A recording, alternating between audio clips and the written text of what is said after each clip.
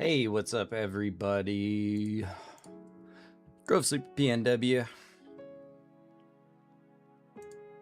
In time, on time.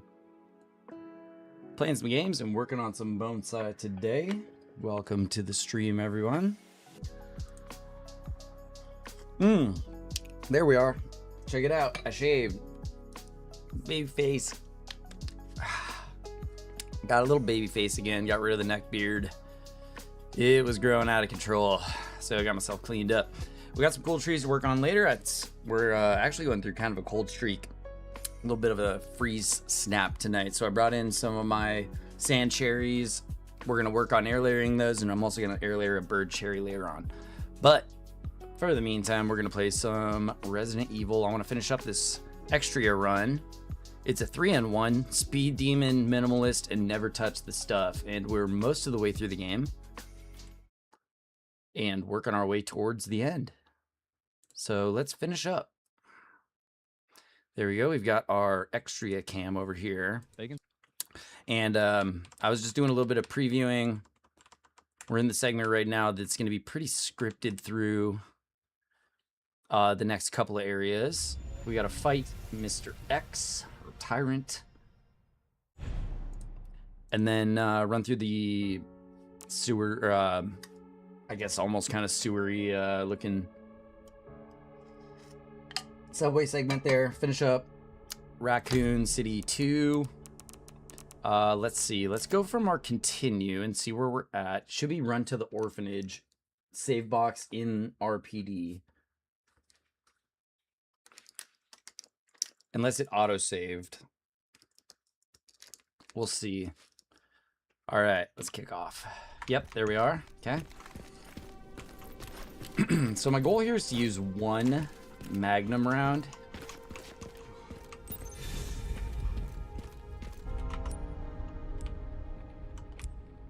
Oop, hang on. Let's sort everything. Check out our crafting. Ba-ba-ba-ba-da-bo. Yep. Oop, come on. I'm having a little bit of trouble with my mouse. Getting a little bit of a sticky click. I'm gonna go with rifle ammo because I'm gonna try and use only one Magnum on the Tyrant fight. Switch to the rifle and maybe even a couple of grenades. I'm not sure if grenades are very helpful against him. It hasn't changed. See how these things go. There's a couple things to grab here. Yeah. Good. Oh, and another save. Oh, so here we actually have the option to reload a couple of things and get all ready for our next sprint. I think pretty much towards the end of the game here. Okay, so where are we sitting? Save 40. Okay, 41, 42. Then we'll be all the way back up at the top. There's a lot of saves through Raccoon City here. Okay, so I'm going to save all the way back up at the top, and we'll work our way down with saves all the way through to the end of the game. Let's take a check on our challenges. Not that one yet. Couldn't figure that one out.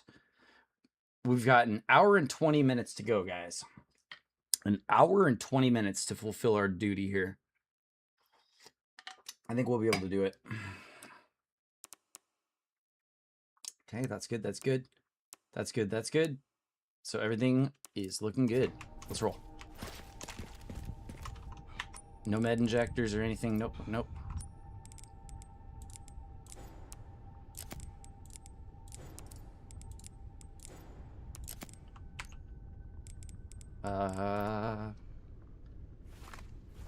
Okay, let's do it.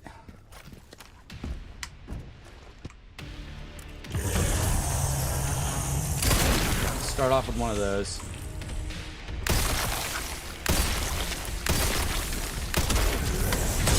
Okay, and we're gonna get those every single time. Okay, let's move. I'm not sure if there's anything to collect over here. Let's see if we can knock him down here. Yep. Okay.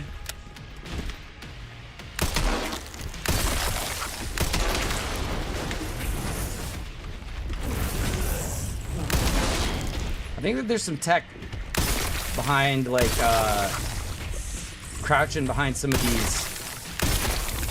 Yeah, I'm running out of ammo now on this. Nice, okay. Let's give him the axe.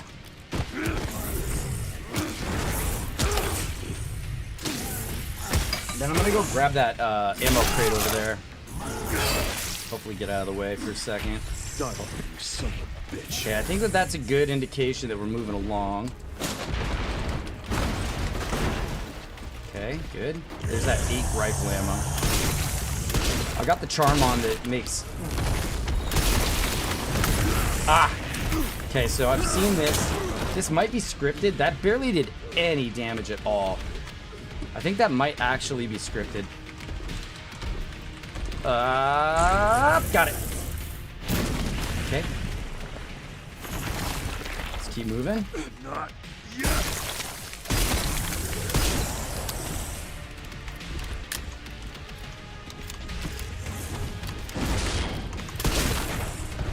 Nice. Nice, and it's done. Fight over. That went really well. I'm pretty sure. I'll stop you as many times as I have to. Okay, do I get a tracker or anything? Don't think so. So let's keep moving. That was good, fast. Awesome. Feeling pretty good about that. There's that thing, part of the puzzle there that I still haven't figured out, the final puzzle. I think that's all I'm gonna get from here. Whoop. I'm gonna sharpen up my hatchet. There we go. Yeah, so we used up quite a bit of...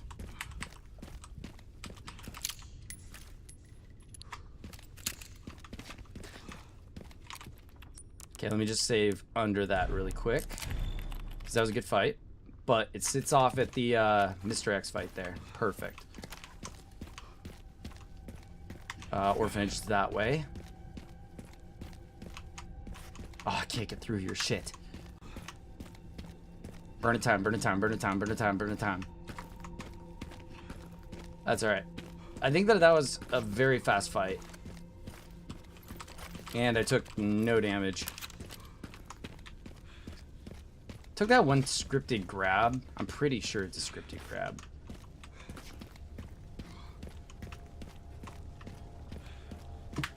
Yeah, hopefully this isn't stupidly wasted time going back for that save, but...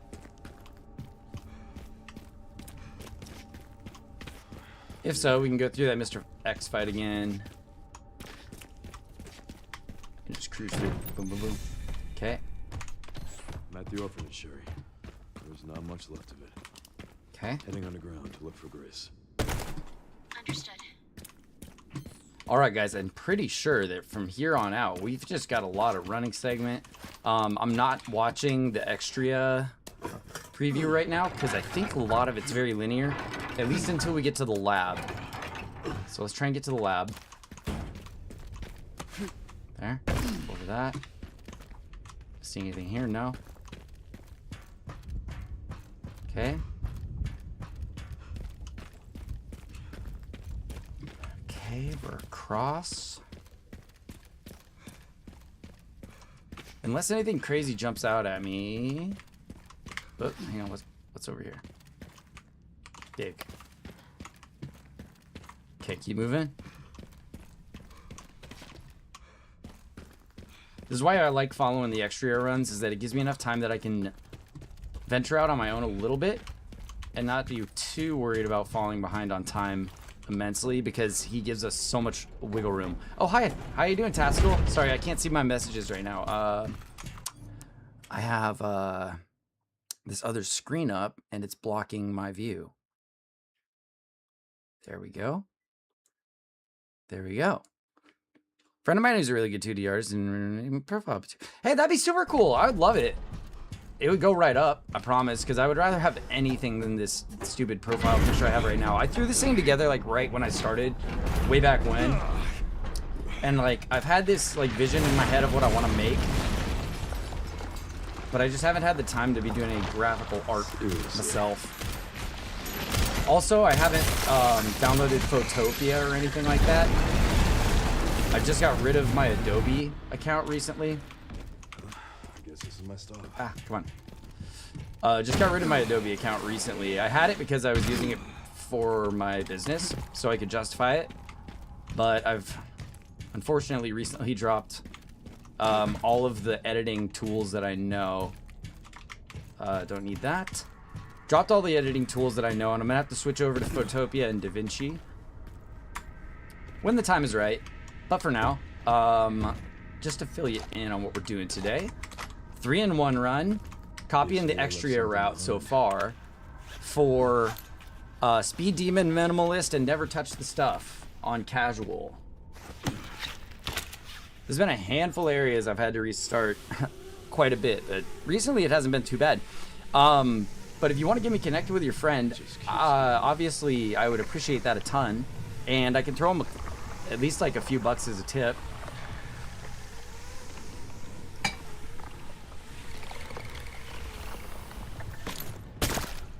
Because I kind of think you get like the vibe I'm going for. I want like a really cool like Finally reached the bottom. shaman squirrel type of guy looking. Perfect place to hide something. Just kind of like a cute mascot or something like that. But I mean, I'm so flexible. It could be of me. I don't really care. It's whatever people want to see. Oh. Okay. So with don't touch the stuff, I don't want to get hit by these guys. I'm gonna just walk and see if I can handle it walking. Oops, that was an accidental discharge. Shouldn't have done that. Mouse button bumped my my keyboard. Careful, careful, careful. Okay. 3 kills, yay. 50 something thousand. Might as well repair the body armor for 50 bucks. What else can we update? Requiem, damage, carbine. Oh, what is this? Oh. Sure, I'll take that. I didn't know I had that charm. Dope. I said walk. I said walk, damn it. I said walk. Broke my own damn ass rule. Come on. Open up. Gotcha. That's alright. At this level, they are not very powerful. Hope I'm not backtracking. Scripted. Yes. Ugh!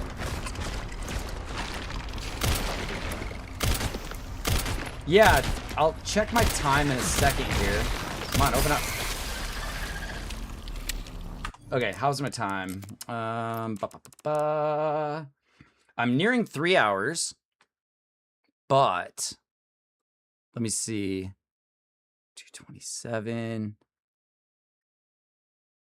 I think I have about 30 minutes of sway time here off of Extriaa's run. So I'm not super stressing. Oh man, this might have been optional. Oh no, don't do the med injector. Get rid of it.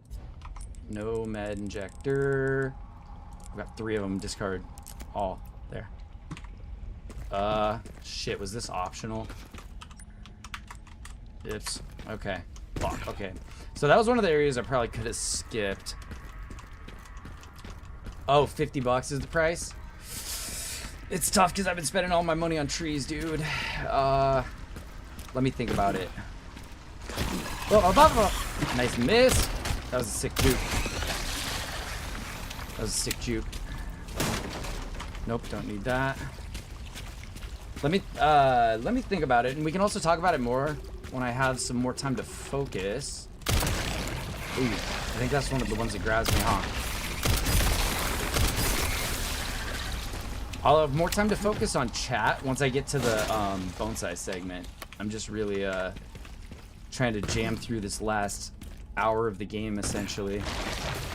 Come on out. Come on, come on. I wonder how many of these are just straight up skippable. Come on. I've had so many green herbs pop up. I need more handgun ammo. Come on.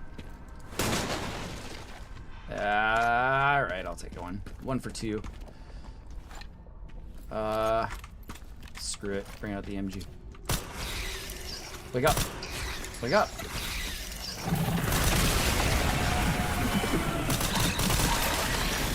Okay, easy enough. Good. I think I'm making good progress. Yeah, I know. The lab should take less than an hour, but I'm probably gonna have to rely a little bit on Extria's. Oh, dang. The game's pretty loud, huh? I'm probably gonna have to hop over to Extriaa a little bit just for routing. Make sure I'm not going the wrong way. Because if I go in circles in the lab too many times, then I will end up breaking up my splits too far.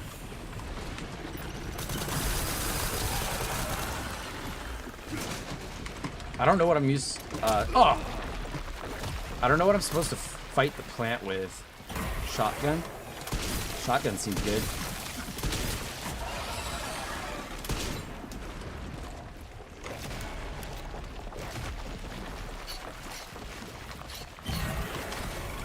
Take the time to sharpen up real quick. Come on, keep going. More. It's like going new phase, like every like 2 shotgun rounds, 3. Yep, there we go. I think we're done. Stubborn meat, aren't you? Oh yeah. Time to. Time to what? I do hate destroying plants, but you know, sometimes we got a cold herd when they're infected. You know, it's sad to do. One of the cool trees actually that I have here that I'm gonna work on later. It's a California red bird cherry, I believe is the name of the species. And it looks like it got a really weird, like, fungal...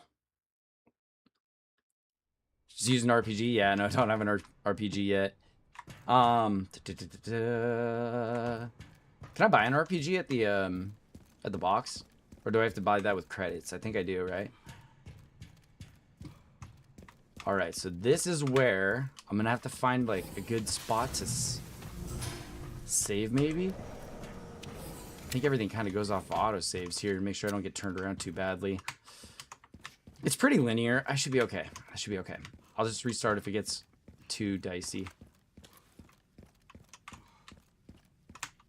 All the raccoons, are gone. Can't remember if you were with me when we took the raccoons out. Pretty sure there was a save point back there. I probably should have used it.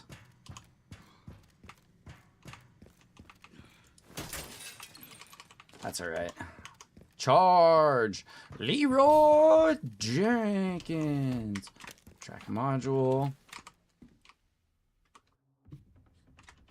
I'm getting the feeling I'm not wanted around here. Yeah, it's about to get dicey, huh?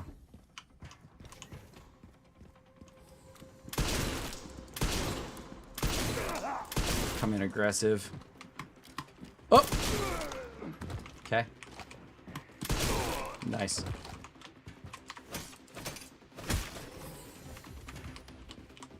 Machine gun, okay.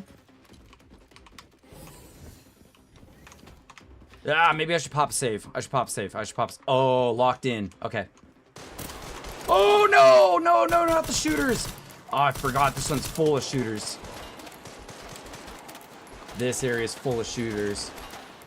Rifle time.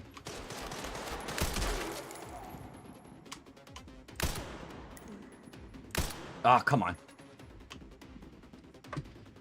Up sensitivity 1. Oh, shit.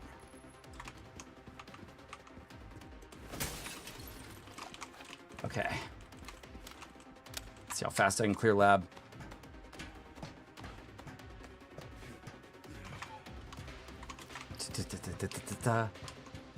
So now before I go stream and suffer with some Wii shovelware. Oh, you're doing Wii shovelware? Oh!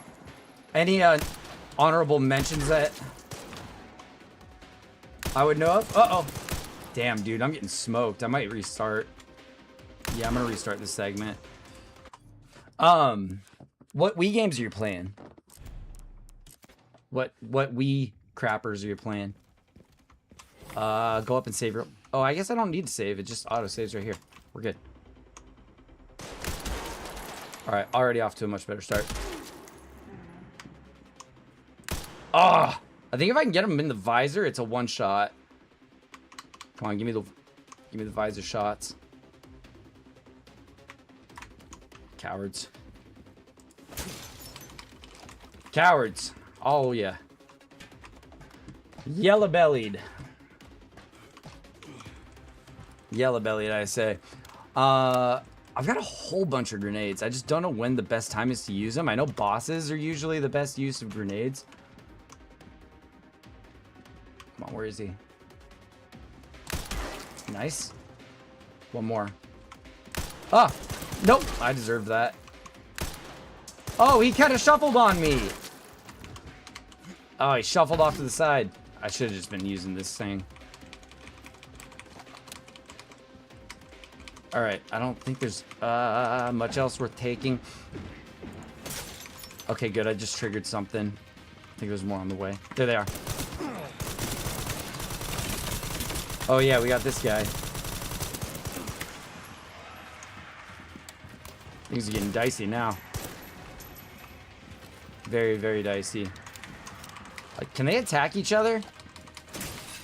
That'd be sick if they didn't just all go right after me. Leon's looking pretty low on health. This is gonna have to be a reset. I might have to look at the tech on this one. I might have to look at the tech on this part. Oh, a double grenade at the start? Good idea, good idea. Let me see. Pretty sure I can make that happen. I'm just gonna huck singles.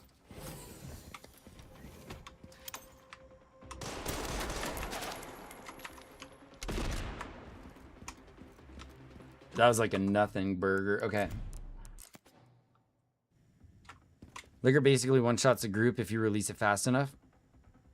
Oh, it'll take out the baddies? Okay. Got it.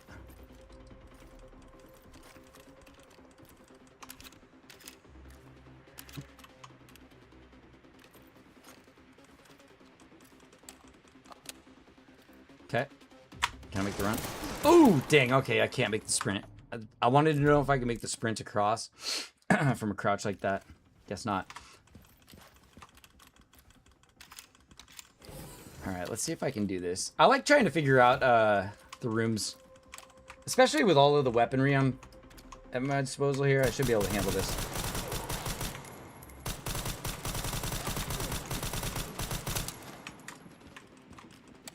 I've gotten all the S's on the shooting range. I should be able to handle these guys. Okay, so after I take 2 out, 2 run away. Get the liquor released. Come on, up.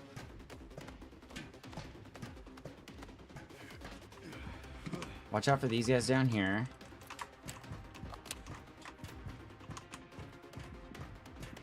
Number 1 should be... Oh! Oh, there. Wow, they really can take advantage of... Even on casual, they really take advantage of the slatted floor there. I wonder if I should just huck the grenade over here. What effect does this have if it lands like right here? Okay. Yeah. Alright. I got an idea. This is what's taken so long. I know it's the last hour of the game, but there's a few areas where I'm just kind of resetting a little bit. Okay, so we're going to take the first couple easy like this. Boom. Boom. Boom. Ah! Bummer. So that's one that's going to be able to get me through the floor there. So I got to watch out for that. Up, up. So I think maybe I'll toss one grenade down, release the liquor, let them all have their way with each other.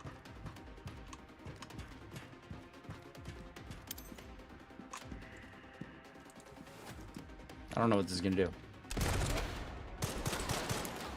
Not what I wanted. Come on.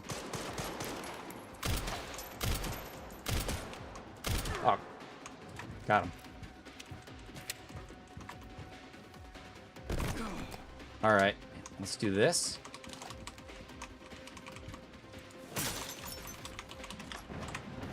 Here they come. Liquor. Here.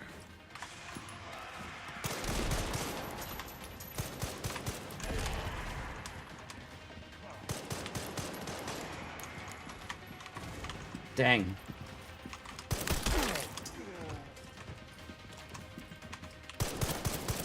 This guy, how do I handle him?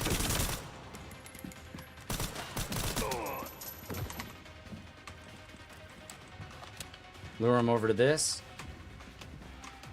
Where's that liquor at? Is it dead? Did they kill it? Oh, what? I can't axe him? Oh, dude, that was like the shortest stun ever. Unbelievable. So it's down to the riot shield, huh? Come on, riot shield. Can't even like... Oh, there we go. Okay. Just gotta get him in the arm. Liquor died way back here. Perfect. Okay, so that wasn't so bad. How am I? Let's do it one more time just for giggles. I think I can do this, like, pretty well.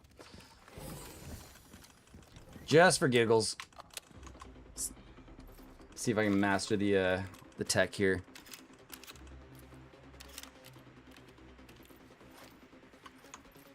All right, that sounds good. Have fun. Have fun.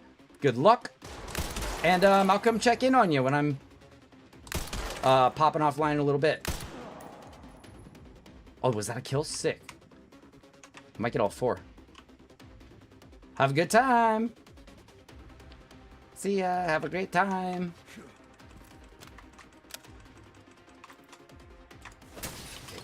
Grab this. Handgun this time. 10 handgun? That's not bad. Okay. Did I clear all 4 of them? I didn't see the 4th. I only counted 3 though. Oh, there he is. There we go. Easy.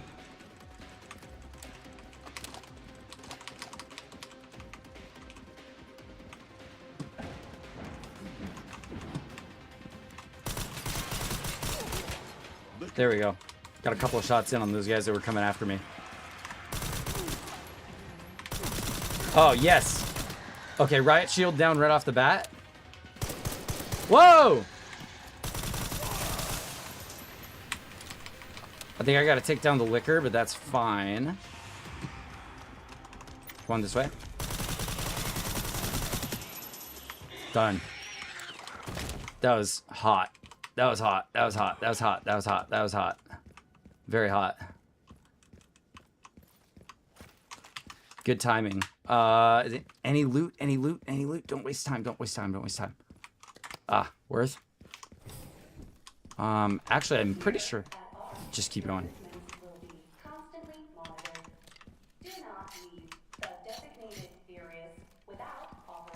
I think that's actually Leon's segment.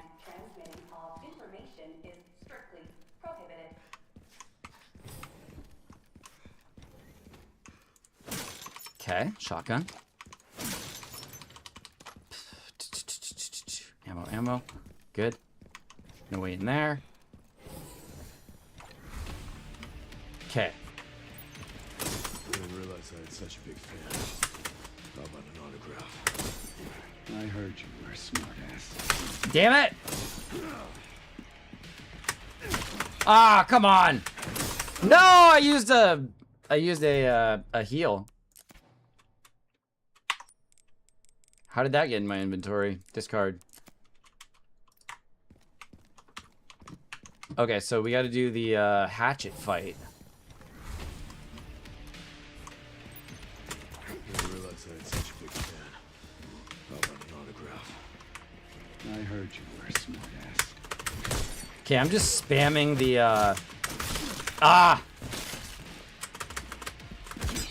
yeah, I'm spamming the block and then hitting him.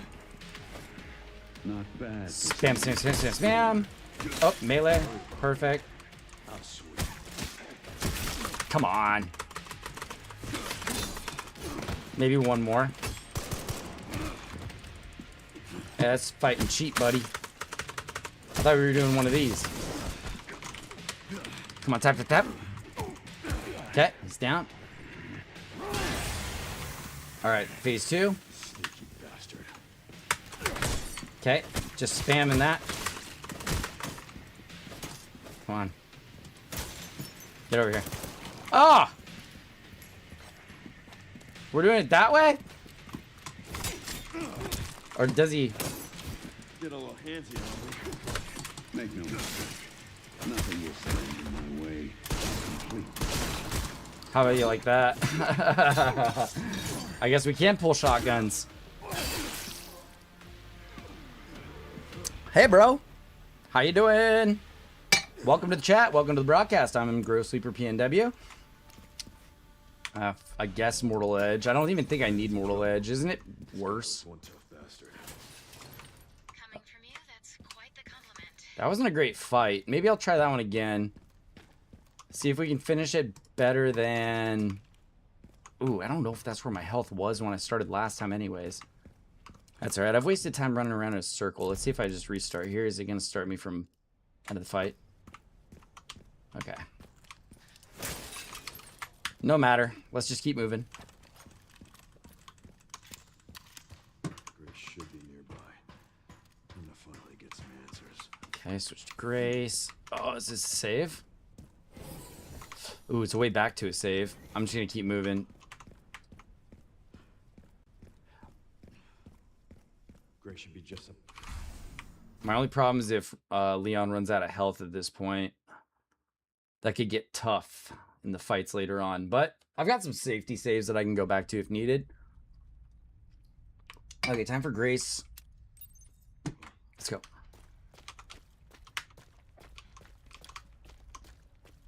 Okay, Grace portion. Got to get that unlocked.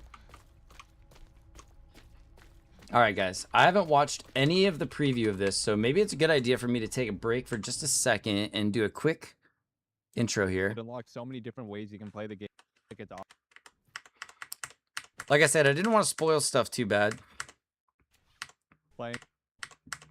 At this point, I've really been reliant on safety saves for a while, but it doesn't look like you can't yeah, okay, I see it. go too much faster through the plant areas. And as you see, it's better. But See how his time is when he matches up to his switch to Grace. That fight you can't really rush too much. How about them? Just so we are at the labs. The time We're at the labs. There's a safe. Gonna say on our part. Okay. With time.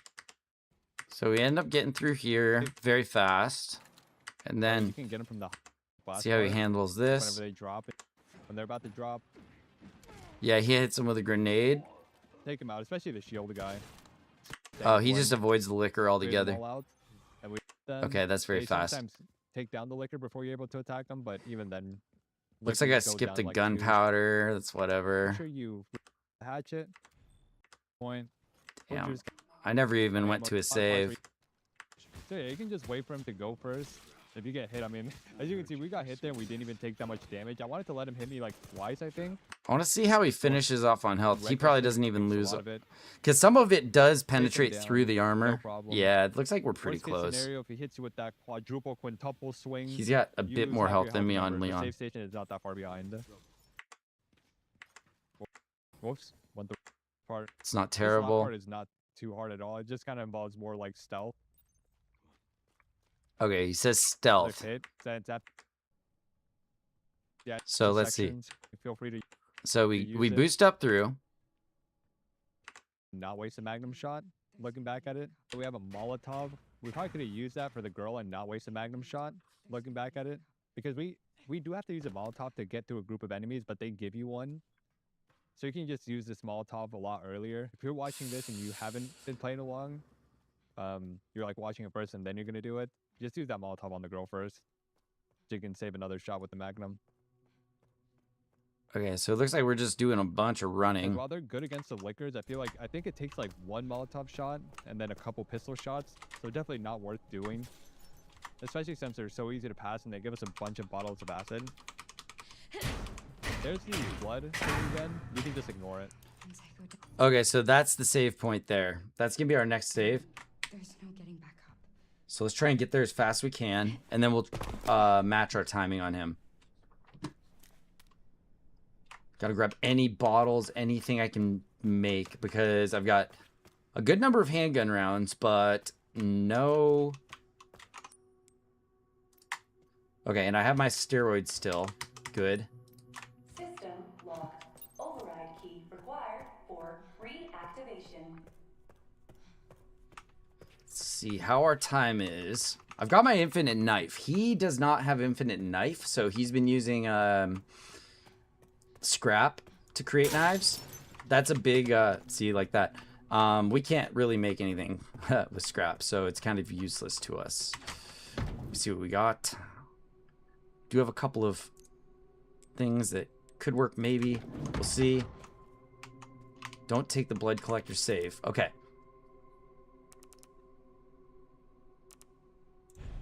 So we're moving all the way down to here. All right. So I'm just going to start running along here. There's a blood collector sitting there. Interesting.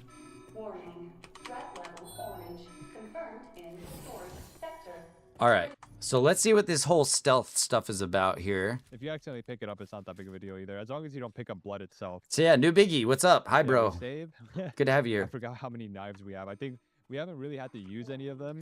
Copying the But it just goes to Extriaa show run. that with playing on casual, if you do go into the red, you can just use one of your knives in case you get grabbed.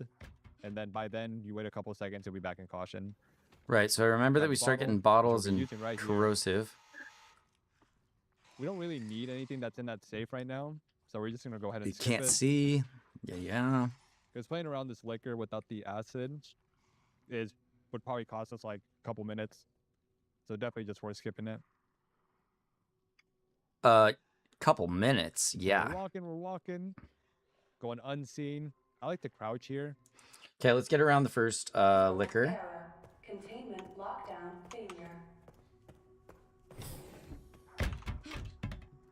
Let's get around the first liquor. Where's the bottle? There it is.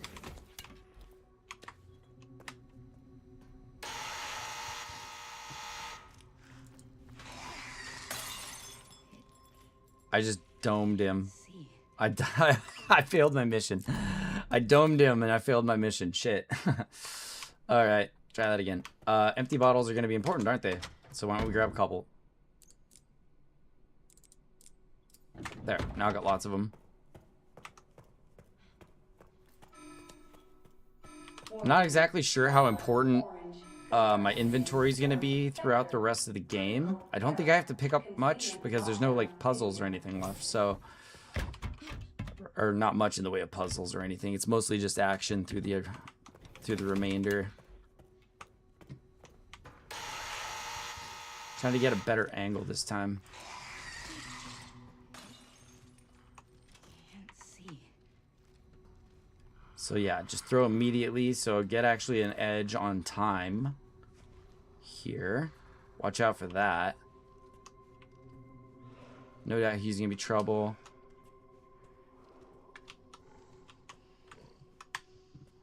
I think he went this way, yeah?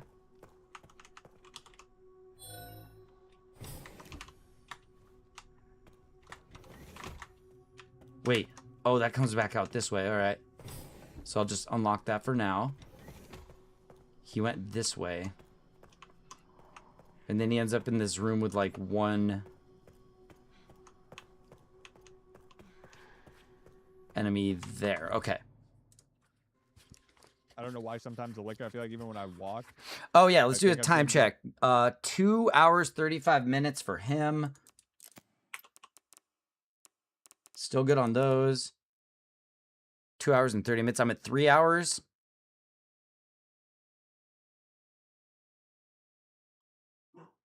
Okay, I'll be good. I've got pretty much an hour to do a half hour's worth of work. Down. I don't know if I just did something wrong. There's gonna be 2 bottles of acid here. So we are gonna get the liquor's attention pretty soon. Because as soon as we take down these enemies. Yeah, we want to take this one out first, actually. Hold that. Okay. The other one is definitely going to hear all these shots going off. He's going to break through the window. But yeah, I Okay. don't want to risk one of these guys grabbing you. Like again, if you go into Okay. red, I mean, you'll go back into caution, which is fine. And you're Or gonna just use playing it both safe. your bottles of acid here, it looks like. Here comes the other one. Throw that.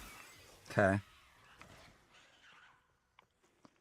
And yeah, that's this part done. So now we can Sweet. Okay.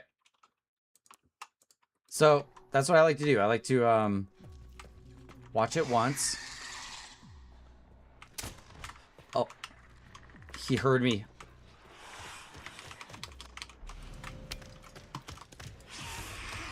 Got him. Nope. Damn. Restart. All right, that's a restart. Didn't go off well. I got the line now. We'll just use the one bottle. Warning. Threat level orange. Confirmed in. Okay, let's see if I can execute this well. Error. Containment lockdown failure. That's the point. Watch it a couple of times, see if I can duplicate it. Right here. Throw it. Can't see. And if I'm crouching, they can't hear me. There's him going up the wall. That's the hint. Okay. Oops.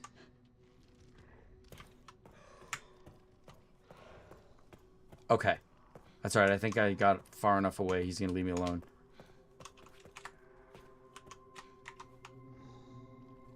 This is the one that I have to creep under, right? Okay.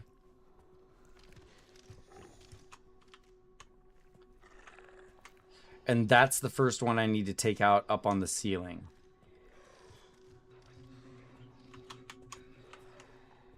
So we go first bottle of acid.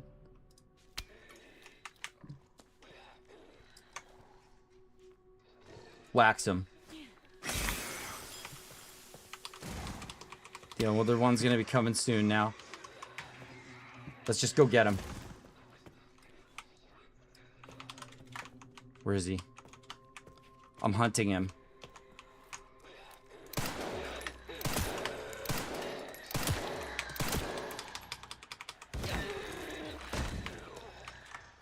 There he is. Okay, nicely done.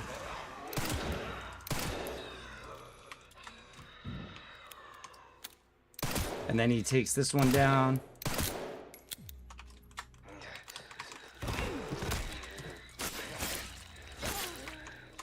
Okay, reload.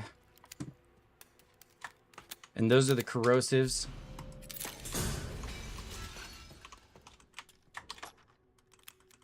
Got all that. Okay. And then he says that round is over. Okay, so on to the go next. back. We're gonna save. Go back and save, okay? I mean, it's always exciting when we get to the end of the video because we're almost there. We're almost there, Always guys. excited to see, like, you know, people say that they got their challenges done. They're excited. I to know. see I am new excited for progress. this. So I just get excited for people. All right. Yeah, we are excited. All right. Yep. All right, I'm stoked, you guys. We're going in on the very last, oops, end of the run here. Headshot. Even a headshot to go into the save. Nice. Let's go, go, go. We're heading towards the end. Heading towards the end. Heading towards the end. We've got 1 hour to finish. Not dead yet. Not dead yet. And I'm going to save here, and then we're going to double check our achievements, make sure that I didn't accidentally pop any of those pesky, nope, use 0 times 0 times. 3 hours and 2 minutes. That was a 2-minute run, or segment there. I'm going to, again, I said take out all my bottles, because I might as well have them. And then knife power is good, I think. I'm not worried about that. I'm not worried about those. Okay. So, time out for a sec.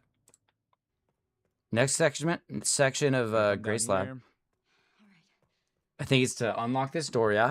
Oh yeah, before we save, you can actually save here first. I didn't actually end up saving. Looking back, yes, save because this Oh, one, God. Yeah. he plays friendly, but sometimes he's in a position that can be kind of hard to get around. So I definitely would just save to be safe. So you just walk. Yeah, because now that he's on the ground, I don't want to have you risking walking around. And we still have the bottle, so we can, like, make him focus on a different part. But since it's such a tight area, I don't want to risk you getting hit. I have lots of bottles. Okay. So we're just going to walk past them. Might even be able to save some hear my time if puppy I can having a dream distract in him the with the back. bottle. Be careful. He's barking at somebody in his dreams. I need to get going too. Okay, and then immediately turn around and start booking. Okay. Here we go. Let's hit it. Wasn't that it? Wait. Why is this locked? Oh, did I not hit a button? Oh, shit. Okay, well, wasting some time.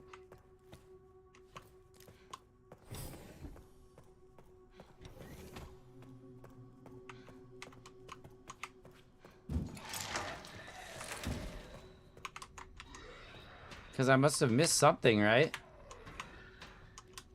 What was it that I missed?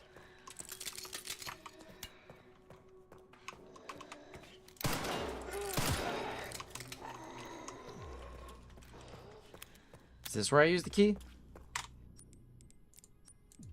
It's the dump activation override key. What happened? How did I mess up? Did I not activate the dump? I went running right back out there.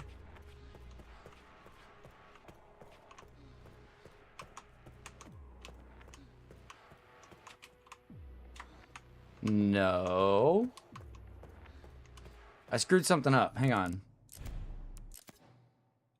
I think I have to run back out. Okay. And get Leon, huh? This way.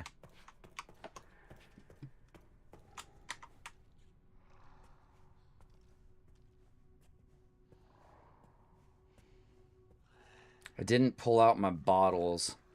Hang on. I got an idea. Oops. Don't want that blood collector either. No, damn it. Ah, fail, fail, fail, fail. Ugh. Okay, back away from the blood collector. Now take the bottles. Oops. And I spy. No. Take out. It's this way, yeah?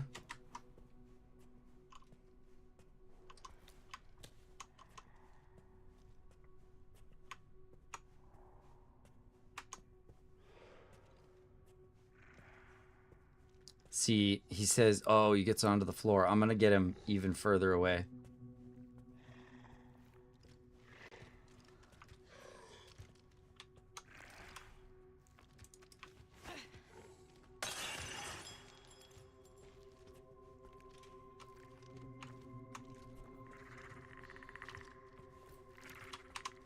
He's slow to creep after that one. I got my safe though. Okay. Let out Leon. Go. Okay, Leon's released. Boom. All right, Leon.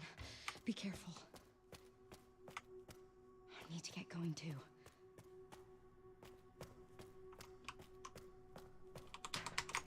Oh, wait. Shit. I gotta get going all the way over.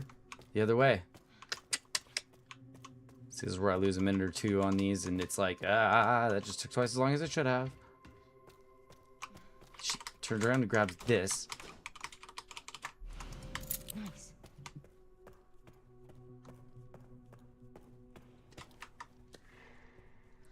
I'm not sure where this guy's gonna be coming up again.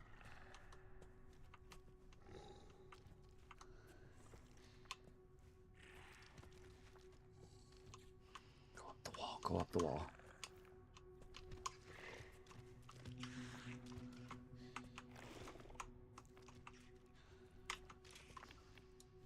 If I throw it up on the wall, will he go after that?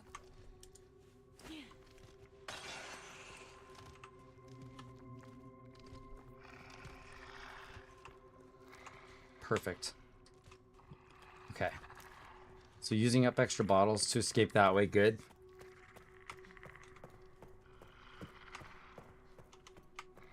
Good, okay. I'm gonna keep trucking, because save time, because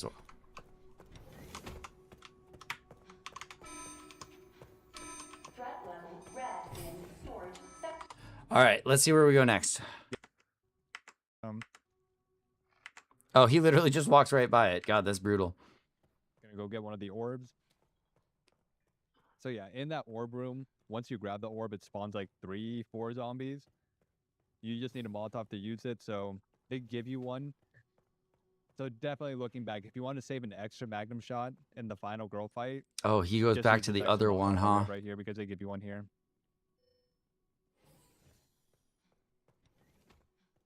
It will spawn this enemy though. There's a little jump scare. If you grab it, yeah, he'll kind of jump at you. So I always try to warn people whenever there's a jump scare. Okay. Get that as soon as you pick that up. This is when it spawns the like 4 zombies, I believe. Throw that there. Okay, so yeah, I gotta do a little bit of optimization here. All right, Leon. Okay, Be careful. this is good. This is actually good. That's a good spot. Nice. Okay, grab it.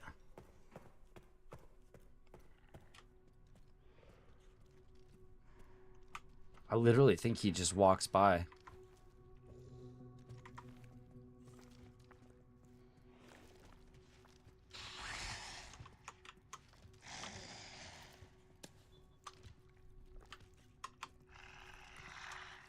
Yes, yes. Good. Okay. Now this is probably a better save here. Okay, go up this way. And then we'll have to deal with those, those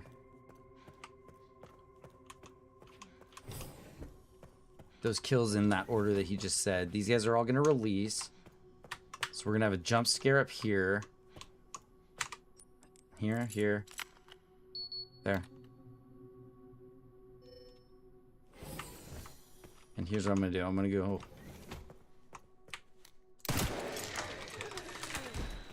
That. That. Now where's that Molotov? Where's that Molotov at? Oh wait, I already got it. Silly me.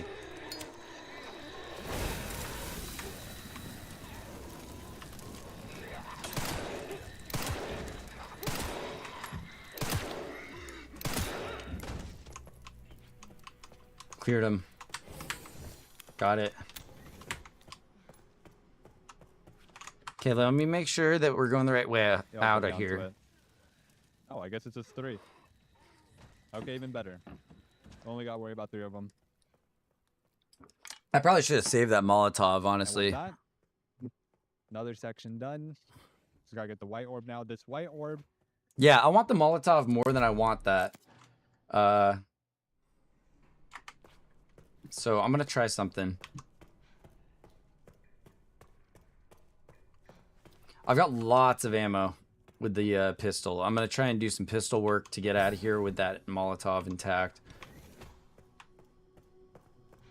So we come in, shoot, grab the Molotov, take the item, release the enemies. There we go. I think I also can drop my ID badge.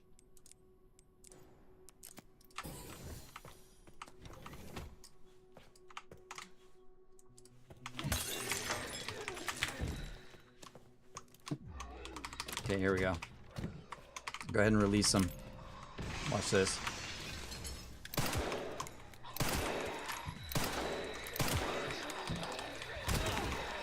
I'm out.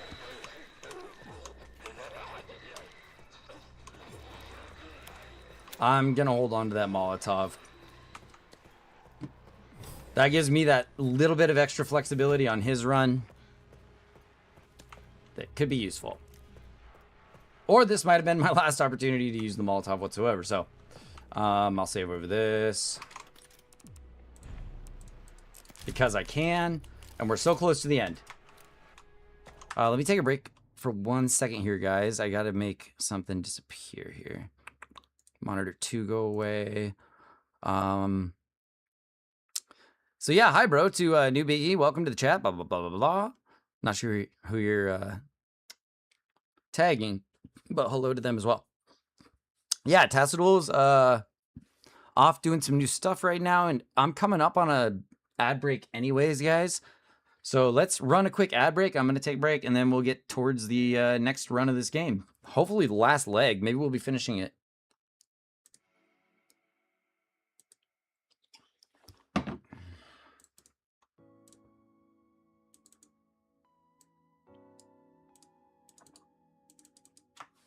RE9 final strat.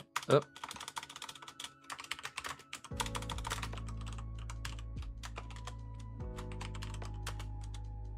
Okay.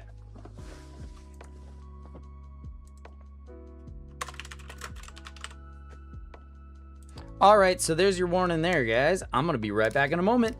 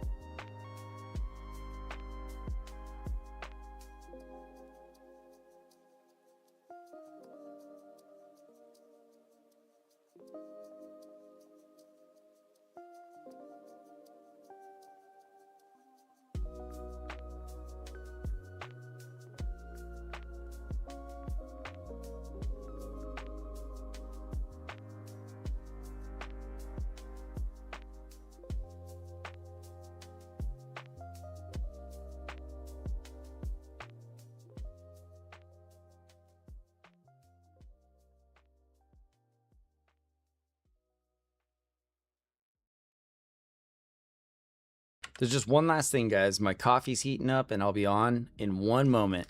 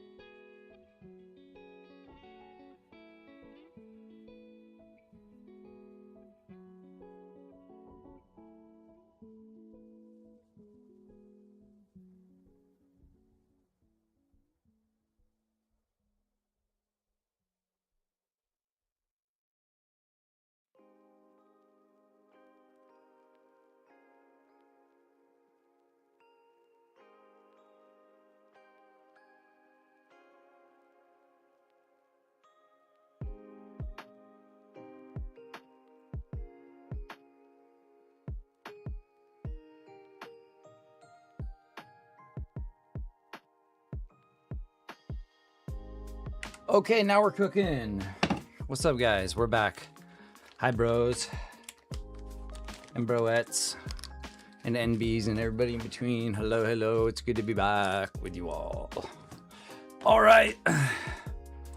Thanks for hanging by for a few minutes there, guys. I wanted to make sure to get a little bit of prep work done for the bonsai segment, get myself a nice hot coffee, check in on the stock that I have cooking for my family's soup tonight, and all that other stuff. And we've got our live looking good. One thing I want to pull up is my stats, guys, to make sure that I'm not losing any frames with y'all, or at least that it's minimal. There. Nope, looks like we're good. Okay, so let's continue. We're running through here. Let's go. Time check. Time check, objective check. Good, good, good. Took us about 5 minutes to finish that last segment. Time to go grab the orb. Threat level red in storage sector. Rebooting AI control center. Noah. Don't think I need that. I think I'm just gonna keep moving.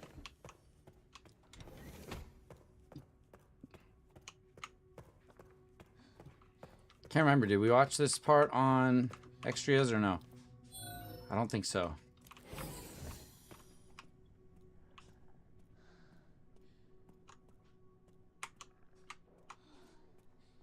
Walking because I'm unsure of liquor placement. I know they're out here.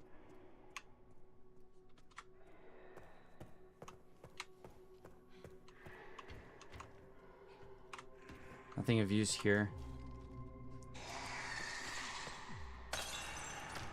Okay, I've been spotted. So restart that, and then let's see how he handles this room here.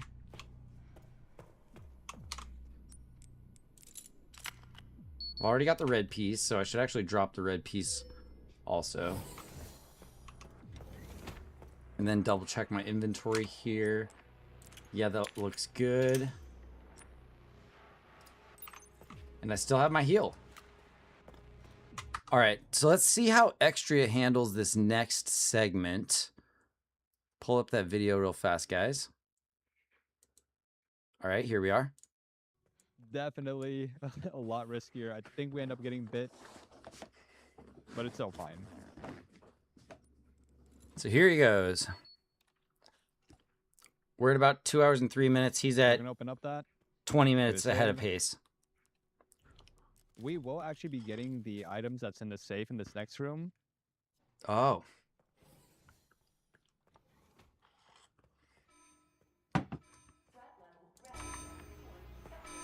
Threat level red in storage The code for this sector. is going to be 50, 60, then 80. And yeah, there's an acid bottle here and a normal bottle. Definitely useful stuff. Oh, yeah. Center. Looking back at it, you can definitely use this bottle to like time it to hit 2 liquors at once. But honestly, it still ends up working out. There's just, you are going to take a bite here. But since we're still in caution, I mean, you're going to see we're still going to be fine. So yeah, I end up throwing it here. You could wait for this liquor to go around the left. And then you can time it to hit that other liquor over there. But I was just like, nah, we'll be fine, right? And I think this zombie ends up grabbing me. I should have just let him grab me from the front so I can just use a knife. So this is a prime example. See, we're in the red. We're in the red. We're in the red. We're in pain. We're in pain. We're waiting. Run past that enemy. Okay. So it does take a few. Yeah, see? It takes probably like 5-10 seconds. Then you get back into caution. I and haven't you're gotten fine. into that My level mistake yet. there was not letting him grab me from the front so I can just poke him with a knife. Yeah, see, we're back in orange. And I can always drop Get a the white save orb. here. Then we're going to save. Okay. So he ends up using the bottle of acid on the one. But it sounds like you can get 2 if you're careful.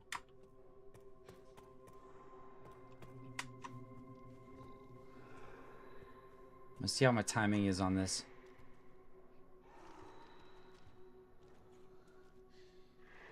See if he goes left and I can get them both in one like that.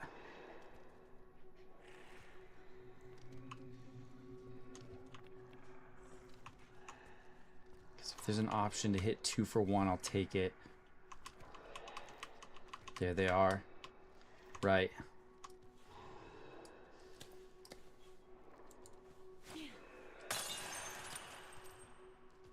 Get him to there.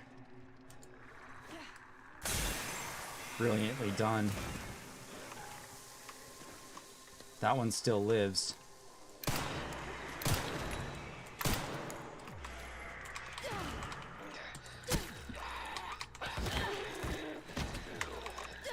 See, look, we're gonna be able to clear this whole area a little bit easier than Extriaa did.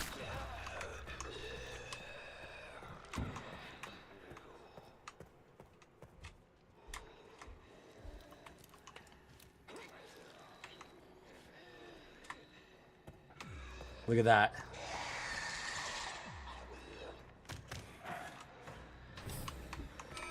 See if one follows me in here. Center. Noah. Reboot failure.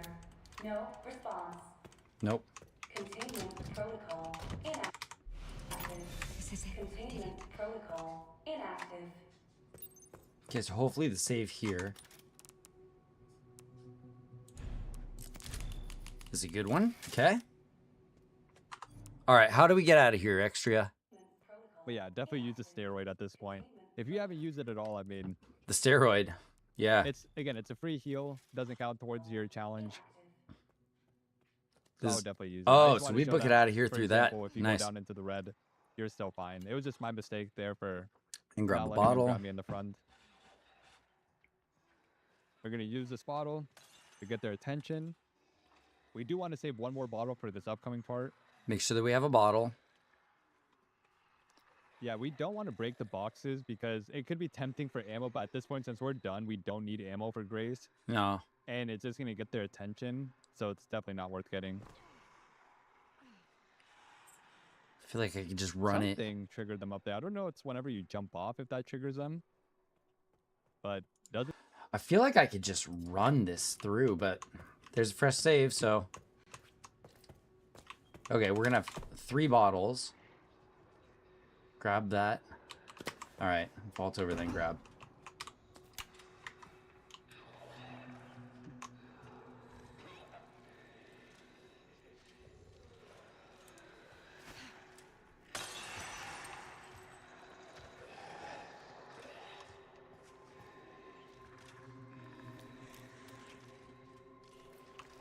Okay, so this might actually be a 2 bottle.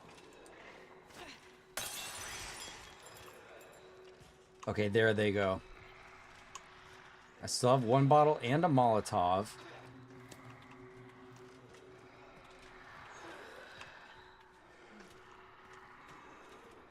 And I'm not going down there. There's lots of them down there. Okay. Maybe they're eating each other or something. Okay, let's get out. Quick. And then we're gonna run. See, they didn't trigger on my set. Sweet. So we made it through. We had to use an extra bottle. That's fine. Okay. This must be a double Molotov type of moment. Casey, they do jump through this window, but this part is scripted. That's why we need a bottle. So we gotta throw that over there. Also, if you're watching this and you haven't played Resident Evil, the reason they can't see you is because they're blind. Okay.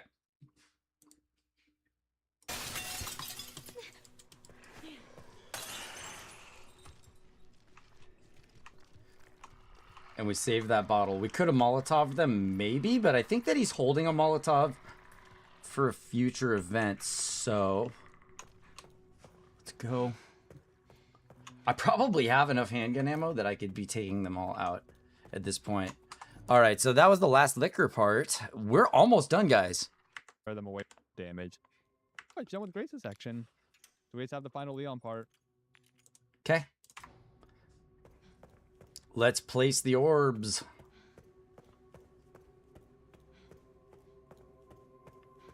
Boom. Boom. Access granted. Okay, through the room. Go! Alright, alright, alright, alright. Whoa. We're gonna finish 3 and 1, guys. Let's see how Leon's section goes, because this is probably the last segment where anything can even go wrong. Over here. All right, let's see what he says from the beginning, because this might be where he says, all right, it's time to use up all your ammo, go crazy, blast through everything, save 5 magnum or something like that. So back to our boy Leon. Gonna finish this up. What's the time we're at? We're at 2:43.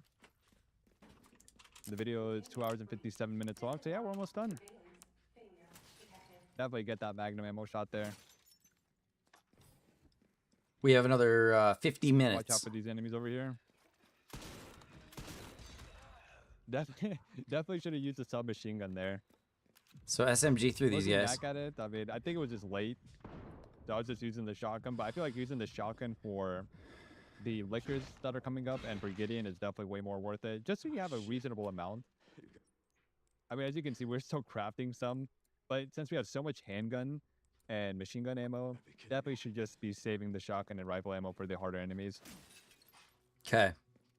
When it comes to like those zombie enemies, I mean, they go down really fast. So then we'll come up on a save. Always repair the body armor. Body armor. Buy some extra bullets. Buy whatever ammo, yeah. Gonna upgrade some of the damage for this. We will get a legendary module, which is like 10,000 credits in this next area. So don't worry, we're gonna be able to upgrade that even more. So he's upgrading the mag, Save. huh? He's upgrading the mag, huh? Come on, we got time to make up. I've got 6 grenades. Oh my god. Containment breach. System-wide surveillance What is it? failure detected. Yep, good. Good. Wait. Oh, that's mag loot here, huh? Come on, open. Okay, mag loot. Awesome. We are so decked out for this last segment.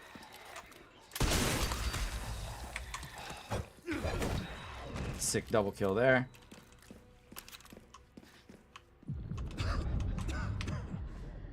And then, like he says, start taking these guys out with some pistol.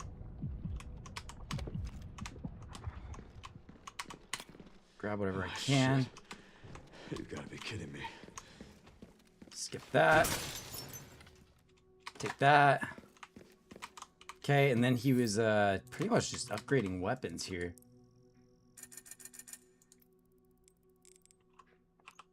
Okay. Upgrade the Requiem. Sure. Let's do it. Max out. Sick. I haven't maxed out the Requiem before. I'll take it. Oh, I didn't fix my body armor. Hang on. Do I have enough left? Yes. Oh, I have a ton left.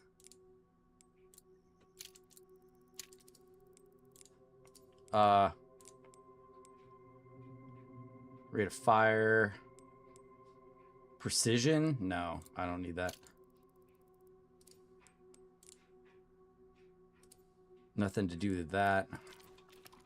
And I gotta just like sell that thing. Hang on. Sell the Mortal Edge. And then buy a bunch of ammo, I suppose. Because we're in the end segment.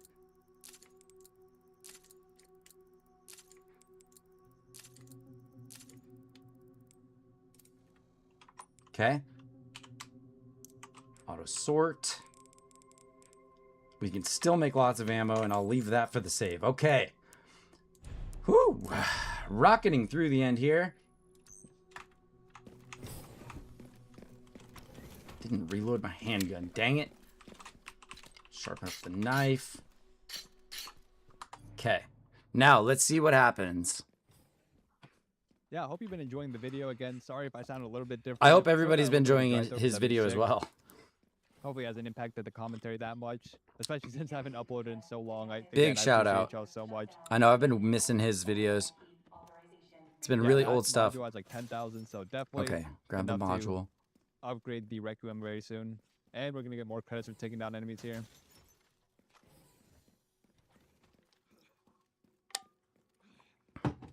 Yeah, there's a lot of lickers in this area. We're just going to take them down because Rifle, huh? we could try to walk past them. I never really have. I mean, at this point, we have so much ammo that I like to take them down. The only thing you need to watch out here is that they can either, if you can hear them in the vents, they either come out in front of you or behind you. Just be wary of that. All right, and the vents You will hear be them, and popping sometimes out. It sounds like it's going to come from here, but I swear, I've heard them up there and they come behind Oh, me. they're just gonna be And simple this is what I mean. It's kills. definitely way better to save the shotgun for this. He's Yeah, got see, this guy 20. Ooh, definitely nice. like, we parried that, but still, that was way too Oh, I close didn't for know you could comfort. parry the jump. Okay, there you go. There's still a couple more of them. This one is scripted. This one's always scripted to jump down from here. Okay. I'll take out as many of you fuckers as I can. But yeah, we have a lot of rifle ammo, which is going to be good for Gideon. I want the rifle for the enemy. I want the But magnum also for the enemies. shotgun just melts them as well. That's what I'm saying. Shotgun time. All right, here we go. Shotgun. I'm actually a bit low on shotgun ammo.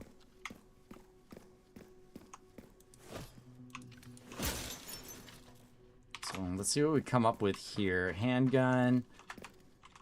A throw. More handgun. And what is in here? Oh, that's the legendary module. Okay. We're taking him down with this thing, I think, guys. This gun has been pretty effective. But I do want to save this rifle for some bosses. Where are ya?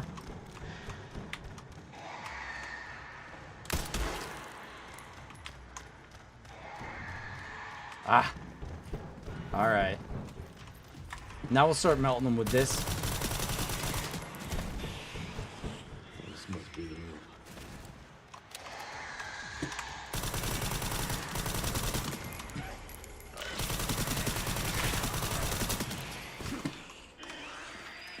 This way. Is that all of them? That couldn't have been all of them, right?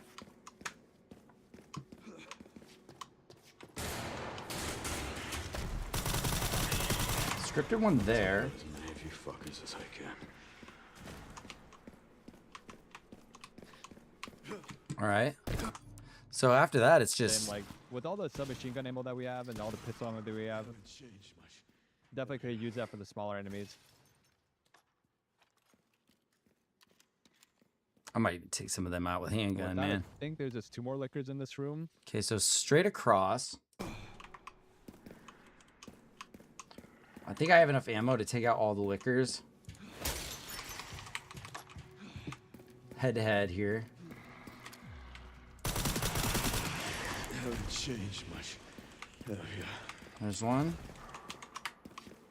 Let's hit this. Snag this real quick. Good, more machine gun. Man, it really, really stacks me with the MG ammo. Ah, gotta get rid of that before I ruin my run. Ah, no, come on, I'm wasting time here. There. I think he said that there's 2 more in the room. Yeah, there's 2 lickers in this room, and right here I was checking if I had the stack in this room. grenades for the next room. Want to make sure you save a stack grenade for that. I should craft a stack grenade. Okay. Take him down. Yeah, at this point I'm just like, okay, we need to save some of that shotgun ammo. I feel like my gun is way more important or way more potent than his. Okay, so. Oop. Okay, I'm gonna craft actually 2 stacks and then this thing will work fine to dust these two.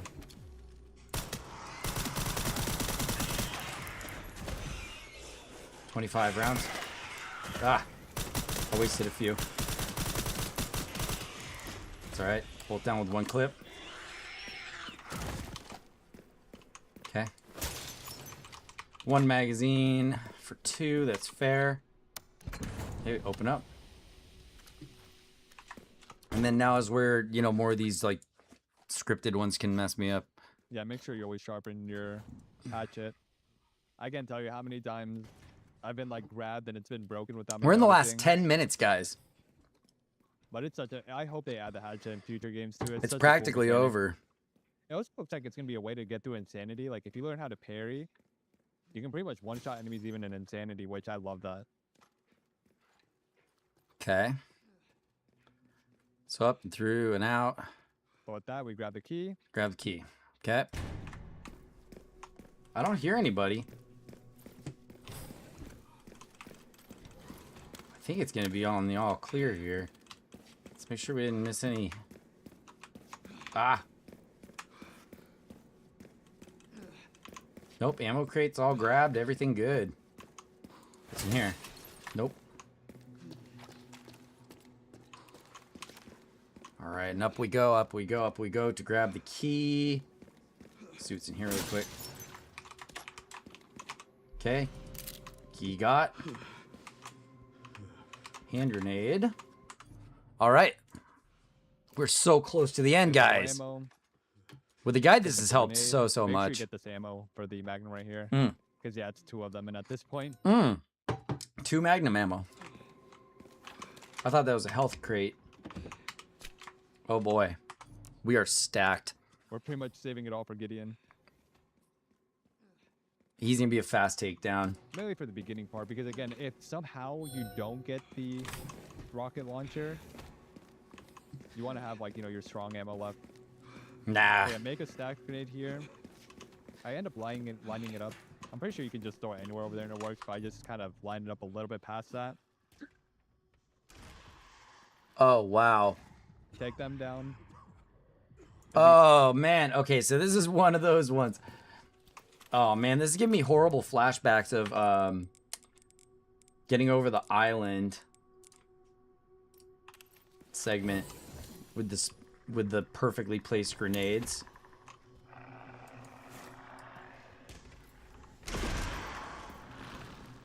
Nice. That feels good.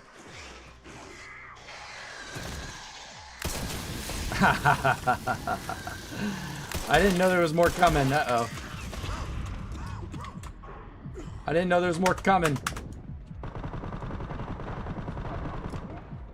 I didn't know there was more coming, if I'm being totally honest. I think that's the room I exit through. You can see, I think 2 of them survived, but that's because they're on the very left side.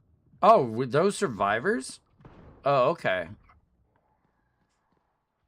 Oh, yeah, okay. They were way back there. Don't worry, Leon. We're gonna save you. A gunpowder. It's all Put good. the key in here.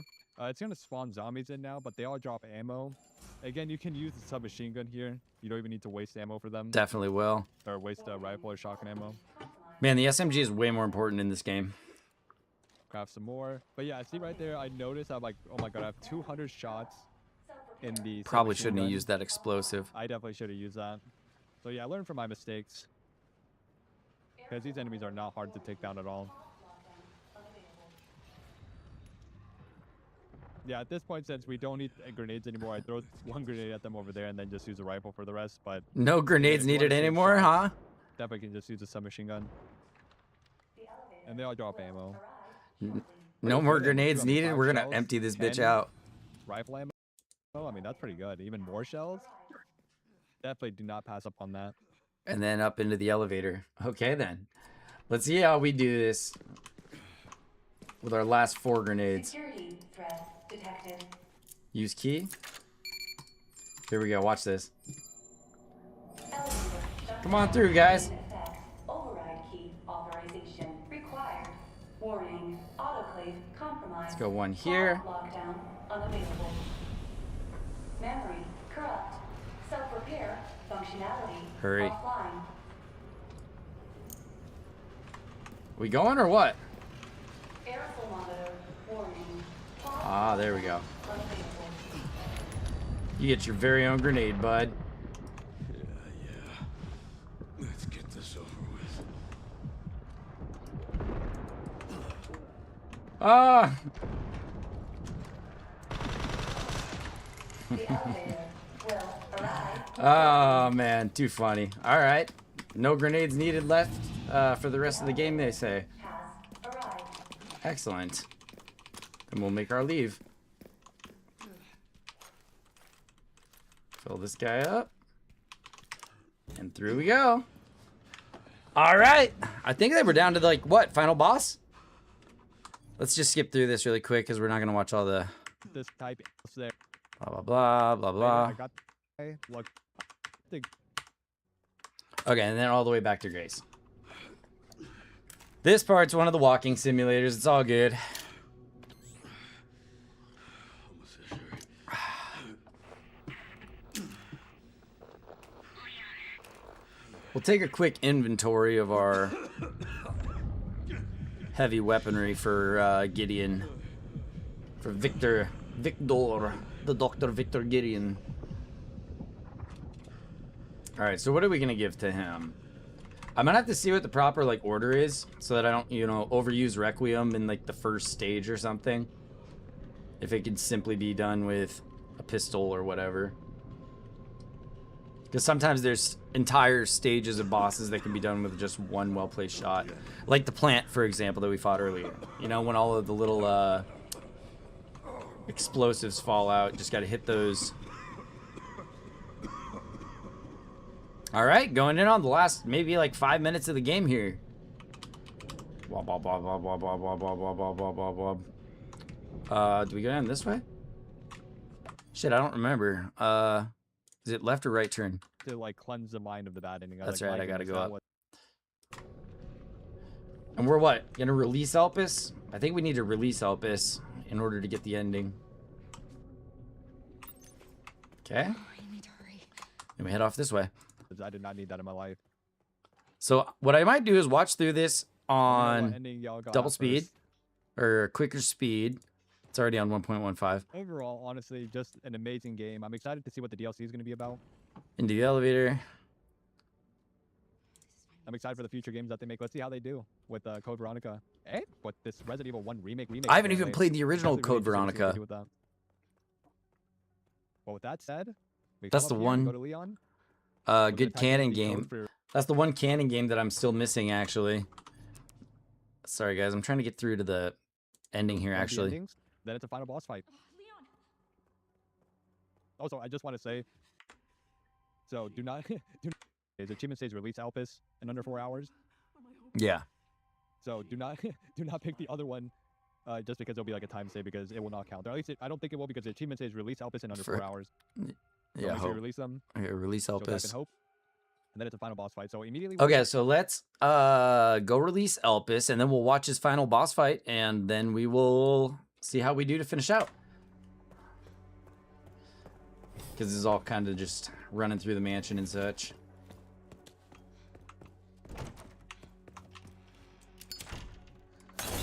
There we go. On the way out, I'm gonna start a fire. Start a fire. Let's check our achievements one more time, guys, just to make sure that we're not wasting our time. 0, and 321. We're gonna do it. We're gonna do it. Thank you so much for the guide,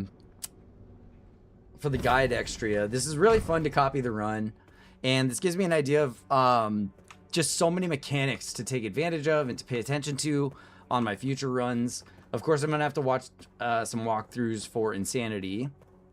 And if he has an Insanity video, I'll definitely be watching it. But I'm sure other video makers, Neon Slice makes really good videos. Okay, so we release. Please know that you are my hope. Here we go, here we go. She is my hope, Type it. a blind hope. Okay. It's F, right? Confirm. Okay. And then let's watch how this final boss fight ensues just to know how to use our ammo. All right. Happens. I make sure I'm going to start slow it- this yeah. back down. I'm going to slow this back down to regular time. Here we go. Remember, I press start here and just let people know there's a checkpoint here, so you can restart if you need to. I forgot to say this before, but when you're in the elevator as Leon, before you press the button, make sure you equip the Magnum so it's ready to go at the beginning of this fight. Okay. And just walk backwards whenever you're shooting it, because he does like this parry attack. So we want to avoid that. And once you shoot 4 shots at him, you'll see he kind of does his little phase transition that he's doing. We stand still right here. We let him, let it all out. The main reason I'm standing still here is in case you need to reload. You can shoot at him while he's doing that. But in case you want to use this time reloading, I don't shoot at him just in case that's what you're doing. So he lands. We switch to the shotgun. We spam him. Yeah, do you see right here? Look. He drops the RPG right here. And I don't pick it up. If you pick it up and you use it, it immediately ends this phase. If you shoot it at him, or it'll end the next phase if you shoot it at him. So feel free to choose whichever one you want. And the But next assuming phase. it doesn't happen, that's why I don't pick it up. Because it's absolute worst case scenario, it doesn't pop up for you. Okay. So since we're playing for worst case scenario, we're not going to pick it up. We're just going to take them down the old fashioned way. I'm going to unload Again, the reason I'm not everything I shooting at him have. here is because in case you need to reload, it's just to show it's completely fine. I'm just going to go for the ultimate Right smackdown. here we're using all the shotgun on them. Go to the next phase. We didn't even need to use the rifle. So yeah, we have a lot of rifle ammo. The shotgun just ends up. Now here, can I hit him with the rocket? You can parry these attacks. That's why it's always good to sharpen your hatchet, because you want to make sure you always have it clean for this. That's a good Pop the point. boiled. Have the submachine gun out There, for this yeah, part the whenever he rocket goes launcher is down, right there. because these all go down really fast with it. They're all pretty much one shot.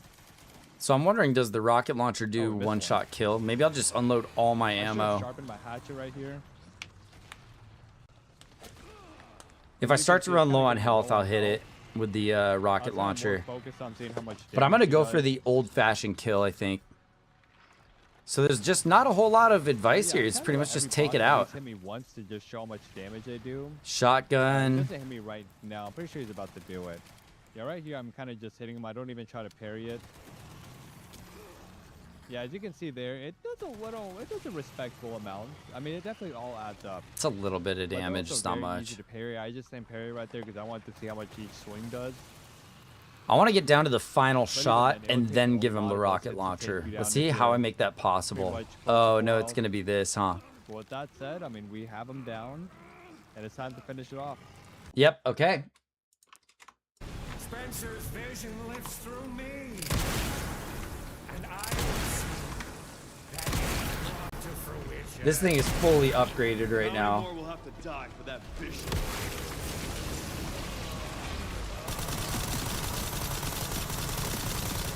I told you, I'm just unloading everything I got. Whoop. Alright, and then like you said, this is a good time to reload.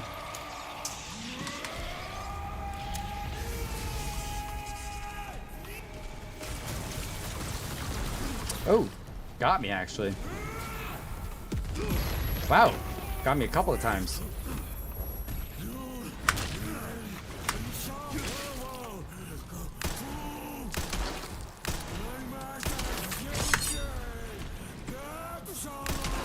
Get out of my Seems to be reaching box. a limit. I'm just gonna kind of toy with him because we got plenty of time. Where did he drop that rocket launcher though? Did he drop it?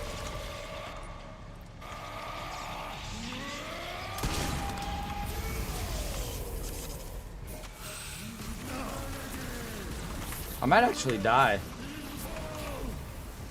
I'm trying to learn where he drops that rocket launcher. So he didn't drop the rocket launcher, I guess. Give it up. You have to have him down in like a certain area for it. Okay, so I'm gonna try and keep that in mind. Let's restart. Spencer's vision lives in me. And I will see that it is brought to the kitchen. And how many more will He doesn't even have the rocket launcher, but like, does he pick it up? I thought he was supposed to start with it.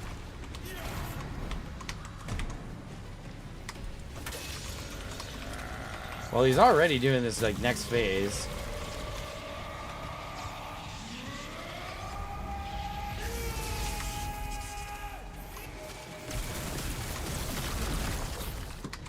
Okay.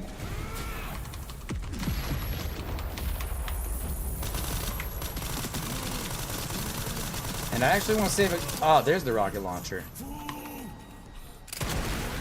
And there he drops it. Okay. That's how we do it. seem to be reaching your limit? I think that this is the phase that I want to end, dude. Alright. We gotta use up more ammo.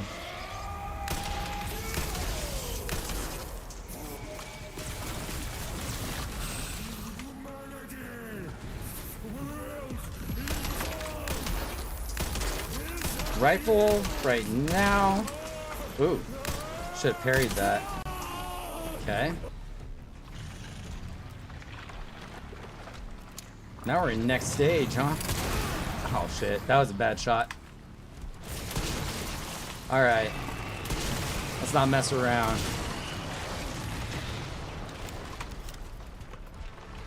Where's that rocket launcher? Must have dropped in the wrong spot. Oh no, I've got it. Or maybe I didn't pick it up. I don't think I was able to pick it up. Wait a second, did I just accidentally use a, I think I just accidentally used a, syringe. Yes, I did. Okay. Alright. This is the last segment, so let's use them up. Boom. How you like that?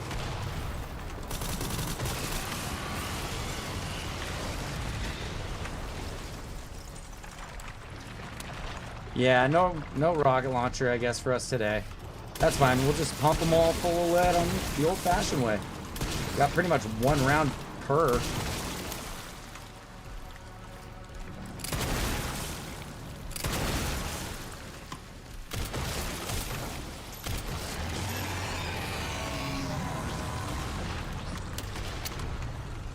I think I gotta run close for that. Okay, so I got rifle out. Give me the spots. Where's the spots? Oh, man. I might die if I'm not careful. I should have picked up that rocket launcher, man.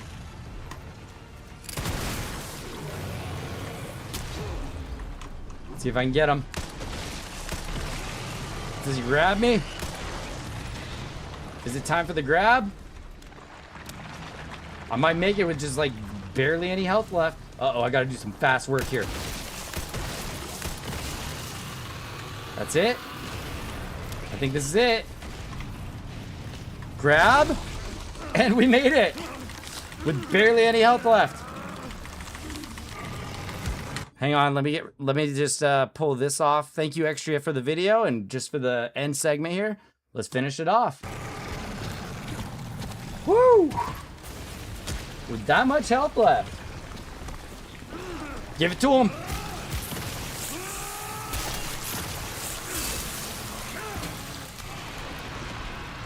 Yes! GG, guys. Thanks for hanging along with me on that. Big GGs. 3-1. Thanks to Extriaa for that run. That was super fun. And we're probably gonna have...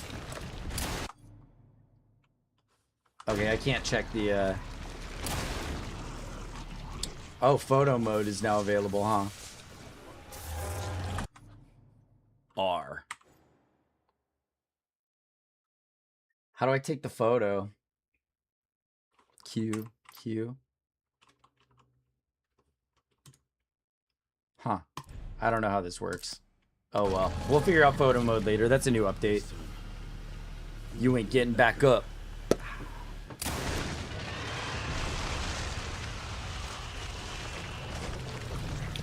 Whoa, whoa, whoa, whoa, whoa. Psh. Sick. Sick, dudes. So we did it. We finished our run. Grace, where are you?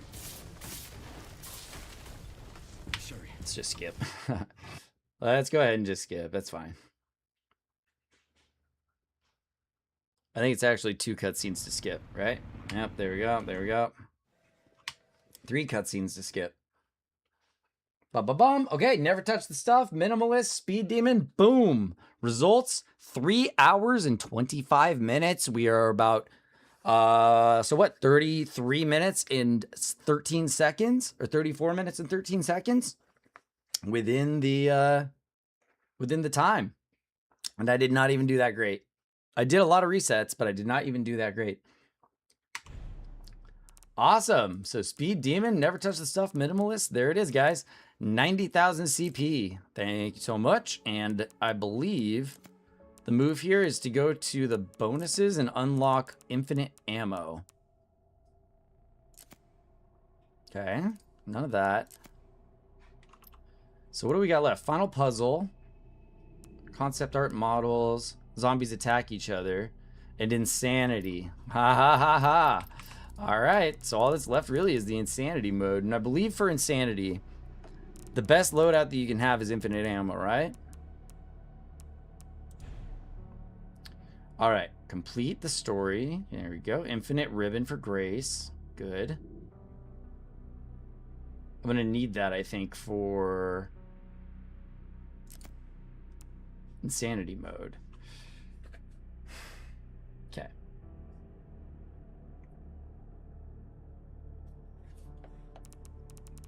Where is infinite ammo?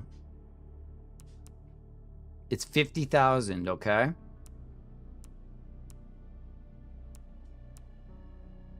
I have 100,000, 110,000, let's say.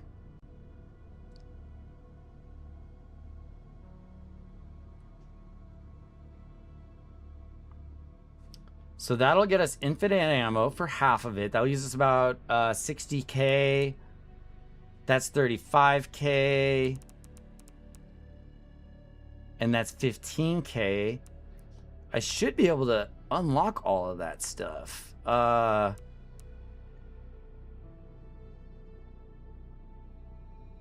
I might even be able to pick that up. I'd like to get that, but I think I'll be running out of ammo. Okay, so infinite ammo for guns, including Magnum. Done.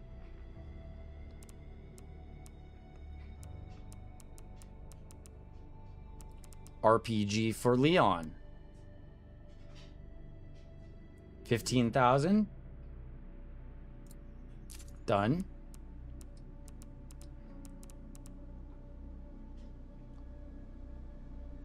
That one's cheap. It's 4K. So I want to try and keep 4K available. This will bring me down to 11.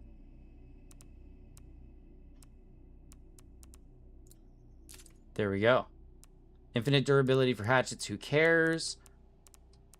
I can still get the rugged charm for Grace to increase firepower, which could be huge.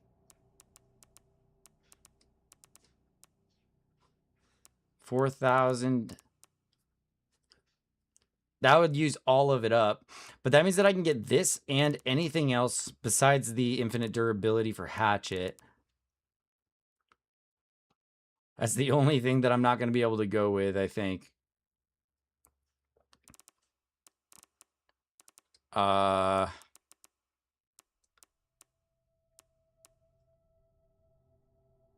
That might be helpful for 1,000.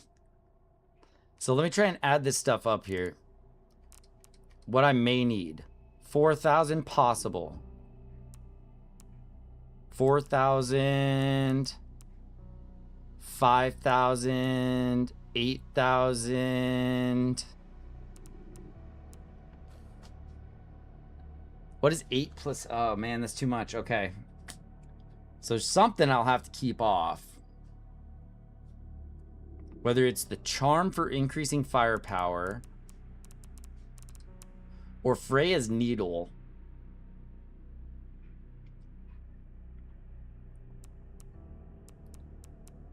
I'm gonna need somebody's feedback on what to buy to make the insanity run possible even. Freya's needle's possible, and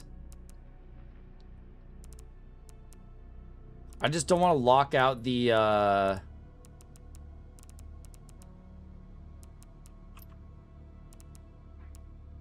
the modded tracker. I don't want to price out the modded tracker if I don't know which of these is going to be most important. Probably this one. But I don't even know if I'll have room to carry it. I'm gonna have to watch a walkthrough of let me just delete these off of my monitor. I'm gonna have to watch a walkthrough to see what the infinite or I'm sorry, the best loadout is for insanity. Because that's the next move here, I suppose, is that we've gotten everything except for our insanity mode. I wonder how getting through the first segment of insanity is, and then we're going to take a break.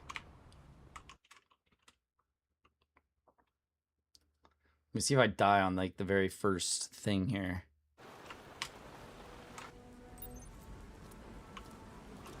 It should be around here. I feel like there's a coin that people pick up, like, right here at the beginning. Yeah, there it is. Okay, there's the coin. So it's across from the parking tickets.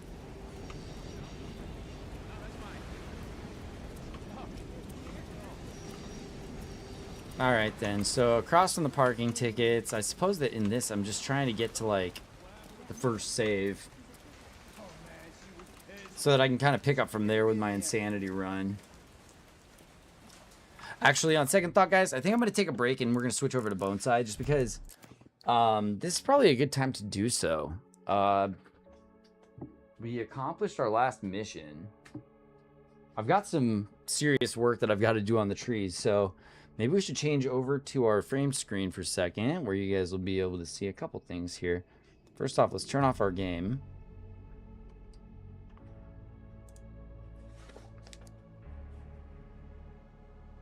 And let's see.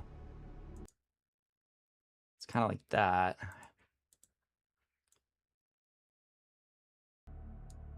Ah, hang on. There we go. So that's what we're going to be playing with today. Give me just a few minutes to switch gears and I will be back. Okay, guys?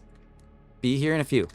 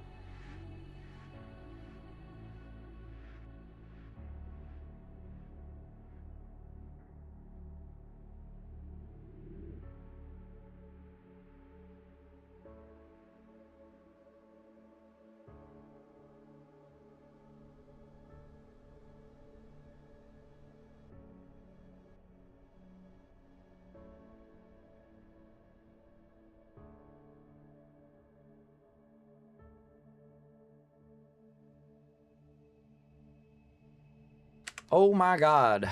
You guys, it is snowing outside right now. I don't know if you'll be able to maybe catch a glimpse. It's really hard for me to do this, but it's snowing outside right now. I cannot believe these changes in weather. I'm going to grab a handful of trees that I have to bring inside because it's going to get really cold tonight. That we're going to start some air layers on. We're going to leave them in for the frost overnight. So pretty soon we're going to be coming right back to this. Games and trees, mostly trees now, but we're closing out of everything Resident Evil related for the now and the time. We'll play some music for you.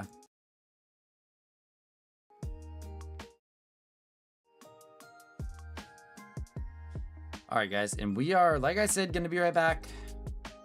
Let me pull up my multi-stream so that I can see everybody talking. There we go.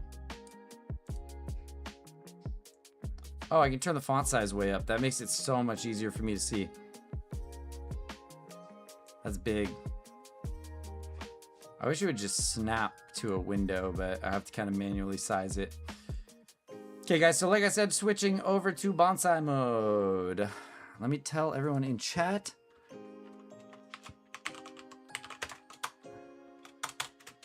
Switching to art / bonsai.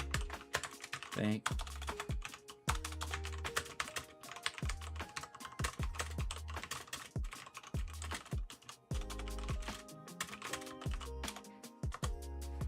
All right, guys, nice. I'm so stoked that we're gonna be working on some trees. Bada bing, bada boom, just like that. So give me just a few minutes and we will switch back over to our frame screen here. And we'll get after it. All right, everybody. Thank you, thank you, thank you again once more. I'm Grove Sleeper PNW if this is your first time coming in. Let's see. I gotta choose a BRB. We'll use this one. We are gonna be having ads come up in just about 10 minutes, so it's perfect. We have finished up RE9, so that's no longer valid.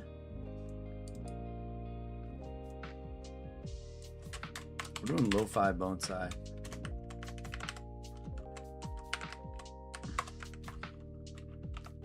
It's snowing.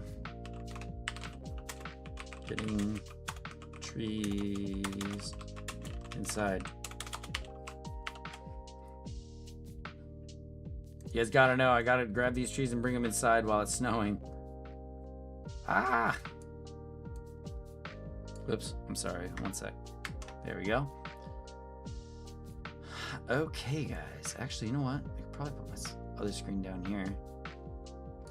That seems to work. All right, everybody. Like I said, be back in just a few when we got everything ready to go for our next, essentially, air layer clinic is kind of what we're going to be doing. So,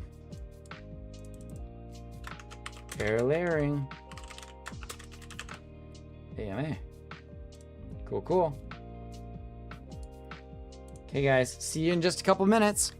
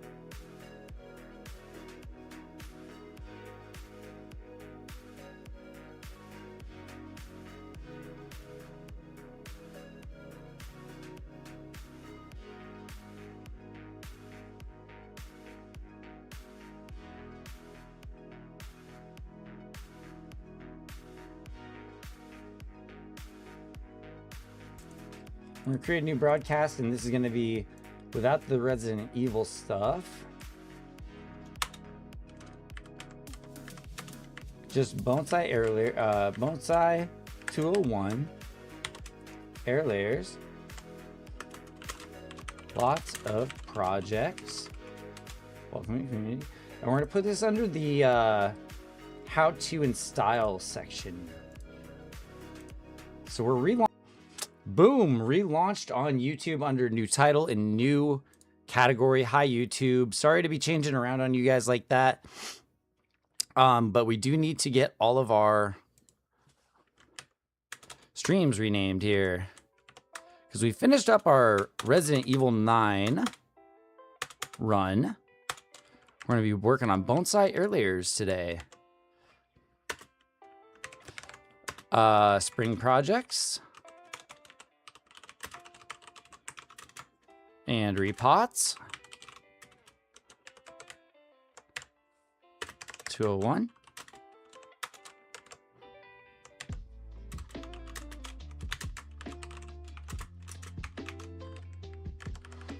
All right, so I've got everything renamed. I think that we're a lot more accurate now for our stream titles and everything. So welcome everybody to part 2 of the stream, I suppose. We could call part 1 the time we were spending over there, finishing up our triple achievement Resident Evil 9 run. That was very, very fun. But now we're back at it. Okay. So welcome everybody to part 2 of the stream. Part 2, Bonsai 201. We're gonna go over some semi-advanced techniques on some bonsai trees. And this is gonna be a really unique stream because I'm working with nursery stock.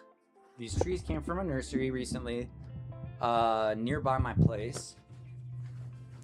And they all have great potential to be broken up into little yard tree starts, as well as some nice bonsai at the bottom where the Nabari and the new growth are coming. So I'm going to be taking these trees and chopping them up Franken style so that I get lots and lots of air layers out of these trees and lots of clones from them. Which is going to be great, because I'm going to have some really nicely developed clones off of these trees to work with. We won't be in the dirt too much, so I don't have to do a whole lot of prep here, getting down things like big sheets and stuff. But there's a few tools that we're definitely going to need, and a few items that we love to use for our air layers. So let's give you a little tour of our items we're using for air layers. Let me make sure that my lighting is great. Look at how bright this new camera is, you guys. This new camera gives you an excellent view of everything. And fortunately, all of these air layers that we're going to be working on are going to be up higher on the tree. So I might even be able to give you a better perspective this way. Let's see what I can do. Turn the mic my way a bit.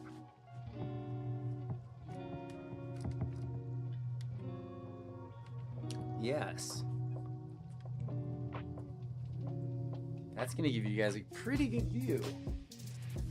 I wish that hat was covering up more of this LED sign, because the Spaceman LED sign is very cool but very bright in the camera. So I gave him this cool hat, hoping that would help keep them in place and all. Ugh, a little wobbly. We're still getting our full setup together, guys. One day at a time, one day at a time, one thing at a time. Our lighting is getting better. Speaking of, got these 2 light bars right here. We're balling a little bit on a budget, so these are a lot of stuff I'm getting from things like Amazon Haul, just on the cheap, to help keep the I guess the progress of the stream moving forward. You know, I want to keep on improving the quality of the streams. I've even got this backdrop here if this makes things easier to see. Yeah, it probably will, huh?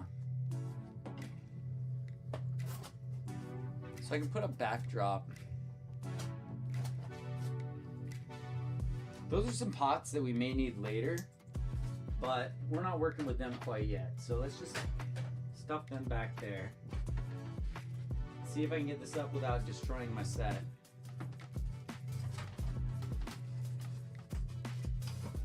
Last time we could just lean against flags like that. There we go. Now you guys can see a lot better, huh? Okay, I'm gonna be switching over to wireless headphones, and I really hope that all of my notifications are going off. Somebody said that they followed yesterday, but no notification happened. I did run an emulation through Stream Elements and it was working. So I hope that everything is working perfectly for you guys. With the Stream Elements, when I get follows and subscriptions and all of that, I really hope that those achievements are going off, or those celebrations are going off for you guys. But I appreciate you very, very much either way. I'm gonna need my bottle of water, which is on the other side of the camera. Just a moment, guys. I've got a lot of really precarious setup here. Kind of stepping over things a bit.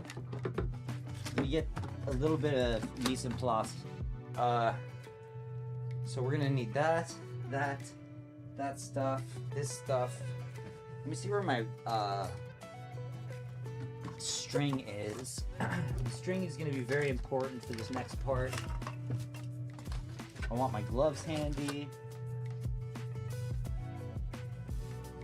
String is very important because I'm gonna be tying off a whole bunch of little sections of this bubble wrap.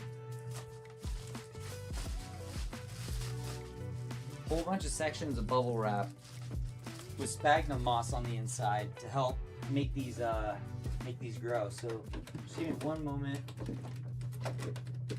These are all just empty containers back here. Great. My gloves. Everything's been kind of messy, guys. I'm really working hard to get a workshop someday so I can share all of this with you from a workshop and we can have a really good time with the proper space and the proper setup. But until then, we're gonna fake it till we make it. Ugh. Keep doing this thing just like this. And check it out, guys, we're gonna even have a dog cam today. Look at that. Give me one moment, I'll set up dog cam. See?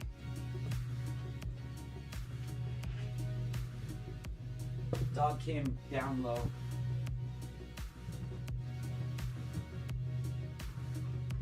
Uh-oh, it disconnected for a second.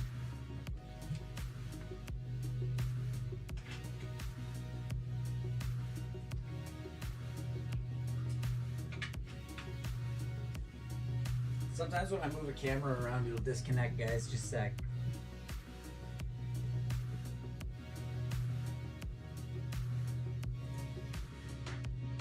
Just give me one moment here. It's cam 1 in frame. So you guys are about to get cam 1 in frame here. Why isn't this working? There we go. Then back up to our frame screen here. And I think we got dog cam down low. It's not super bright. Hello. Let's see if I can get something to hold this in place.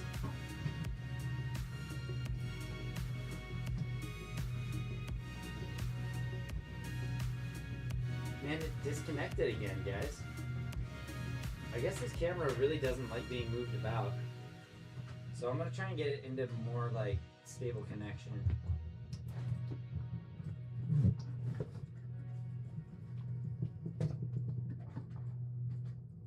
There we go. This is looking just about perfect here, guys. This should be the last reset of the dog cam. Because everybody loves the dog cam. We gotta keep it rolling. My feet, look. I'm stretching over my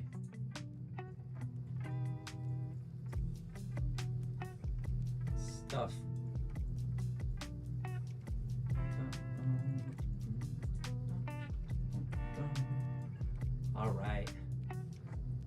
almost ready to cook. There's dog cam. Ball's right here. You're gonna go for it. One right there. Here's the ball. This is her favorite toy, guys. Watch this. There it is. Lay down. Good girl. What a good girl. You got dog cam. Where you want dog cam? It needs to go like up a little bit, huh?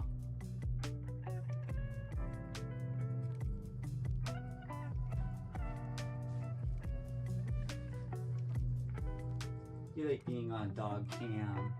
From like right here over to here. Oh, what a good girl. You can have you right there. Mwah. Can I have a high five? Oh, good dog. She's so smart. We need better lighting.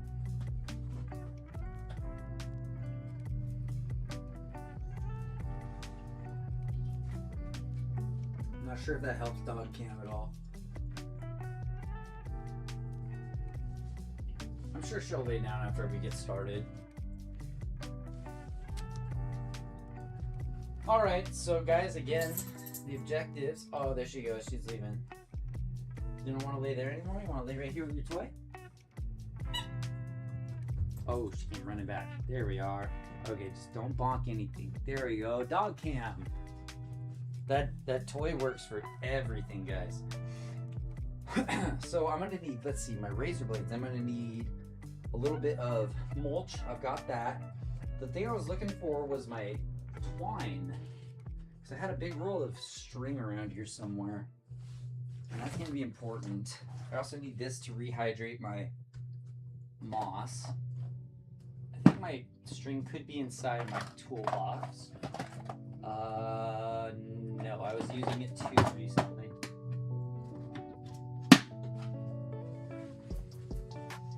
There's actually another method that I could use today that involves using another, a layer of essentially plumber's tape to hold everything on instead of string, but I think I like the string method much better. Seems to work. I've had a couple of successful air layers this past year and a half or so. Oh, Mally, are you taking your ball somewhere else? Oh, she squeaked it at you guys on the way out. She's still squeaking it. That's pretty cute. Alright, I gotta turn dog cam off so it's not foot cam. Yo! Foot cam off. Where's dog cam here? Oh, here, I gotta move that down because that's actually down here now. Dog cam, but the dog isn't here right now. So the thing is, I'm gonna have to move that up. We'll disappear it for now. We'll put her right here so we can pop it up when she's here. And when she's not, we'll just leave it blank. Voila. Okay, so guys, let me find my string. Where the hell did I put it? It's probably behind this sign that I just set here.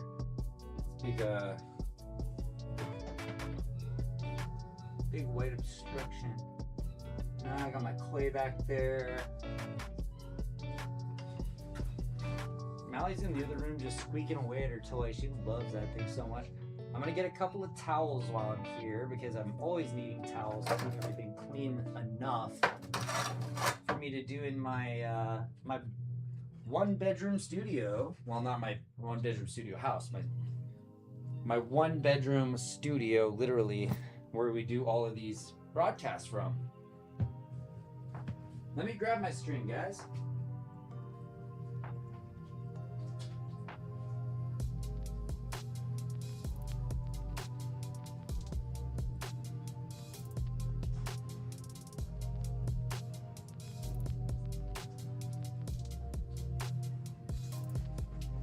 Okay, this happens to also be the string that I used to cook with, so I don't want it getting dirty. I'm pulling just a big old huge long length off, and we're gonna start with that. This is probably way more than enough. Hi.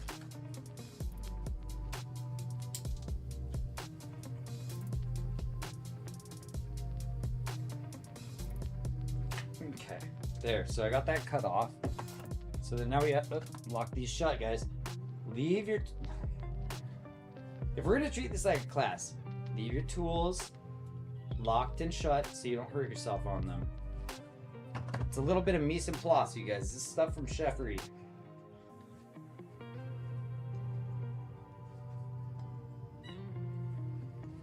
When everything's in its place, everything goes a lot easier. Alright. And I think we've just about reached that point. So let's start air layering this bad boy. There's a lot of decisions to make here, you guys. Because this tree in particular, let me give you a close-up of what it looks like on the inside. We'll give you kind of a tour of the tree. Over here we've got a fully developed branch that is going to be an entire air layered tree by its own. These two long pieces right here could be great starts to some field trees, along with this piece right here going up. These could be really good field trees or yard trees. So I'm gonna get those together in a cluster to maybe go in a yard. Here's another perfect piece right here. Right here to take off for a full, completely developed bonsai. And then one little branch over here that I think I might keep. Just it's kind of a sacrificial branch. It wouldn't make much of an impressive bonsai on its own. I may actually cut it way down here and make it an addition to the yard trees. Do you hear her going crazy with that ball? She's got it wrapped up in a blanket. What are you doing, Mally? Playing with your ball? And you guys see all this new growth in here is going to be the new bonsai. So it's going to be cut back all the way to here, here, here. So all this will be gone. And so this will either start to develop new branches or it'll just become gin. I can cut it off and turn it into cool deadwood. There's a little bit of growth right here. That could even be a new lead on this entire branch. This could be the new lead. It's small, but it's growing. Over here, I say cutting it back to about here or here leaves me enough to take a tree right here. Leaves me enough to take a tree off in full, but also leave enough that there's some undergrowth here that's building a new canopy. So I'm gonna not sacrifice everything here. I might have to lose one branch in order to air layer this area, or two branches in order to air layer this area. But we'll start off with all those. I think that the most obvious ones for us, you guys, are gonna be the two fully developed. So let's get a good camera angle for y'all.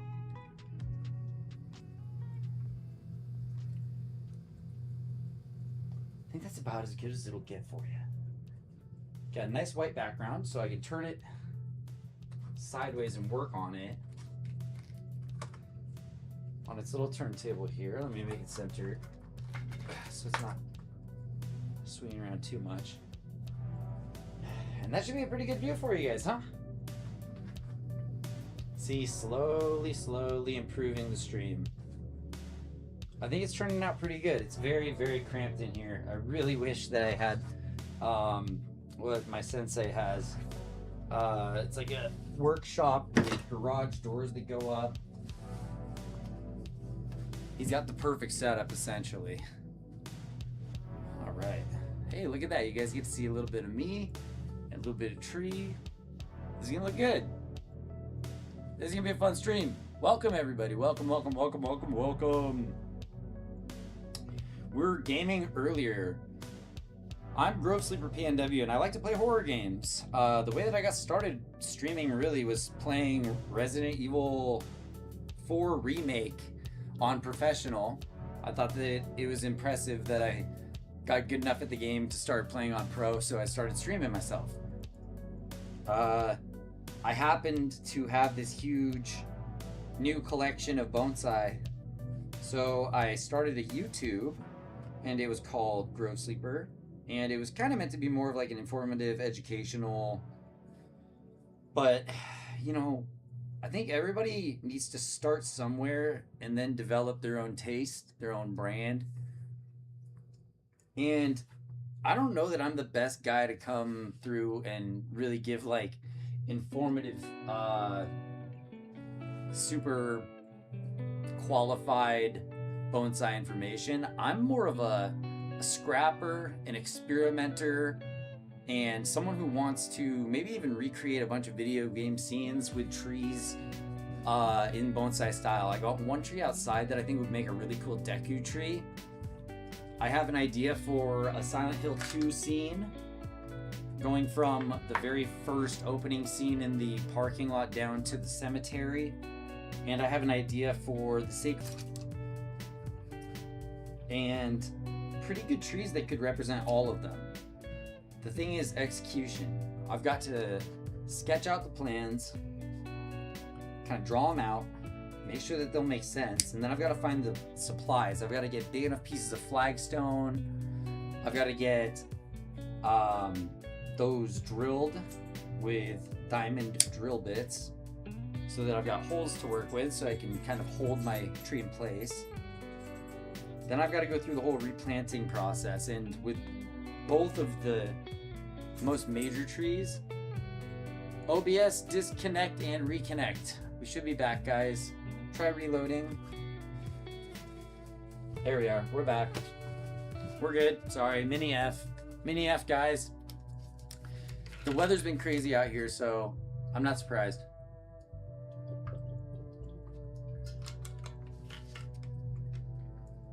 There's a little mini F. We're good. So we're going to be kind of doing our prep work here for a minute, guys. I've got the jams, the music turned up a little bit higher in my headphones because I'm just kind of vibing over here. Hopefully it's not too loudly mixed on the stream.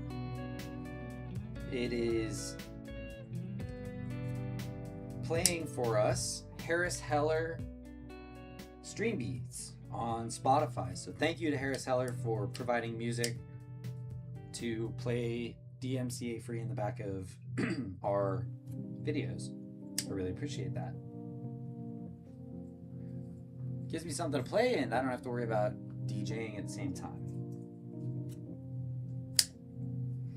Or at least until an alarm goes off or my girlfriend starts coming home from work, and then it changes over to something that's, you know, pop music, and I get my videos ripped from YouTube for like 13 seconds of, I don't know, Olivia Dean or something.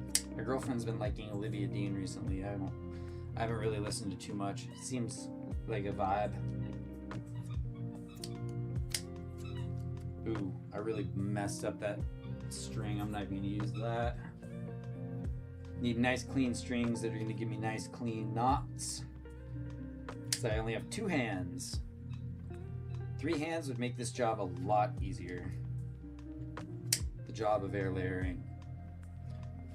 I've got a lot of air layers to do, so I'm just gonna keep cutting this string. Oops, I messed another one up.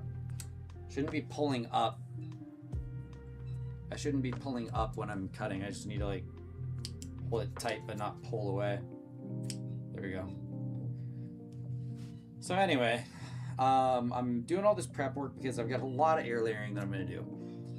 I am a scrapper and I don't like to let anything go to waste. Any of my trees that need to be pruned down, reshaped, made smaller, which I have a lot of, I'm gonna try and clone those trees as many times as I can. I have a huge juniper, which I can probably get some nice clones from that'll look like evergreen trees, and I can add those to the Silent Hill scene. They take a while to root, but I can put them into a position in the scene where they can take root if I'm very careful with my placement and kind of just ensuring that the feng shui and the environment of that piece lines up. One thing is I want to make sure. I know that I'm getting audio from you guys for your updates. If it has an update pop up on for an event. I should get audio for that, but I'm not getting any type of little audio cues if you hit me up in chat. So if I'm wrapped up in a, you know, silly string cutting project and I don't reply, I promise it's not because I'm ignoring you. I'm just trying to get through something quickly that is not all that exciting. I can be a little bit more engaging when I'm working on the projects. I don't have my spray bottle in here, but I think that's all right. We're gonna work quickly, and we're working with sphagnum moss, which is an awesome product if you're doing bonsai, because sphagnum moss will hold on to moisture really, really well, but it won't drown plants. It's got kind of a good moisture retention, but not oversaturation property to it. A couple long ones. There we go. All right, guys, we can get to work. Man.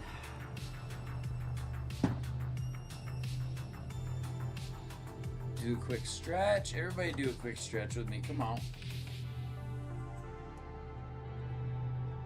We're getting ready for this. Hey, Mallers. You gonna lay down? Guys, guess what? We got dog cam back on. You wanna stay there?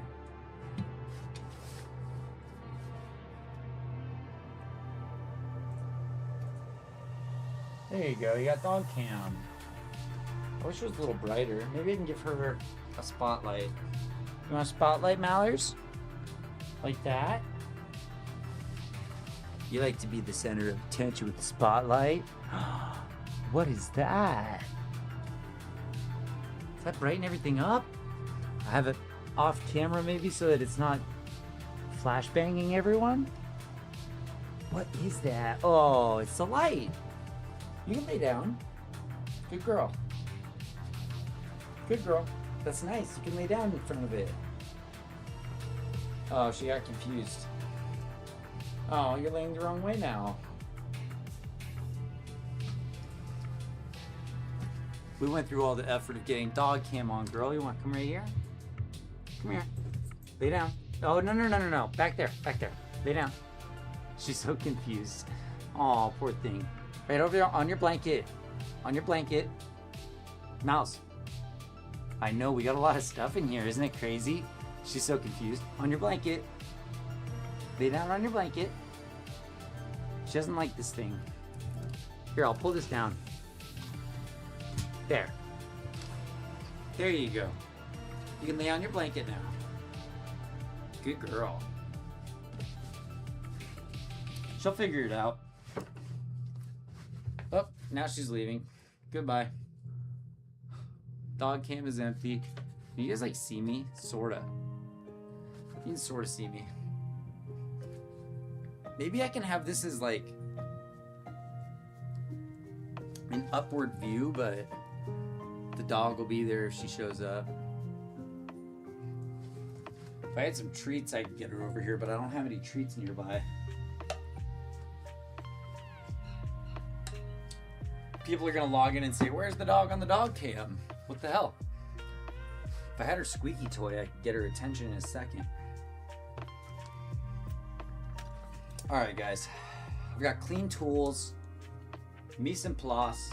Everything's a little bit dirty from the last stream, but I'll put one towel down.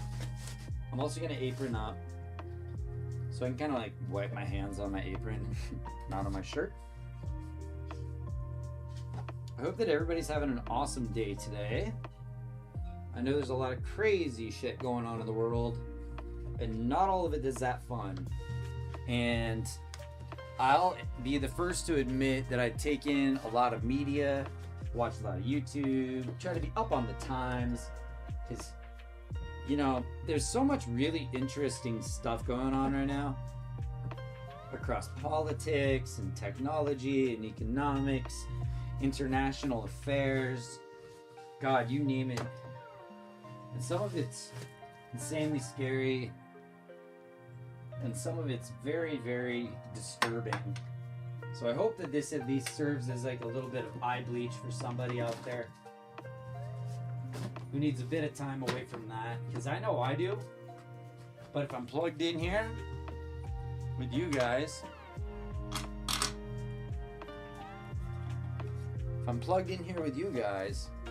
we don't have to worry about that. See if this additional light helps. Kind of blasts everything with light, but you can really, really see if I use it. So let me know if you want to look up close. All right. Welcome to Bonsai 201. It looks like ads are going to be starting, and we're going to let those roll. Then we're going to get started. So we'll be back in just a couple of minutes when ads are done. We have hot coffee. Everything's in place. We're ready to rock. I'm getting my microphone all adjusted. And let's just let these last ads roll out, okay, guys? For just a minute. I'll open and close the dog cam so you don't have to look at my feet. Dog cam will come up when she's here. Ads start in 3, 2, 1, and we will be back in 5.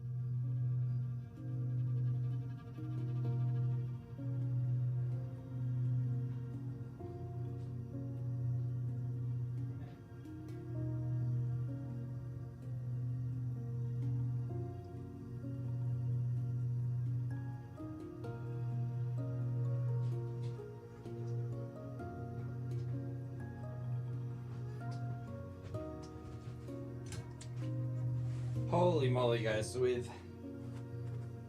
this, here's 16 more seconds of ads. 1 sec.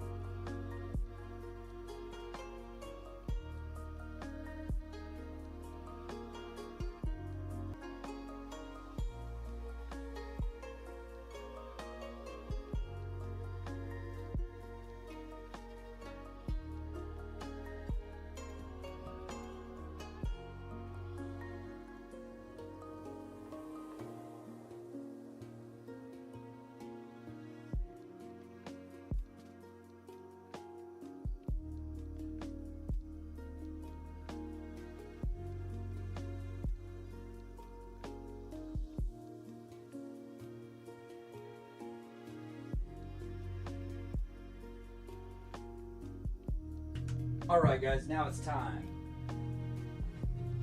It's officially time to proceed. Let's go. Let's go, go, go.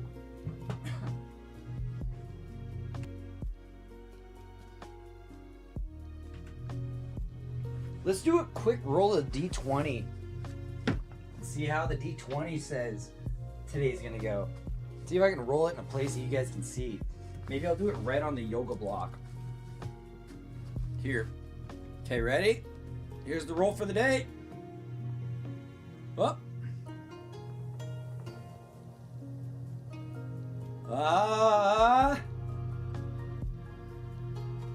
A 19! We got stabilization on 19, everybody. Damn, a 19 out of 20. That's hella good.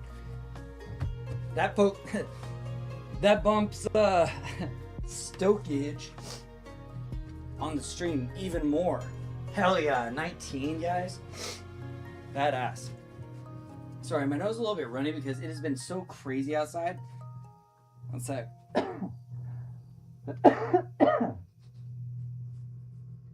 Oh, it's left me stuffed up that I need to like actually take decongestant. And I'm not somebody who usually takes any medicine, but this stuff is the best decongestant ever. It's Hong Tai brand inhalers. And it's just this like, whoo, like it has a smelling salt effect, but it's actually really pleasant instead of being horrible. It's more like a Vicks Vapor Rub, but it's got camphor in it, and it doesn't smell like my grandparents. My grandpa, who gave me these trees, I like to talk about him a little bit when I'm doing these, because I look very fondly upon my grandpa, and I hope that he watches some of these videos someday. I know I send them to my mom every now and then, and I tell her, hey, forward these to GP, because he gave me these trees. Not these ones. These came from a nursery for $5, but my original trees that got me started up on this channel were from him. I like to talk about him. He was a great guy. He is a great guy. He was a great guy when he was the keeper of his trees to pass them on to me, but he is still around. My last surviving grandparent, and he's a really good dude. And he used to take Vicks Vapor Rub when I was like a little kid, and he would sneak up on me and like put it on my nose, and I'd be like, whoa. He'd hit me with the Vicks Vapor Rub when I least expected it. He was a prankster. He was a bit of a prankster growing up. I really liked that about him.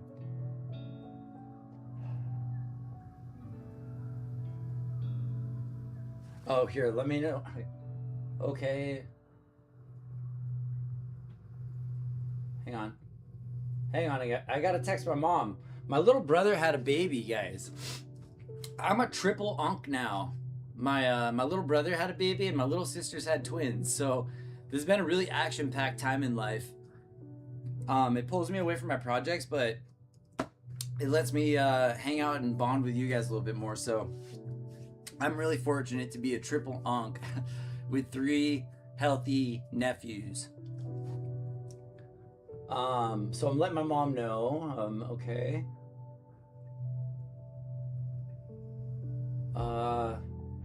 Let her know I love you.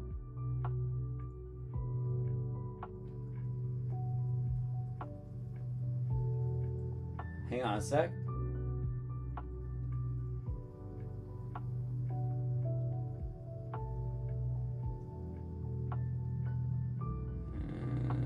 Let her know I'm streaming.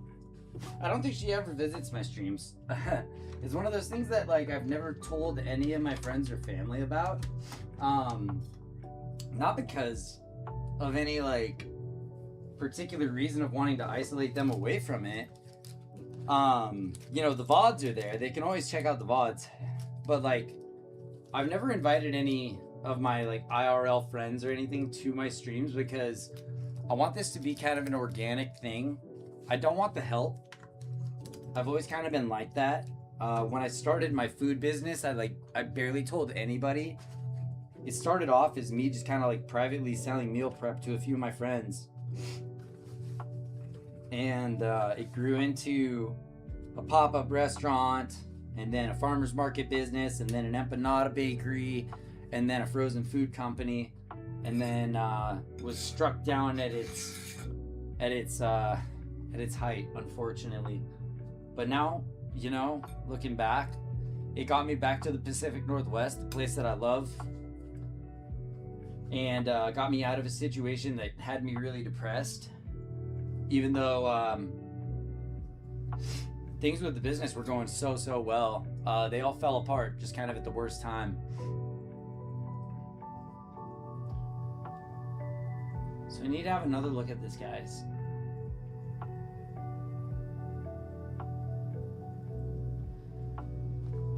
The overall look of this tree is gonna have to be a like double branch out like this.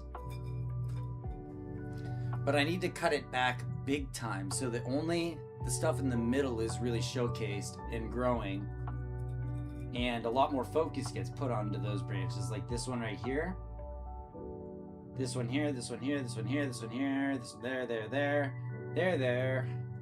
Even some of these up the stalk here. I really hate cutting this one because it'd be a great new lead. So I might go a little bit higher on this one, choke it up. I'd have to sacrifice probably 3 branches here. Make it awfully short. I'd much rather take it down here. There is new growth here, so maybe we'll sacrifice this one branch and this one branch to make our air layer right here, and that'll work. I think that's one of the most obvious. This one up here, I'd like to cut my canopy back to here, because I imagine that we can build another nice canopy through here on one side, and then build another nice canopy through here on one side, and have this kind of be the overall structure of the tree. That means everything outside of it I need to take off. Up here, I've got the decision of going this low. I have to choose my new lead, because if this is my new lead, then this one will be cut clear back to here. I suppose this is the front of the tree. And we'll take this off here. So we'll take this off here. I feel good about that. And then this will probably become the start of a garden tree, unless I decide to make it this interesting double cascade on its own. There's options I've got with this. So that one's a pretty surefire there. This one I'm not sure about. This one, where do I take it? Where do I take it? I like this lead coming back here, but that means I would cut down a lot of the bush here. This is like this nice taper already, and I don't want to ruin that. So I suppose I'm gonna have to go all the way down to here, probably take these two off and place it here.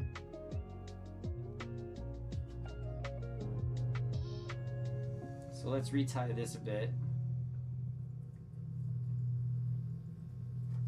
Matter of fact, I'll just untie from this one because this is a completely separate situation over here. These strings were just markers for me while I pondered on where I wanted to take all of my layers.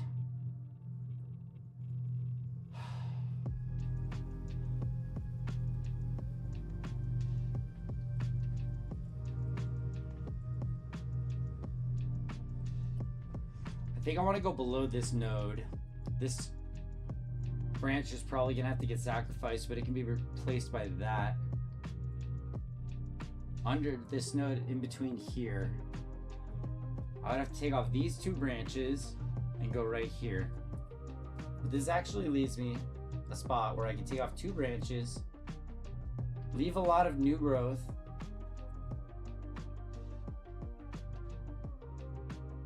I feel good about this spot actually, the more that I look at it. The more you look at something, the more it starts to make sense. That leaves 2 new leads right there. And a beautiful new tree to go from here up. Now when I'm looking at this side, not sure about that. This is an obvious one right here. And could leave cool gin as well. So deciding how far deep I want to go, probably to here. Pretty far. I think I want to cut it there. Possibly a bit higher actually. I could go up one more. I can go up to the next node, which is actually here. And I can do that one there. Perfect. And then these two would be good starts for a couple small ones that go next to each other, like a little duo. And I want them just about the same length is the thing. So this will have to go down just a bit. There's kind of some useless branches towards the bottom here. I've thought on this for like weeks and weeks, guys. And I think that these are the final decisions that need to be made. Because that's the thing, once something comes off, it's not going back on. So then I'll have a tree here that goes up and about, and this one actually happens to mimic its shape, so they could be a good pair together. This one may be a little longer than the other, just by moving this down to here, and that actually will leave a nice spot to gin from here up. So this air layer will go here. 1, 2, 3, 4, 5, and then a 6th that I can either wire into an interesting position like this. I'll leave this one in case I can wire it into an interesting position like this around it. And as you can see, I'm starting to lose my cherry blossoms here. I'm putting these in late. I should have really been on this earlier. Brian TV is in! Hey, Brian TV, welcome back. Yo, what's up? I wish I was... Did you get a notification, my man? I hope the notification went off. Whoa, why are you doing this? Thank you, thank you, thank you. Hey, yo, Hype Train 2. Hype Train 2? Blessed, dude. Blessed, blessed, blessed. Blessed, blessed, blessed, blessed, blessed, blessed, blessed. Thank you so much. Thank you so much. That's huge. Hype Train, thank you. Yo, everybody who's getting a free sub, make sure and say thank you if you happen to be in here or anything like that. Or if you get a sub and you're just tuning in, what's up? I'm Grove Sleeper PNW. Earlier we were playing Resident Evil. We got a triple accomplishment run finished up. But now we're doing a little bit of work here on the bonsai shit. Yeah, bonsai type shit. Bonsai type shit. You just got through the planning phase here. I was just doing my final look on this tree. I got this for $5 from a nursery.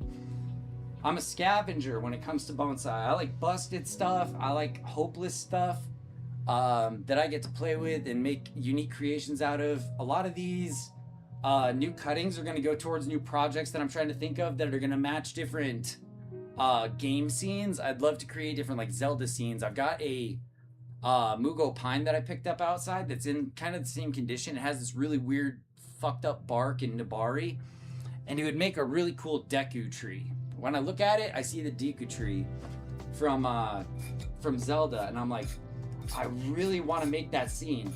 I've got 2 Silent Hill scenes that I'm trying to put together. One from Silent Hill F, one from Silent Hill 2.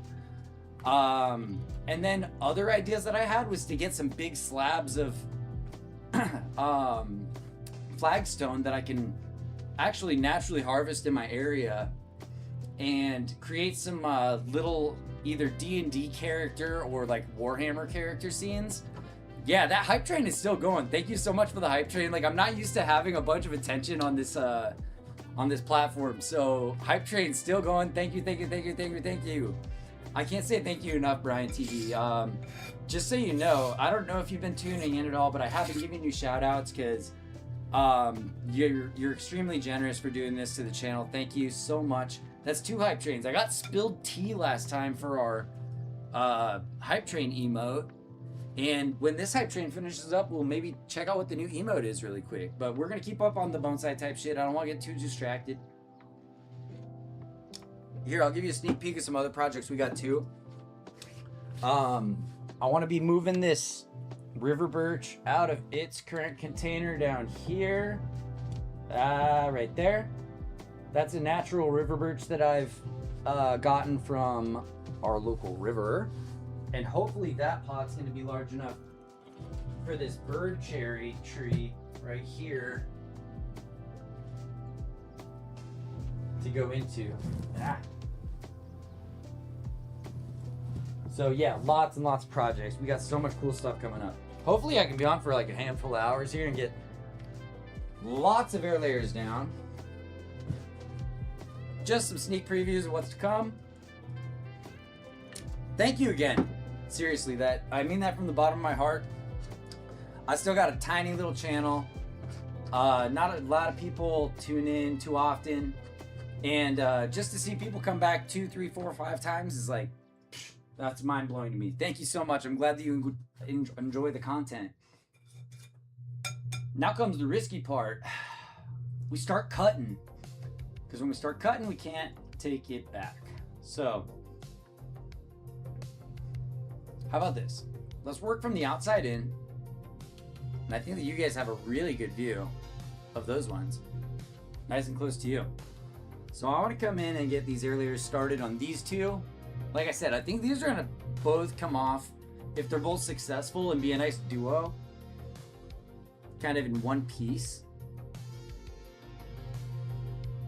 So let me just remove our string here, because I'm pretty sure this is the node that I want to go under. I'll drop little FAQs as I go along if I can. When you're doing air layers, you're essentially cloning the tree. What I'm doing is I'm scraping back part of the bark and what's called the cadmium layer, I believe, cadmium. And that's essentially like the circulatory system of the tree. And once I cut that back, the bark and the cadmium here is just gonna look like raw wood. And that's my way of tricking the tree into growing a brand new set of roots. And that set of roots is gonna grow right here along this top cut. I'm very careful with the razor blade.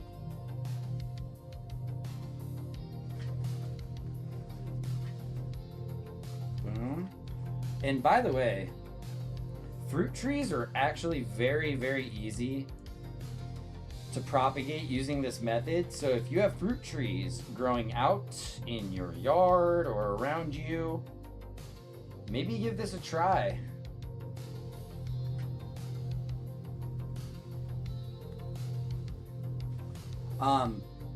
Let's see. Rule of thumb. How thick do I want my air layer to be? About as thick as the branch. So this is about the thickness of a pencil, which is actually a really ideal width. So I'm gonna cut, I don't know, what is this, about 3/4 of an inch maybe? Down lower. And this is what's gonna be considered my tourniquet cut. And why would I call this one the tourniquet cut?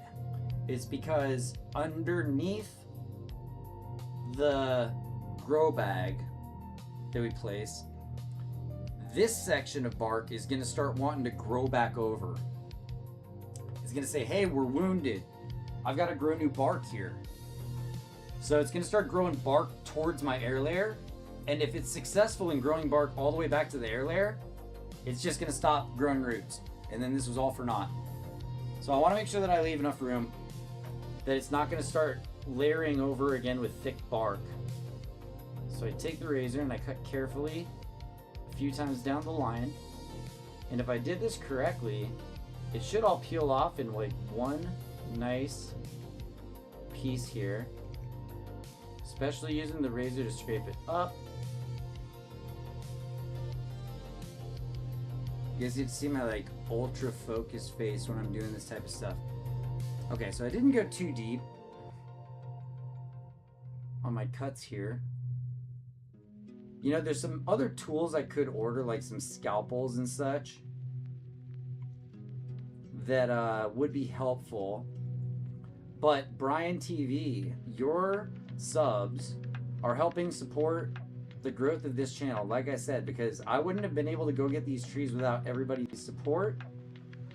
I made really good friends with my local nursery, and I told her that I'm a member of the local bonsai society, and so I want her busted up trees, the ones that she's not going to be selling retail, of any shape, size, condition. See, here's a nice long piece of the bark that just stripped off there. I'm just gonna toss it down into this little compost pile underneath.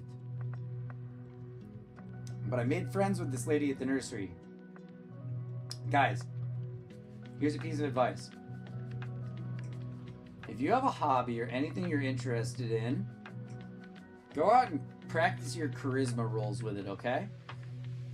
So, I'm interested in bonsai. So, I showed up at the Bonsai Society meetings that happen locally. Right now, I'm just scraping back that green cadmium layer. Choo choo! That's right. Thank you so much. Sorry, I haven't been good on chat.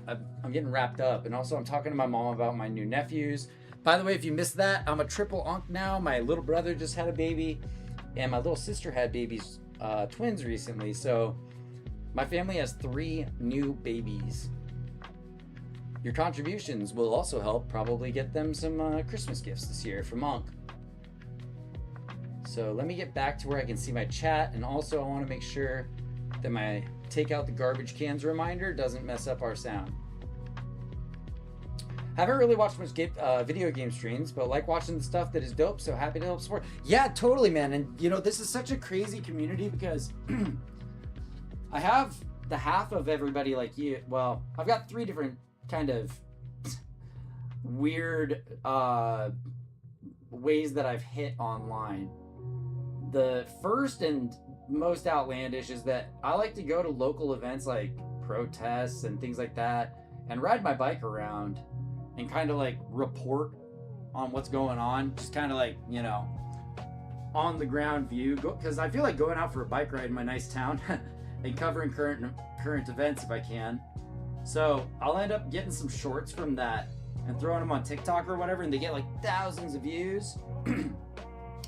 But that audience doesn't exactly fit my horror / indie gaming side or the bonsai side. They just want to yell at me for, I don't know, taking videos of what's going on in town, I guess. And I don't mind it. I think it's really funny. But there's never any type of aggression or weirdness over here at these bonsai streams or the gaming streams. I was hanging out with Tassadul earlier. We've always got Hexy coming through and saying hi, especially late night, which is crazy, man, because you're over in the UK. I like to get to know my audience. What do you guys like to do? What are your hobbies? Because, I mean, mine are pretty much covered here. I'm a professional chef who's out of work at the moment. I'm a bonsai apprentice who puts in my hours. I was going to change the title of the stream, working towards my 10,000 hours to master bonsai. Because I probably put in, honestly, over the last year and a half, maybe 1,000 hours. So if I want to go by that 10,000 hours of mastery, I'm certainly a master chef. But if I want to master bonsai, I've got about 9,000 hours of work to do. So you guys are going to be along for the ride for a lot of it. And hopefully someday I can afford like some type of proper warehouse to put all this in. I'm renting a home right now, and it makes it really tough. I've got the entire backyard, 360, covered in different projects that I'm working on. Yeah, thank you to the Monk status. Congrats. It's really cool. Families are growing. And then out here where I live in the Northwest, my little cousin just had a baby with a friend. that I've known since college, essentially. So they're all boys, 4 for 4 boys. And me and my girlfriend are like, ha, ha, ha, ha, we're probably due for a girl, which I don't mind. I'm cool with whatever. We're not quite to that point yet. We got to get ourselves financially, like, you know, put together. Since my bakery got shut down, my income has really sucked. My girlfriend had to go back to work because she can't help me with the bakery, which sucks because we used to work on everything together. You know, there's this thing called compartmentalization. You know, you compartmentalize your life into, these are my colleagues at work. These are my actual work friends. You know, maybe in quotations. This is my girlfriend. This is my personal life. This is whatever. And I reached this point in my life where I was running the bakery with my girlfriend. We were financially stable. We had employees who we were helping, like, you know, make better of themselves. I had an insanely popular business. And then this whole thing happened with the landlord and the building got destroyed and I had to move and we never really recovered. But when I was at that point in my life, everything was decompartmentalized. You know, it's not like I've got my girlfriend life and my work life. They were kind of the same thing because I worked with my girlfriend. We had kind of a mom and pop shop, if you will. And that was, you know, the best time of my life. And I was helping my friends get a nice wage, and people in my community were super supportive. I purchased a local legend, this bakery that made empanadas for about 12 years. I picked them up when they were retiring, kind of continued the legacy, but unfortunately part of that was the lease, and the lease is what made everything fall apart. Okay, we got water in our growth hormone. I don't want to keep yapping about all that BS from my past. I just want to get people filled in on like why I do what I do. And if I make like self-deprecating jokes about being like out of work or anything like that, that's what I'm talking about. I'm not technically out of work. I have a small business. I'm just kind of in the process of shutting it down right now because it doesn't make much sense in this economy to go back to cooking premium food for people. In this economy, food is really expensive. Gas to get out to farmers markets is really expensive. Commercial kitchen leases are impossible. And the last one burned me so badly that it cost literally tens of thousands of dollars and shuttered my business, unfortunately, because we were set up for a rainy day and then some, but this was more than a rainy day. This was, you know, a whole series of like corruption in the city and just the worst landlord you can imagine. If you imagine like the Monopoly guy, but he's an evil villain, that's him. Like this dude literally has a poster in his office of the Monopoly board and him in the middle of it, and all of his properties along the outside are his properties on the Monopoly board, and we were the brown property, so he didn't care too much about our spot, you know. I don't know strategically if brown is a good property to pick up in Monopoly,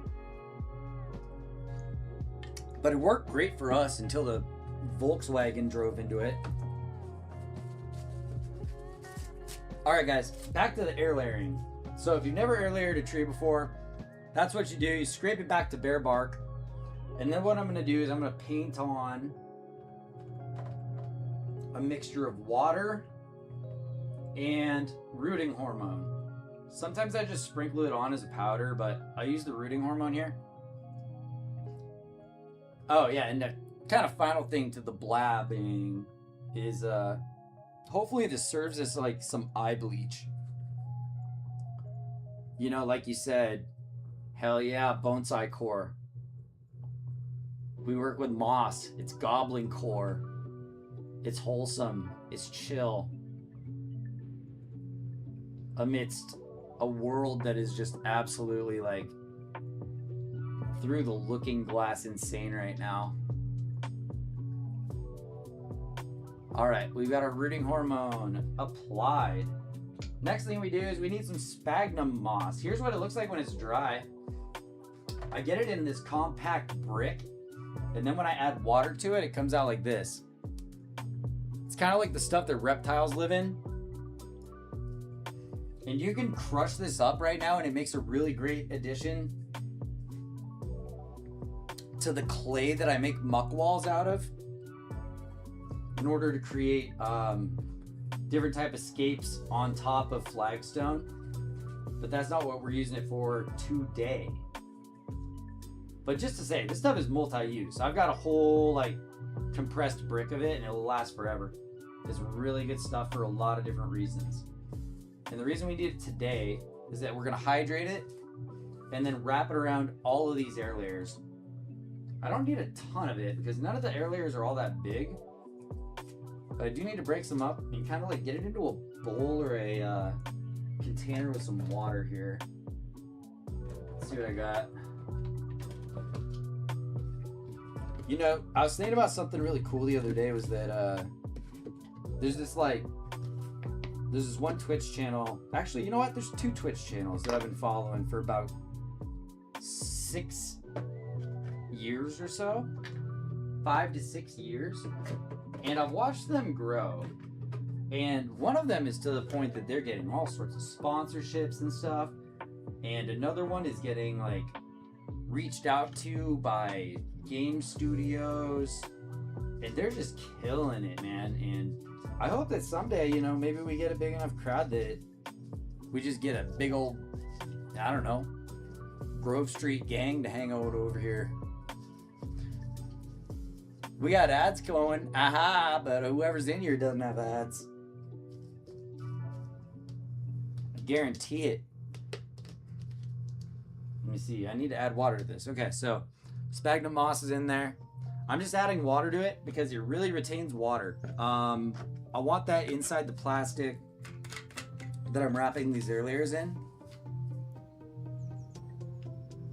Because if it dries out, the little roots that I'm going for are going to dry out, and then the whole project's going to be over before it started. So just mix this around with the water in there. Oh, there we go. Still getting the hang of the camera, guys. Alright, we're starting to get there. It's starting to feel like forest moss now. See how after it gets hydrated, it starts to feel like stuff that you'd find by the river. And just that little bit of water I dumped in, this stuff is soaked it all up. Nice. So, let me go gloves on now. Things are about to get messy. Man, I've lived so many different lives. Let's see. My very first job, I was serving ice cream. And then I ended up going off to college. I did some landscaping in the middle. Did college. I was a broista at Dutch Bros for a long time. All through college, really. And then part of college, I worked at a barbecue place. Because I'm pretty good in the kitchen. And then after that, I worked for, let's see, small tech company, recruiting firm, getting people jobs at game studios. And then after that, I got a job as a marketing project associate. And then I got a certification as a marketing project manager. And I was on the top floor of a glass building in downtown Phoenix. And it felt really good. Then COVID rolled through and I lost that job. And now pretty much nobody needs that job because of AI. So that got smoked. So I started up my own food company. Told you already about that. And then now here we are. You know, the food company got taken out. Nobody's really hiring. I suggested a job to my neighbor who worked for this company for her whole life. And she retired from it. And I was like, hey, this opening came up. I think I'm a match for it. I think I'm going to apply. I was kind of like hinting towards maybe wanting a like a referral letter or something, and she like got this like very serious look that I've never seen on her face, and she was like, I have talked to my family about this, and I think that we all agree that that job gave me cancer. And I was like, whoa, that's some like really serious stuff to say about this company, to say it was that bad. And so I've rethought that, you know, and you know, if anything, I could get some like part-time baking job that's nearby, and maybe I would enjoy that. But I mean, re-entering the workforce just seems insane right now, so I'm just kind of doing my own thing.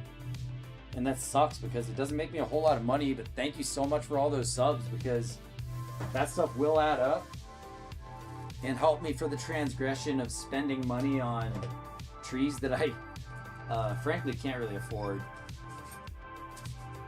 So thank you for that. It's very, very important to us. Not just me. I always say us. I mean like me and my girlfriend and my dog, who isn't here right now. She's sitting at the door waiting for girlfriend to come home, I think. But eventually she'll come back. Thanks again for the hype train. Let's see what we get. Let's take a look.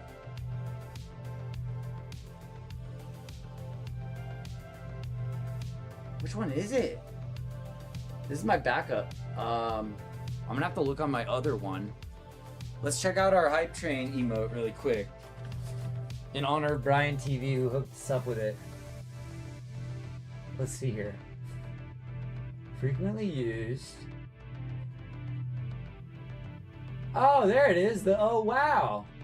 Oh, I like it. Bam, bam, bam, bam. Oh, that one's good. That one's good. That one's good. I'm glad people got that one. This is my new account for like streaming, and my old account for watching for like, you know, forever ago or whatever. My very first account. It had so many good hype train emotes that I wish I still had. But you guys are helping me rebuild an awesome collection, so thank you. Alright, so I got my sphagnum moss here. I'm also going to toss in just a little bit of this mulch. It's really fine mulch. It also holds water, and it gives a little bit of room for the roots to grow. Make sure it's all nice and wet. Yes. It needs to be the point that it is like dripping water out of the bottom while I'm tying it. I don't want this to dry out at all. I'm going to be tying it pretty much airtight. I might leave a little bit of room on the top so that when I water the tree, some water drops in. I try to tie the top a little less tight, but the bottom part of the funnel is the really important part. And this is going to be really good practice here for the first handful on these. And I was almost going to put something up on the channel. It says something to the effect of like, if we get 10 viewers, I want to air layer my horse chestnut. But that is like a huge, crazy project that I'm kind of scared of. And I'm kind of saving it for special occasions. So like one of these days, if we get 10 viewers or something, we're doing the horse chestnut. But back to what we are in the middle of right now. See, I've got the bubble wrap because it kind of helps insulate, especially because, like I said, it's snowing outside. It's dropping to 27 degrees after it was like 70 last week. Hang on, guys. I gotta move this back a little. Ah, not like that. Hang on. I gotta move this back a little bit so it doesn't drip on my table and it drips into the tray. Okay. There we go. So this is kind of like rolling a little doobski here. Just pack it in tight. And then, like I said, we're going to start at the bottom. So the part that's closest to the trunk. Tucking everything in. And then I'm going to kind of just make like a conical move upwards. It's nice and tight right at the bottom right now. So, string goes on. This is that part I was telling you about where I could definitely use an extra hand. I mean, you can use like little clips and clamps and stuff, but if I do this correctly, just get the tie it there, get this other string out of my damn way, twist it around once, pull it tight, there we go, and that should, hold it with my middle finger.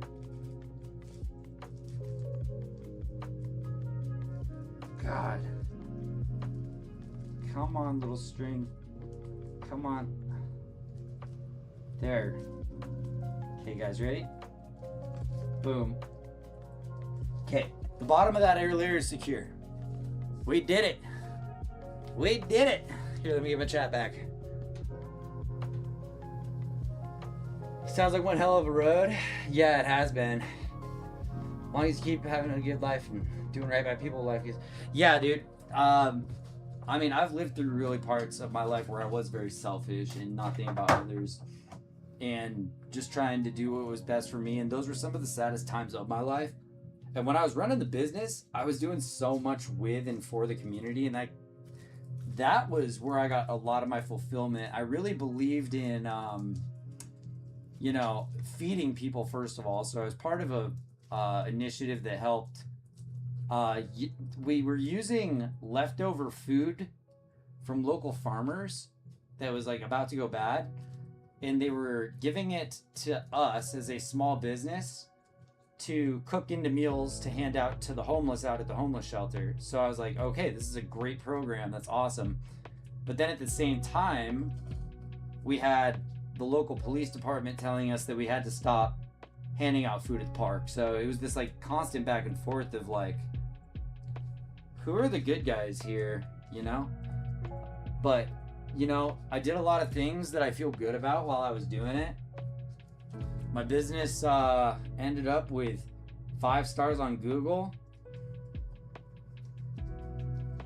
I think the worst complaint I ever got was that I sold a pork taco that had a little piece of bone in it, and I apologized profusely and gave them their money back, but they still said they would come back. They were just like, you know, there was a bone in my food.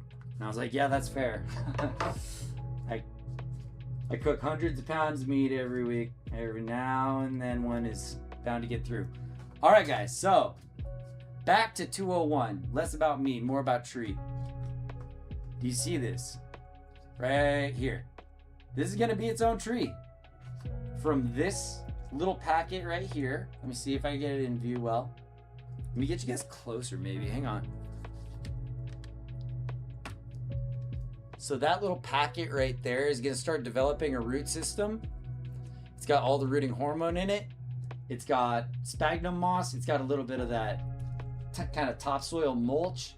It's tied off tight at the top, tied off tight at the bottom. And in about 6 weeks, this should be full of roots. That means I can cut it off right here, plant it, and this whole section from the camera down to where my fingers is becomes its own tree. And that'll be a beautiful little tree. And it'll be even better when it has a twin that's growing in the exact same way. Hell yeah. And you know, there's a concept that has grown on me recently. I feel like that changed the light a lot. There we go. There's the lighting that we needed. There's a concept that I've kind of introduced into my philosophy over time, and it's a Japanese word called ikigai. I think it's E-K-E or ikigai. I-K-I-G-A-I. Ikigai. Ikigai. You should look it up. It's a term that essentially like creates this Venn diagram.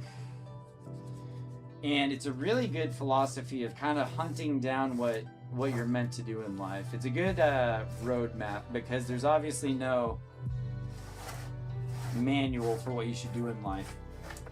But finding your ikigai, sorry guys, my mouth is also kind of dry and that's why I can't pronounce Japanese characters right now.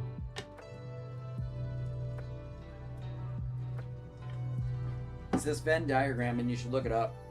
It's 4 parts. It's what am I good at? What does the world need? What can I make money doing? What am I good at? What does the world need? What does the world need? How can I make money? What am I good at? And what do I love doing? And if you find out what's right in the middle of those 4 things, that's your ikigai. And for me, for about 5 years, it was cooking for hundreds of people a week. And you know, life has a way of sometimes stripping things away in a brutal force, a brutal fashion. But it turns out to be for the better in the end, because now I live in a place that I love way more than I used to. I'm much happier in that respect. Life isn't easier because I don't have a business to run, and I don't have that, you know, source of income and everything. But am I happier?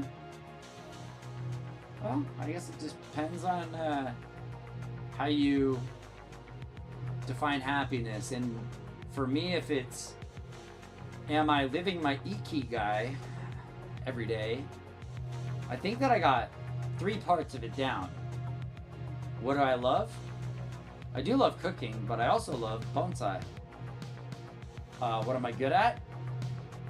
Well, I'm okay at what I do here, and I'm getting better. I'm actively putting in time with a sensei and getting apprentice work done, and trying to do these streams as often as I can. Does the world need bonsai? I believe so. I think that the world needs all arts, especially ancient ones. And I think it's really important to spread new arts to places that don't have exposure to them, like where I live right now. Especially international arts. Traditionally, a couple different segments of Asian folks have not been treated well throughout history where I live. Where I grew up, it was really the Native Americans they got it the worst. But you know, Japanese Americans, Chinese Americans, throughout the years have had a really hard time in the area where I live. And so I have, you know, this distinct admiration and love of those cultures. So I'm really happy to be spreading it here. And we did a show recently where a lot of people were very impressed, and you know, they were all just very uninformed. A lot of them were like, oh, I thought that bonsai was like a certain species of tree. And I'm like, no. It's like, it's an art focused around making miniature trees in pots, but it can really be any type of tree. And it got them interested. And there was even one dude who I met at the show who was interested enough to come to the local bonsai meeting the other day. So, you know, me being there may have gotten one person into the art, and that's really cool. When I was running my business, I had this we had our slogan, you know, we had to kind of set up our rules of engagement as a company, you know.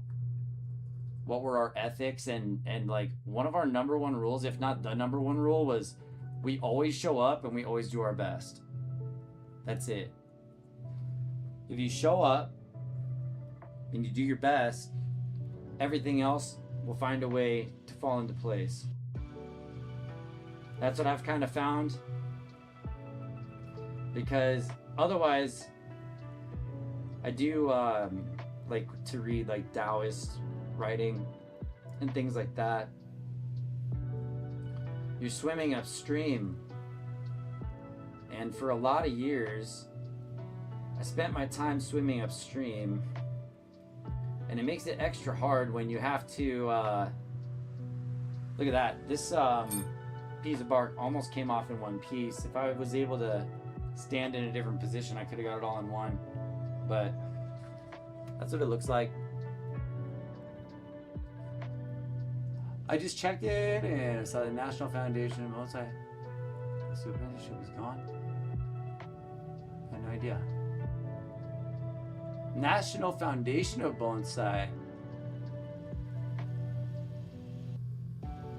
I had to close the apprenticeship. Oh, that's too bad. That's, yeah, I know. I mean, I hate seeing things like that shut down.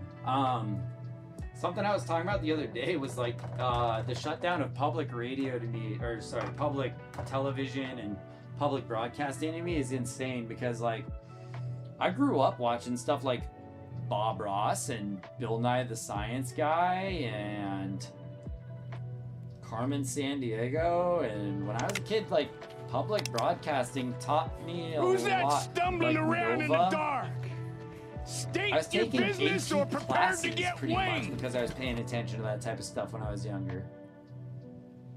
Guys, I have one concern. I don't know that I scraped far enough back on the cadmium layer, so even after putting down that rooting hormone, I'm just gonna scrape. Yeah, I definitely need to give it another scrape. I thought I went far enough with the cut, but I'm gonna go a little bit deeper here and then I'll reapply. Wasn't paying attention. Yeah, so I'm really sad to see things like public broadcasting being taken out. One idea that I had when I moved back up here to the Pacific Northwest was that I could get involved maybe with like the forestry, because where I was living before, people didn't care about the environment at all. So when you would go on hikes or go float the river, it was always disgusting and people didn't respect it. And that was part of the reason I didn't want to live there, was that people didn't respect, they didn't keep their cage clean. That's kind of another metaphor I use in my life, is I try to keep my cage clean. Obviously, this cage right here is a mess. I got dirt all over the floor, but I'm doing the damn thing. But that's just a joke. What I mean is, in general, hang around the right people, take care of yourself, take care of others if you can, keep your nest clean, keep your nose clean, all that. Things will work out for you. So I'm just waiting for I'm waiting for life to send me down that river on this path to find out where the money part comes up. Because like I said, doing this, I love it. I think it's important. I'm okay at it and getting better. I'm never gonna like overinflate my skill, you guys. I'm not like, I told you I'm about I'm about 1,000 hours in if you were gonna try and judge it by mastery. I'm about 1/10 of a master. I'm maybe a yellow belt. I don't know. Someone who knows bonsai well might be able to see my work and judge me differently, but I wouldn't do it to myself. I would say I'm a yellow belt. Hey Tass, how you doing? Welcome back. Yeah, we're doing a new one. Stick arrangement's going good. Actually, this is the first level of stick extraction. We're kind of doing a stick surgery here. And Tass, make sure to say what up to Brian TV. He came through and dropped us another 5 subs over here today. He's loving the bonsai streams, so thanks to him, we got another 5 subs this month. And so that's so huge. Thank you so much. Tassadul is a huge friend of the channel. And so are you, Brian TV. Huge supporter. Thank you so much for the 5 subs. I would share that with somebody like Tassadul because he's a good friend of the channel. Good friend of myself, I would say. Good personal friend. We gotten to know each other a bit over the years now. And I love that. And hopefully this grove keeps growing. I'm bringing in more trees. Just gotta bring in more homies. More Grove Street homies. How's your day going? Yeah, 5 subs. Dropped the 5 bomb. Actually, we got our second ever hype train. Brian TV's given us 2 hype trains this year. So big shouts out to you. Thank you so much. So we got new hype train emotes.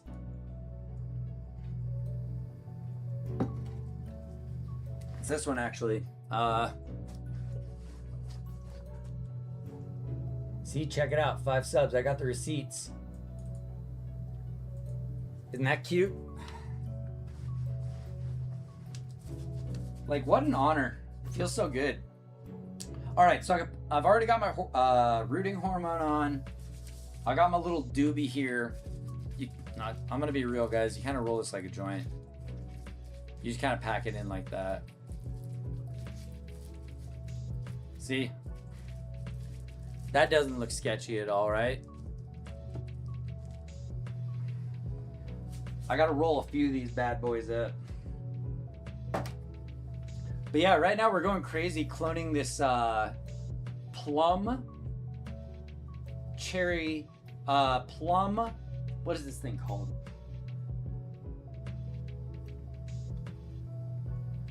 A plum something cherry. And then after we're done with this one, I have a bird cherry right over there. So multiple very nice little bird cherry, cherry trees that I got for $5 from the local nursery. And even though they're kind of messed up to begin with, I'm going to be able to clone them into a whole bunch of smaller trees that are going to look really sick. So it's almost getting like 1, 2, 3, 4, 5, 6, 7 trees for $5 that flower already. Can't beat that. Yeah, we're just chilling. We're just chilling. Nice and calm. And shout out to Harris Heller for the Spotify playlist, DMCA free music to just kind of chill to in the back. Makes it so I don't have to be DJ at the same time. All right, guys. Number 2, here we go. Let's get that packed around. And I'm trying to get like a nice big ball of this moss, because the bigger this plug is here, the more root I'm gonna have to work with after we extract it. And it's probably gonna take 4 weeks, a month, a month, 4 to 5 weeks, maybe 6 weeks for these to have enough roots that I can cut them off and make them into their own tree. They're pretty small, so they might even move faster than that. And I wish that you guys could give me one extra hand here, because this is tough. Alright, got it. Over the top. Boom. Alright, I'm gonna try and even these out a little bit at my own risk. Okay, we're good. Bottom of the funnel is still there.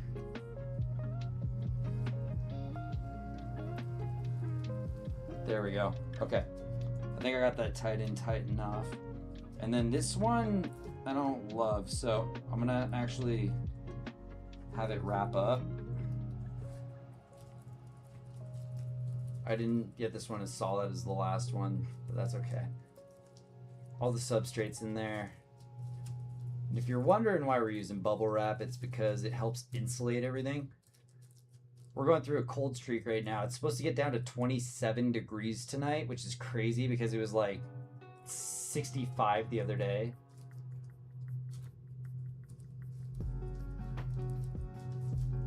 That started off like, is this?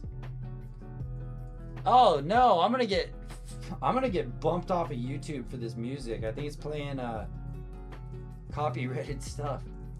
It's so nice though. You know what? I'm just gonna let it roll. Because this is one of my favorite songs from Zelda. Gyardo Valley.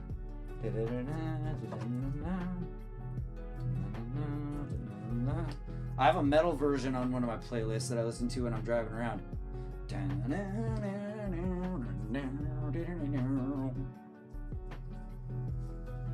It's such a jam. I hope I don't get any like negative repercussions for the music. I don't deserve it. I'm not trying to like capitalize on anybody's tunes here.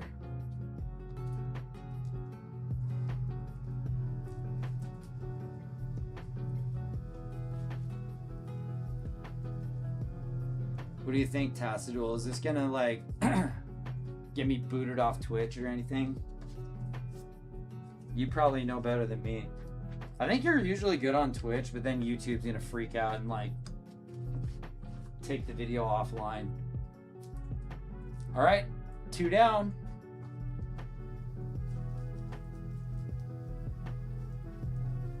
Yeah, I feel good about those. Next one's a big boy. And I wanted to get those 2 out of the way as practice almost, because this one is gonna make a really nice tree if I execute this right. And this tree can actually come off in like 4 weeks. There won't be any cherry blossoms left, but next season it's gonna look phenomenal. I'll be able to have it in a proper pot all by itself, because that's pretty much a finished tree. And it's gonna leave me this nice opportunity to have a gin here, here, and here, like cutting down the dead wood.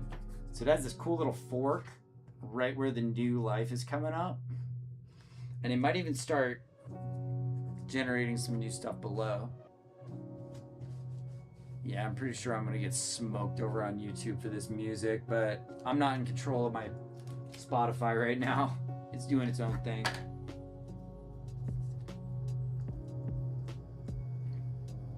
It's alright, I've been a good boy online. I haven't been using any DMCA, anything. Also, I'm, you know, on a mission to try and remove any AI profile pictures and crap like that. Improve our emotes on the channel. We have some sunflowers that are just about ready to go in, and don't think that I forgot about everybody's sunflowers over there. Tassadul, Brian, you guys both have a sunflower in the sunflower race.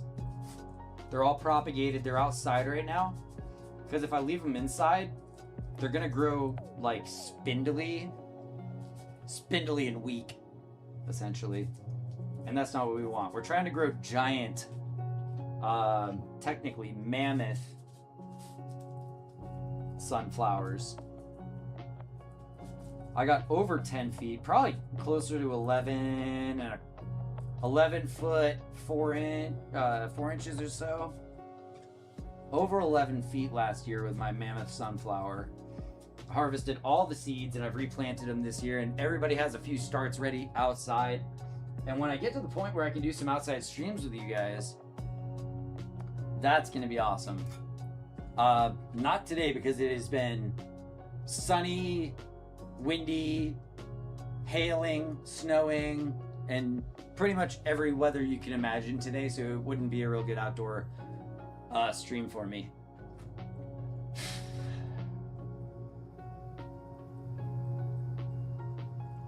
It's like I said, the longer you look at something, the more obvious it becomes. This is the spot that I have to take right here. Okay, here we go. Slicey slice. You might feel a little sting here. Little sting, little sting. Come on, it's just like a tattoo, don't worry. Just hang in there. Clean lines. Clean lines, clean lines. Not hitting other parts accidentally. I hope that that's a nice even line, because this is where our root formation will be going. So this is the most important one to get nice and flat, because you want to have a nice little nabari, even if it is a grafted tree like this. You're still going to have some type of nabari. Looks like that went around just fine, except for right here. I think you could use that little help connecting right here. Yeah. All right, and then right below, we're gonna go right here. And as a reminder, how far down am I gonna go? Well, I'm gonna go down about the thickness of the branch, a little more than a pencil in this case. This is like a large pencil. So I'm doing maybe like a 3/4 inch actually cut here, because I want to make real sure that the regrowth of bark from here doesn't make it up the full length to my air layer, because that'll take out all of my brand new roots. There we go. And Brian, I really hope, I'm gonna watch back the VOD later. I really hope that Stream Elements set off the alert for you, the celebration. It was much deserved. I didn't hear it on my headphones, but I think that I have it set to not broadcast to my headphones right now because it changes my settings constantly. So I really, really hope that everybody listening and watching got that in the broadcast, and it'll be in the VOD and all that. But I want to know that you are appreciated. It's really disappointing when you don't get the credit when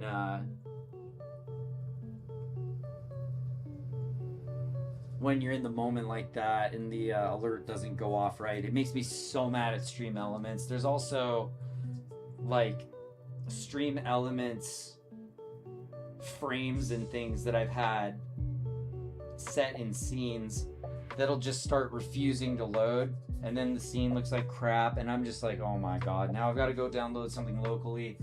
So really my goal has been to get everything much more local, but I told you guys I've been so busy here. Like, I just got around to finishing that Resident Evil run, and I mean, how many weeks has that game been out? Got a little bit of bark that's being resistant here. I'm just gonna shave it off. Hang on. I know that y'all don't have the best view, but I didn't get the sharpest cut here. There. It's a little bit better. All right. So I've got some thick bark here that can go.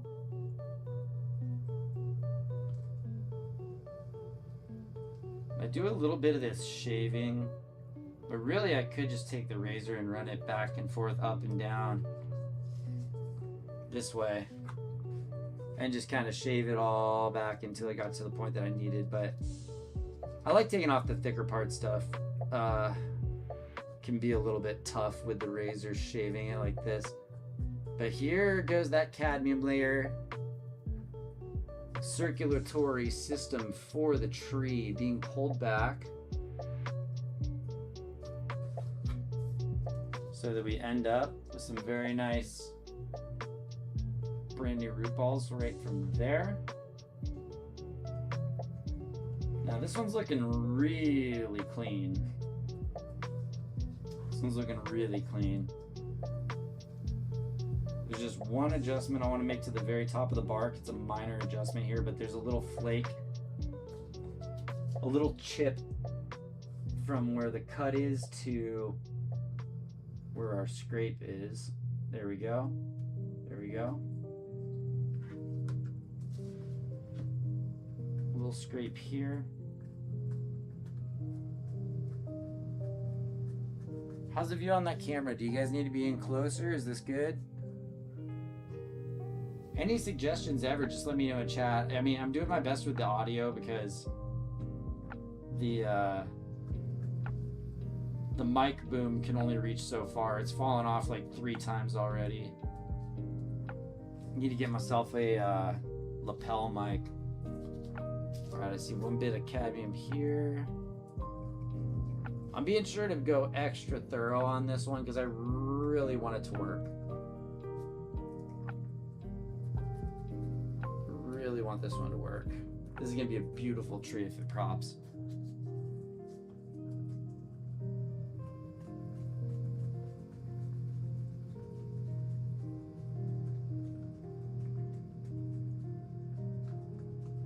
Yeah, and if we end up getting like 10 viewers in here, I'm gonna do some crazy stuff. I'm gonna go grab like my hazelnut tree from outside. Or I'm sorry, my chestnut tree, my horse chestnut is this insane, awesome tree.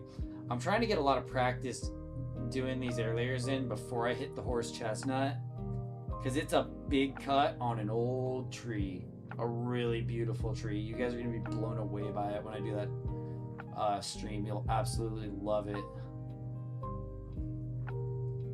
But I want to make sure that there's a handful of viewers, because that is like a high stress project. I could almost put like one of the heart monitors on myself, because like I'm cutting off a piece of the tree that's been there for years. And in minutes, you know, you've sealed its fate. It's going to be gone. All right, I got tons of hormone on that. Got my doobski already. Put a little bit of that special sauce over here on there. A little mustard on the hot dog. There we go. And then, like I said, you know that these things are perfect when you pack it all together with a little bit of that mulch on top. And if I give it a squeeze, you can see it drip. Yeah, you can kind of see it dripping out. Uh-oh, ad break. Shit, sorry guys, that sucks. Hopefully it's over. I think I just now saw the update. Pretty sure it's over by now. Uh-oh, we just got our music stolen. Alright guys, I gotta do a quick changeover actually. While we're doing... fuck, I gotta grab some copy-free music over here on YouTube. Just a minute. You guys want city pop? I kind of like that, like city pop stuff. Copyright or DMCA, right? DMCA free city pop. That's fun stuff. This one's pretty good. I think it lasts like an hour.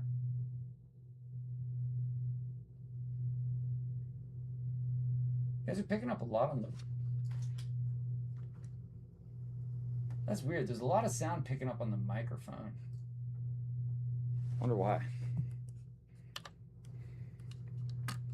Maybe these things are a little too close.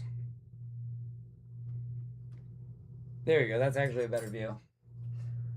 Alright, sorry for the delay here, guys. Let me try and find my window. Dun, dun, dun, dun, dun, dun.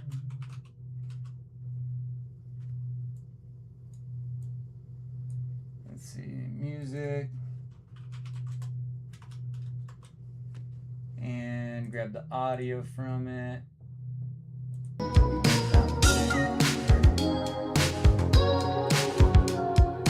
There we go.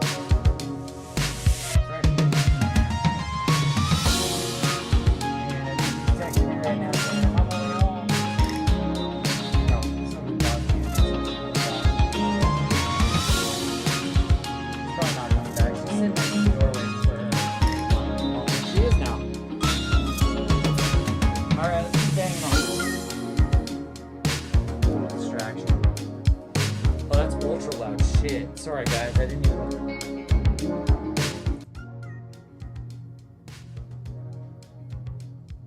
It's not even that high on my PC. I'm sorry about that. Hopefully you guys didn't get ear blasted too bad. Hey Mally. Did you hear me say your mom's coming home soon?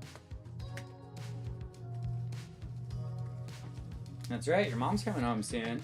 Are you gonna go sit by the door and wait? Huh?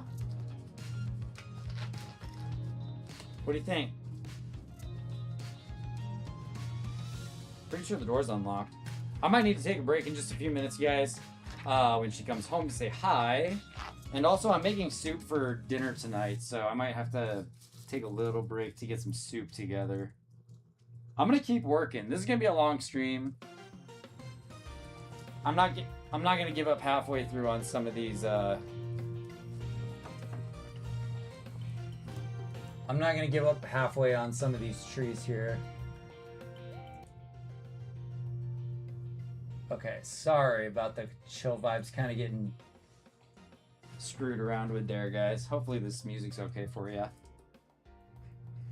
I didn't call this lo-fi, did I? Because then I would feel kind of obligated to stick to the lo-fi genre. Alright, we're wrapping this one up. Here we go. From the bottom to the top. Started from the bottom over here. Okay, so that goes all the way down there. Pack it tight, pack it tight, pack it tight, pack it tight.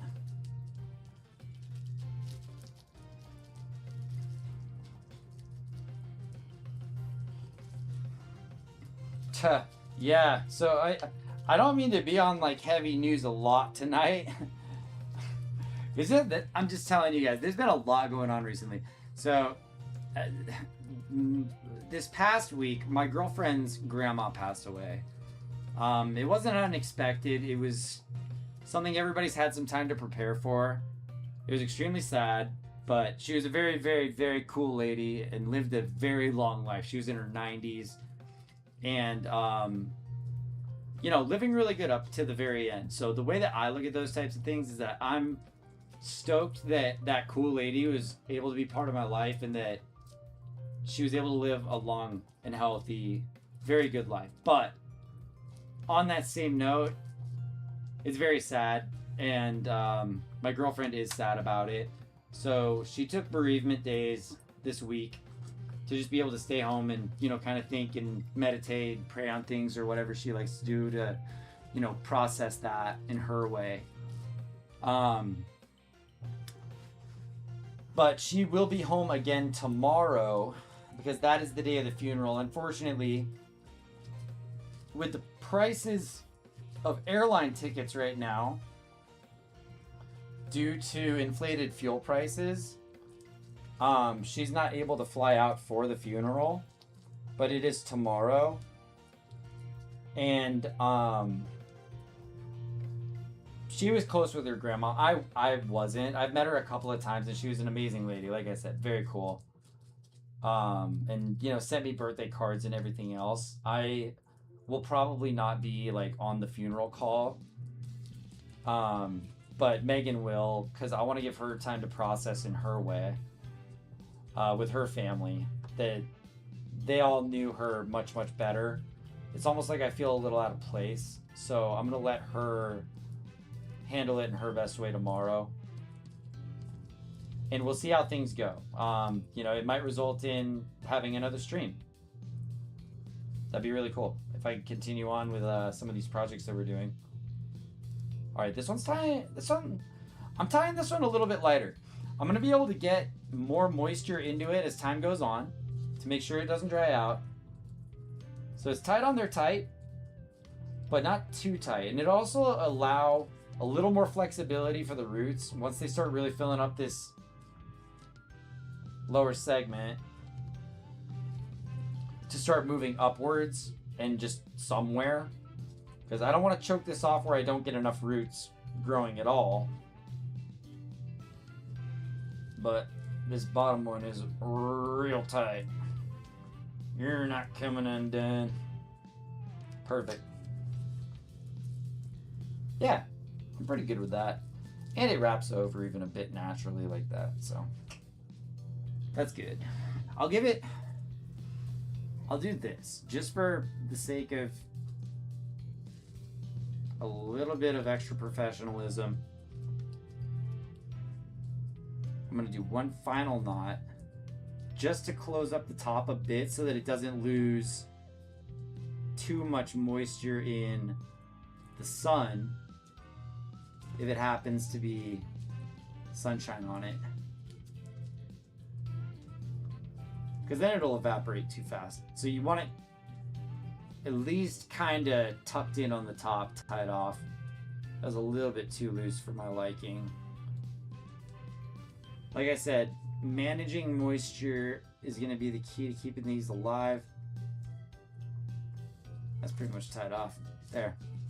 I'm happy with it. That's half the tree. Bada bing, bada boom. How do you like that?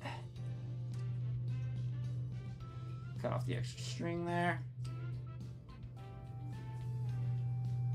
Yeah. Okay, guys. We're committed.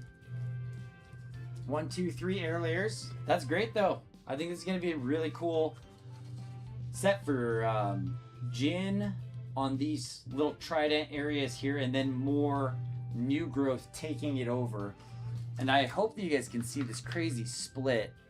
I'll give you guys a close-up look of the crazy split in this thing's trunk. Like, it looks like it got chopped in half. I was talking about making different types of scenes. You could almost put like a Goku in front of this tree. Like you just split that thing in half. Kamehameha. And I have a really cool rock that's split in 3 I could put behind it. I've thought about this stuff, you guys. This is what is like on my mind when I'm going to sleep. And it sounds maddening, but it's actually very relaxing. So lots of new growth towards the bottom of this thing. It makes me happy. I'm just unveiling a little bit more of the Nabari because I haven't gotten to see all of it. There's a lot of bark in this one that I haven't bothered to peel back. Yeah, and the way that it's in right now, I can't even see the final Nabari. Like the actual like top of the root spread here because it's got dirt on it. But once this gets potted, we'll definitely be able to tell. I'm going to take this bark out and use it in another piece. Okay, let's keep moving. 2 more. 1 for the double cascade here. I think that would look sick. And then 1 more fully developed tree here. Leave this one to maybe goof around with as the final flowering section. Maybe not take off all the flowering sections at once. There are going to be some flowering branches right here and here. I am going up above to like right here, leaving enough room for deadwood. Yeah, plenty of room for deadwood. So this will be our new canopy on this branch. So this branch remains, but I still get a tree off of it. Free trees, baby. Bonsai scrapper extraordinaire. All right, where'd my razor blade go? Time to get to work. Come here, you. This one's going next. And then I'll do the next fully developed tree. And then this one's going to be pretty much chopped up for the year. I'm going to have to let it grow for about 6 weeks, 4 to 6 weeks, or until there's a nice big healthy root ball formed. I wish I could have got this in just before the bloom of the flowers, but there's still a lot of sap moving upwards at this time of year. It's still very early spring. These just happen to flower pretty early.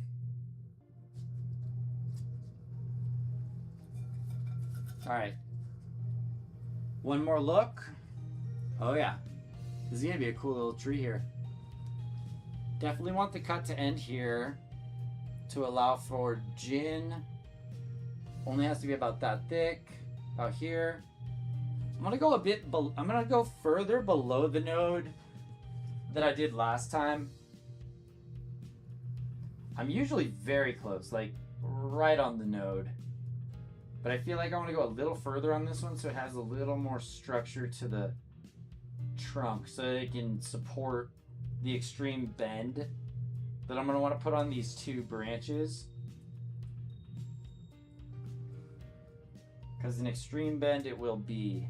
And that's another thing is that once I get some of these air layers in, I'll actually be able to run some wire over it and start forming the final product that I'm looking for on the tree by adding a little bit of wire as it's air layering, because there's no harm in starting to shape the branches with some wire at the same time that you're letting the roots grow. Okay, so this feels like a really good solid cut. This is a thick one. Definitely top 3 thickest. I'm thinking right about here is going to be good. It's going to be a nice little distance for it to gin. This is nice. I dig this. I dig this very much. Man, you guys cannot beat this for $5 trees. $5 tree is off the hook.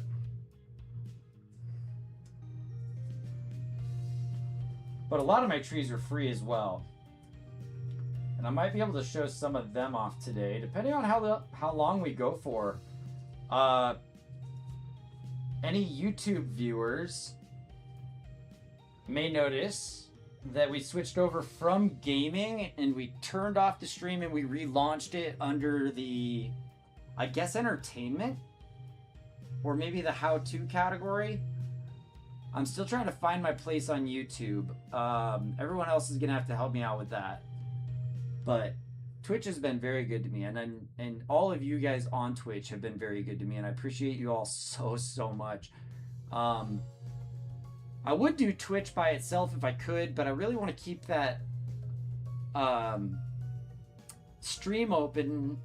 Number 1 for VODs, and number 2 for posting shorts to drive people over here to these live streams. Because maybe if they watch one of my old videos, such as this one that's posted,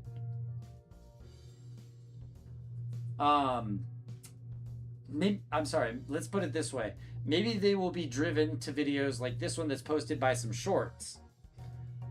Maybe the shorts will be a good way to drive people to our Twitch channel and community. We also have things like a Discord that are kind of barely put together right now, but we have links to that over at my bio. So make sure to check those out. I also have an insane banana bread. I have an insane banana bread recipe. And I believe that that's posted right under my bio as well. I made a double batch yesterday. Unfortunately, I only had enough chocolate chips for one batch, one loaf. But I have 2 loaves of banana bread now. And it almost feels like I don't have to worry about having a snack until it's gone. Because anytime that I'm feeling like a snack, a little bit hungry, whether it's breakfast, lunch, dinner time, dessert, I could always go for a slice of this banana bread. You guys have to try it. It's nothing magical. It's nothing insane. It's nothing that special. But it is the recipe I've made probably more than any other recipe in my life. And it is damn consistent. It was never even on my commercial menu. I never sold banana bread commercially. I couldn't. There was another banana bread vendor. So I had to kind of compete more in like the pocket sandwich empanada space alongside the prep meal guys. You know, there's different little categories at the farmer's market. There's a lot that goes on behind the scenes of those markets that nobody ever sees, including a ridiculous commission that we have to pay to the market that can be almost as bad as DoorDash in some cases. If you're going for like a big commercial venue, you're probably paying worse than DoorDash. You're better off not going. Alright guys, I'm feeling pretty good about this one. If this root's real strong around this base, oh, this is gonna be sick. Oh, I can't wait until these are done. That's the thing, is that now I have to wait. Once this project is done, I have to wait for months.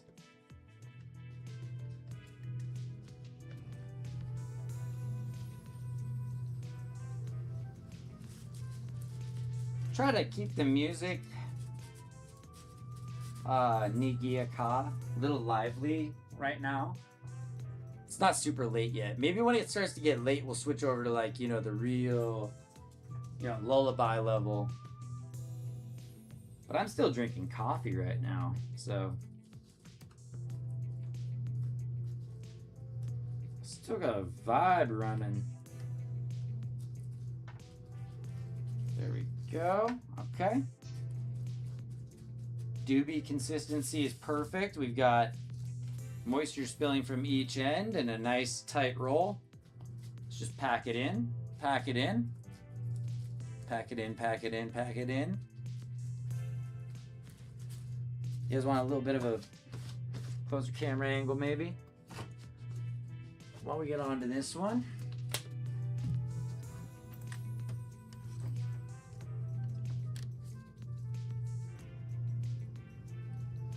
There we are. Rooting hormone. Okay, still got my somewhat goopy paste over here. The pastier it is, the better, because then it really sticks on there. If it's too thin, it just drips off. And if it's powder, you've got to kind of wet the branch and hope that it sticks. But when it's a paste like this, I think that this is my new way. I'm going to evangelize the paint it on with paste method if this works, which I think it will, because it really gets it nice and stuck up inside this part. If you're wondering about the science of this at all, while we're all zoomed in here, you can probably see the cut here. Hi, babe. Welcome home. You can probably see the cut here if I put it in front of the whiteboard in the back. Top's where all of the new roots are coming out. So that's the part I really have to get the most of the root ball around. Okay, let me put this one on, and then I'm gonna chill with my girlfriend for a minute and take a break and make sure that my soup isn't reduced to nothing right now. I had it on low, so it should be fine, but I'm making a soup, a stock, as I do this. Let's see, 1 and 2 strings on hand. All right, here, let me move my yoga blocks back so that I don't tip over. All right, this is a big one. The longest of all of them. It could end up being yard tree material. We are just gonna have to see. Could end up bonsai, could end up yard tree material. And there's also so many different like mini classifications of bonsai. Like there's a certain type, a certain name, a certain aesthetic title, I suppose, for the bonsai that are very tall and spindly like this and just have a little bit of growth right at the top. Those are typically, I believe, called a laterally. A laterally or a laterally? Lateral E. Laterally, let's say. And that's a potential for this tree in the long term if it roots out. So let's see how it goes. One nice tight bottom knot. Good. Hold it.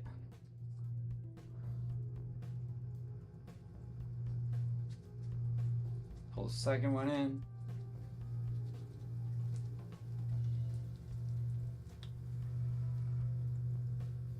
Perfect.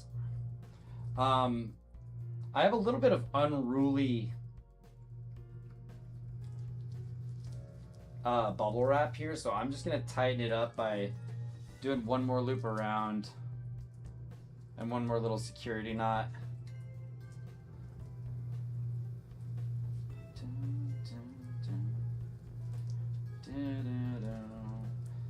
And also, now that nobody's using Spotify anymore, I can get back to our old playlist. So there will be just a couple of things that I'm going to have to take care of here, guys, as soon as I tie this top part off. I'm really going to pack in all this sphagnum tight here because I want there to be a big, fat, dense ball of roots right here. And then kind of just fold it over. Like so.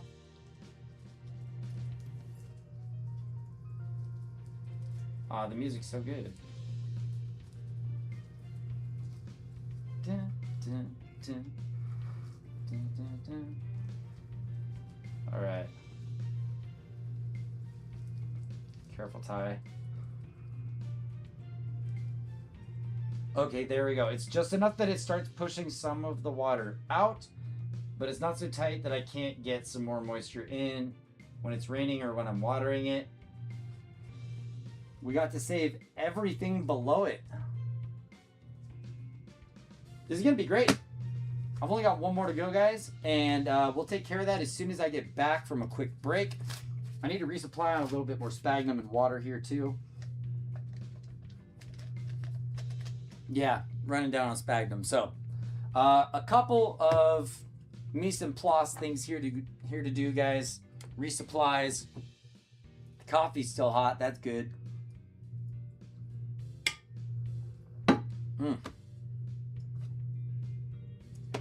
I'm feeling so good about this. This is going to give us so much material, you guys. For $5, the material is insane. I get a little stone like this, a little piece of flagstone. And can you see it? It's that easy. It's that easy. And I hope that I can find people locally that'll buy these, because that'll really help supplement my life a lot better. All your contributions, that means you, Brian TV, but that means you, Tassadul, that means everybody who's ever subscribed or tipped or shared or liked or followed or anything like that. I'm so sorry if those notifications aren't going off, you guys. I feel terrible about it, but you guys are making this possible. You're the reason that I get to buy more trees and keep this going, and eventually end up with a badass, dope warehouse all to ourselves, where we're going to be able to do this like in scale. So let me pop up really fast here with this. Be right back. Take care of just a couple of things really fast. Let's see, what are we doing? We are doing a tree swap because I got to bring some stuff inside. Fits here on the white actually nicely, huh? There we go. All right, guys, I'm going to switch some trees out. I'm going to say hi to my girlfriend. I'm going to check on my stock. I'm going to be back in just a few, and then we're going to keep banging through all 3 of our cherries today. I'll see you all in a few.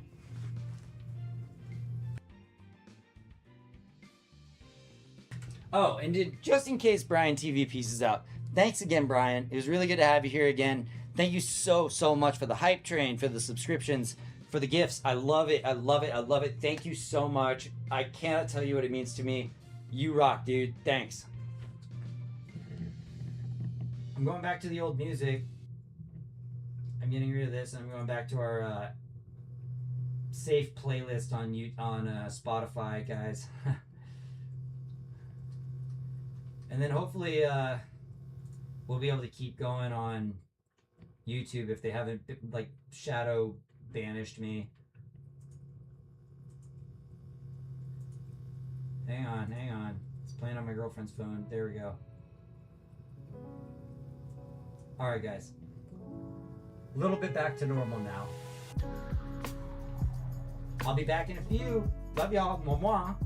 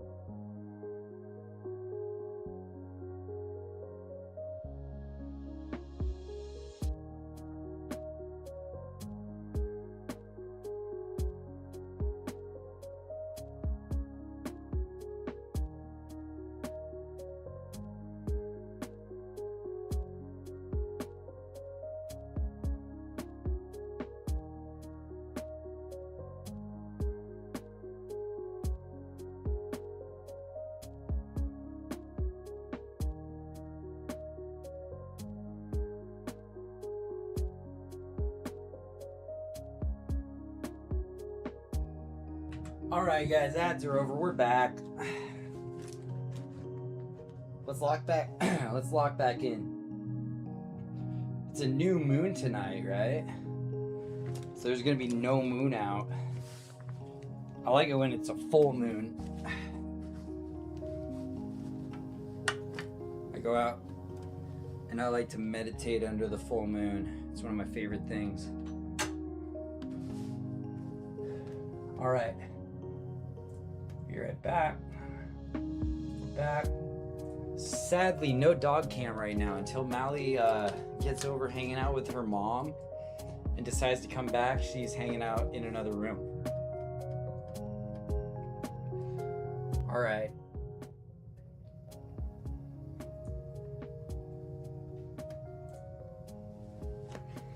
Guys, I hope that is a good music level. It sounds good on my headphones.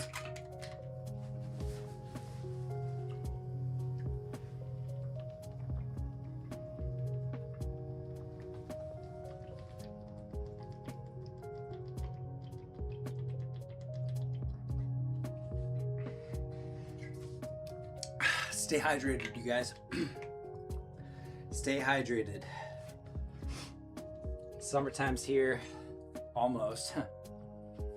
But we're going through the craziest weather pattern right now, with it being rainy, sunny, haily, windy, and freezing all in one day. So a lot of trees are getting brought inside today anyways. Anything that's flowered, anything that has sensitive leaves, it's gonna stay inside overnight anyway, so we're gonna keep working on them. And I'm gonna put a challenge up, okay? I'm gonna put a challenge up to Twitch, because we're getting momentum. It feels like here with Brian TV dumping a hype train over here with awesome new thanks to at Brian TV. Let's see. Can I do a shout out for you, buddy? Shout out. I don't know if you stream, but there's your shout out. Hey, yeah, playing Pokemon. Dope. I got some Pokemon stuff around here you might like too. Got a good selection of my old cards, but not all of them. I wish I had all my old cards. All of my real bangers are missing right now. We'll get them back. So shout out, thank you again to Brian TV for all the support. That's super cool. We're gonna continue on our air layering adventure here, and a quick challenge. How about this? How about this? 10 viewers equals huge chestnut job. There we go. If we get 10 viewers, we're doing a huge job on my horse chestnut that I've got here, guys. There's the challenge to you all. If we hit 10 viewers, we will air layer one of my biggest trees. Amazing horse chestnut. There we go. There's the challenge to you all. We hit 10 viewers, we're gonna bang out that horse chestnut. That's a job that I've been scared to do, frankly. But if we need to pull a long one, I'm down for it. So call your friends, call your mom, call your dad, call your accountant, tell them to come check out the Grove Sleeper, the Grove Sleeper PNW broadcast, and get your bonsai fixed for the day. Hopefully some chill stuff for you guys to hang out with. All right, let's get back into it. We gotta lock back in a little. I get excited in between. I'm really excited about today, you guys. At the very beginning of the run, we took care of the Resident Evil finish, and then we rolled the D20 to see how our air layering segment would go, and we rolled a 19, and damn, has that come true today. Truly a 19. Feeling like a 20, man. I'm through a 19 and feeling like a 20. How's that? That's something I'm gonna tell people, you know? Hey, how's it going today? Through a 19, but feeling like a 20. Is that a cool ass, like, should I put that slogan into the stream? Should that be a regular thing now? Through a 19, but feeling like 20.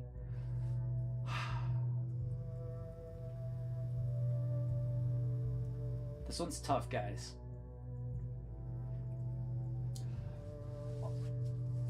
Everything that's showing flower growth is typically like second year. And I have a lot of new first year growth towards the bottom.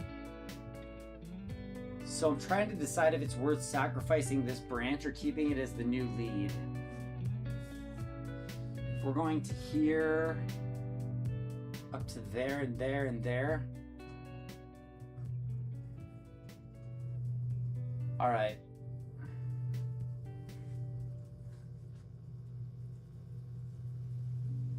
This one's going to be a little more surgical than the others. Just a bit more surgical than the others. We're also going to be taking off a couple of branches. This is the first time I'm having to do any clips. But in order to make this one work and save this lead, this one's got to go and this one's got to go. They're just too low. But that pretty much marks the top and the bottom of our air layer.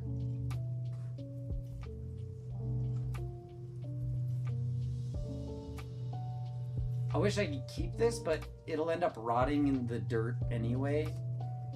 So it's gotta go. All right, guys. Time to perform surgery. Now, I don't want to hit this branch. There's even one little flower that's just kind of in the way. I'm gonna pick it off because it's gonna start shedding its flowers anyway very, very soon. I'm gonna try and get a good angle for you guys on this one. Move myself over just a bit.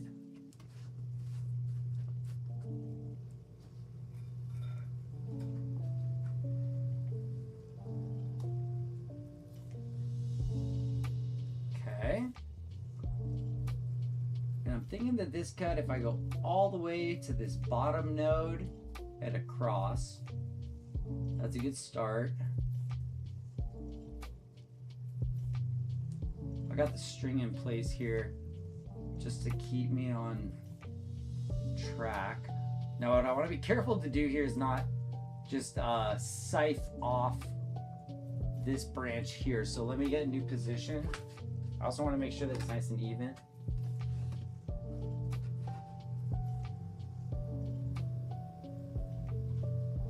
Okay. Looking good, looking good, looking good, looking good, looking good. Looking good. Okay, I think that we've safely circumvented the trunk without hitting anything above.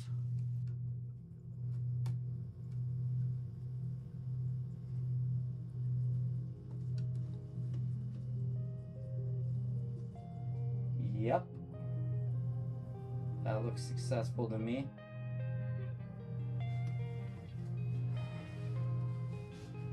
That's pretty good right there. All right, we can live with that. And then we're going right underneath this node. Just a bit underneath it. This is a nice fat one where there was actually a branch coming off, so we should get lots of sap and hormone right at this spot, which is perfect for healthy root growth. And we'll hit it with that hormone paste as well, just to make sure Guys, while I'm working on the back side, I want to make sure again that I don't slice off the branch I'm keeping. Okay. There we go. Oh yeah, this is perfect. There's even another bud right underneath it that was forming.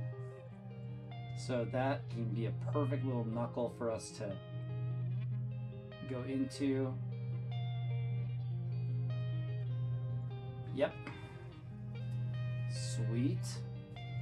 See how it peels.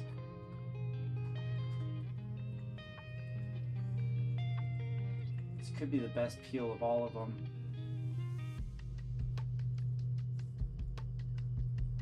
This is what I was talking about, you guys, with getting that 10,000 hours of experience, because after the last 7 or so,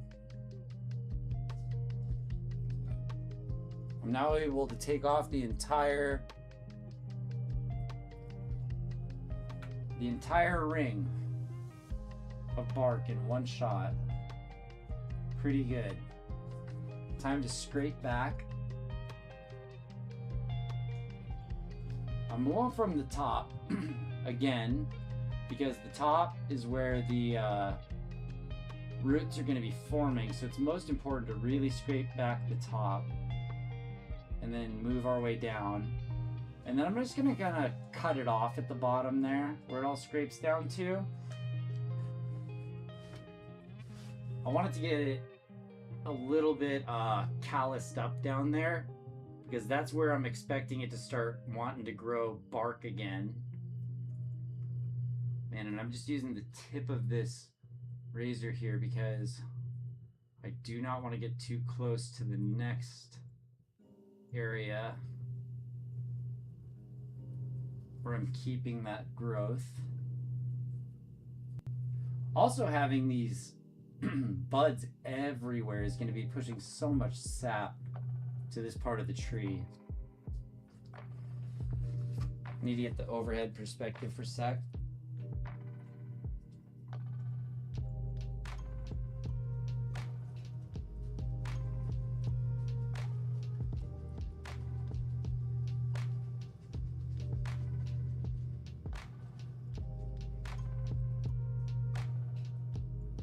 There.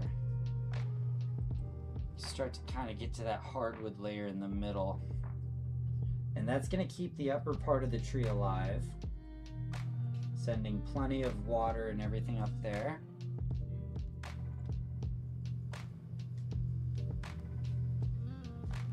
There we are. This will make a nice little gin actually to end off here and then lead into the new lead. So this will look badass if I can make this work. Let's get a little bit of that rooting hormone on there. It's getting like all but dry now.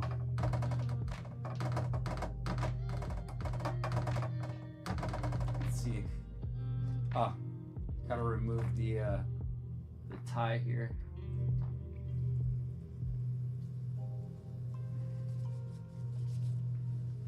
Okay, let's see if the brush even has the moisture left to... Oh yeah, it's good. See, I end up spilling a little bit of the rooting hormone on this sphagnum moss tray, but since I keep the moss wet anyway, it just kind of rehydrates the rooting hormone when I need it to. So those two kind of work together just fine. Just spread it all on here, and now it's this nice thick paste really. And as I've said on the last ones, I want to concentrate it really at the top of the cut. Bottom of the cut doesn't matter so much because it's going to start callousing over again. I want it in the top, all up in there. I'm really liking this brush method. I think I'm going to start doing this a lot more often, unless it just happens to be very convenient to do the dusting method. I think I'm switching over to just doing it this way from now on. There. Okay. And then once that dries, it's gonna look like there's just like a little powdery substance stuck to it. I'm just picking up everything else off the tray right now. Get it all on there. We'll get some more together for the next tree, but we're finishing this one up right now.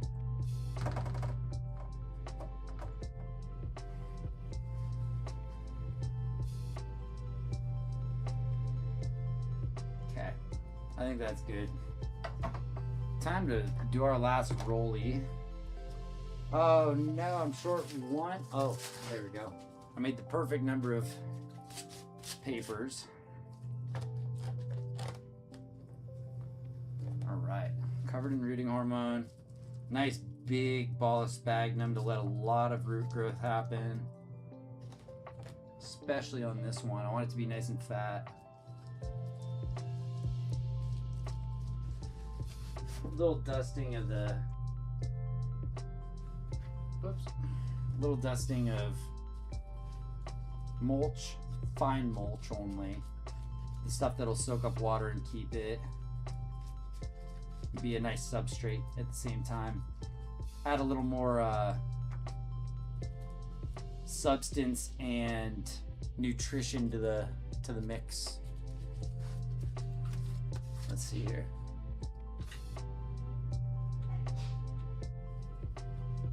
Sorry guys. Here we go. Okay, so here's a big one. This is a big fat one. Like I said, this is one that I really want to be a success. Even in the worst case scenario, this is still going to be a good chop for this branch. I just have to work really closely around a lot of other branches here. Alright, as you guys can see, there's some drip out the bottom. That's a good thing. I want to pull this in tight here. We're definitely doing a tight funnel because we're working kind of into the crotch of another branch here. All right.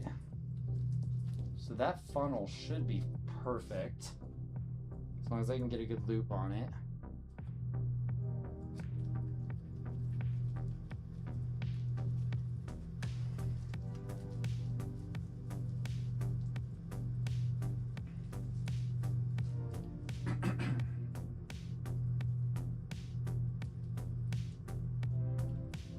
Okay, got the funnel facing me, so that's a little bit more helpful. I'm super carefully tying this knot while I use my middle finger to hold everything in place. Okay, I've got my first knot formed. So let's tie it tight right into, like I said, the knuckle of that next branch. Ooh. And it's very heavy, so I think it's time for me to do the top, and then we can work from there. So I'm gonna stuff all this in on top, because like I said, I want this to be a really dense root ball. Lots of substrate in there. And I'm just folding over the bubble wrap, starting at like the shortest parts, because that allows me to pack in the bigger parts down where I can get that root system, and then really reach up and over there. And we're making a nice little bundle. Started to drip on that side. That's perfect. And then I think I'm gonna go under on this last part, so it wraps upward and finishes off right there, all the way at the next set of branches. See, it's pudgy. It's pudgy, but it'll work. I want this one pudgy. I'm not worried about how it looks right now. Worried about how it functions right now. Speaking of function, I need to get this packed in there nice and tight again before I finish off my tie.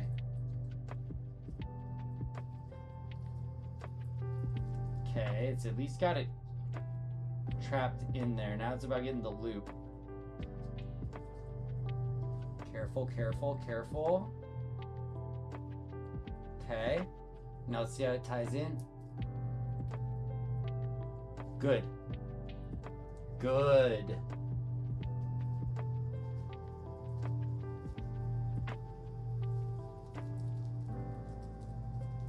It's got a little bit of a drippy spot right here, where I think I want to tie these two together to just kind of seal that up. See, I can use like the ends of the top and bottom and tie together a little more to make even more of a bundle shape for me. And close up any little gaps I might have, like this.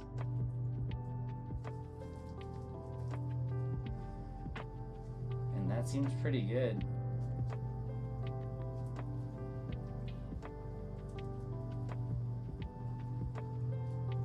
Is there any other? Nope. I think that's everything. Every single loose end can be tied up right here.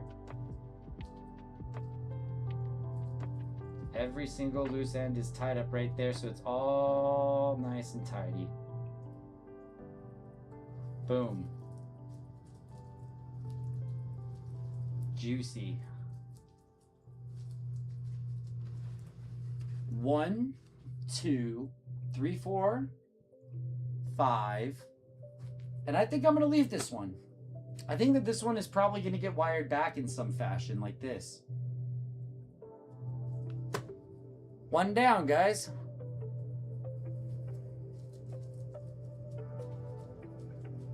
I think that they all have a very good chance. So, there we go. That's how you air layer a plum sand cherry. That's how you air layer a plum sand cherry 7 times. I got one more air layer project coming.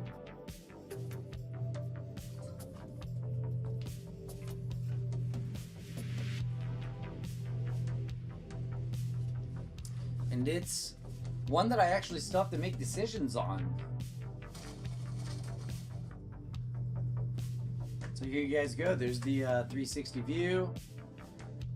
Once everything is back down, chopped off, it's going to be just this bit of the tree right here. And I think it's going to look beautiful. A nice split trunk. Keep that from rotting by pulling back as much of this as I can from the Nabari really fast. And I think I'm actually going to transfer some of this bark. I want to uncover the Nabari and transfer some of this bark into a new receptacle. I've got a couple of houseplants that I could do today too, if you guys were at all interested. I have a Thai Constellation Monstera that I'd like to repot, and pretty much every other houseplant that I own needs to follow in suit, moving up to a bigger pot. So all of my houseplants are due for repotting. That could be its entire own stream tomorrow. Or we could go late into the night, who knows. Gotta check in with my girlfriend, see how she's feeling. She's got tomorrow off, thankfully. So maybe she won't mind if I'm playing with trees all day.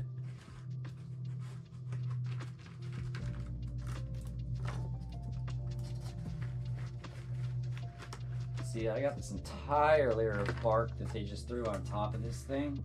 And this will make really nice substrate for another tree. But it gets down to what's really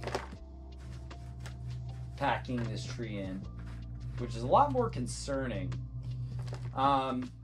These air layers, a rule of thumb is I'm not supposed to air layer and repot at the same time. Otherwise I would. I would love to put this tree into a basin, at least a trainer pot. I have one picked out that I could even use. I have a real pot that I could use that it would even look nice in.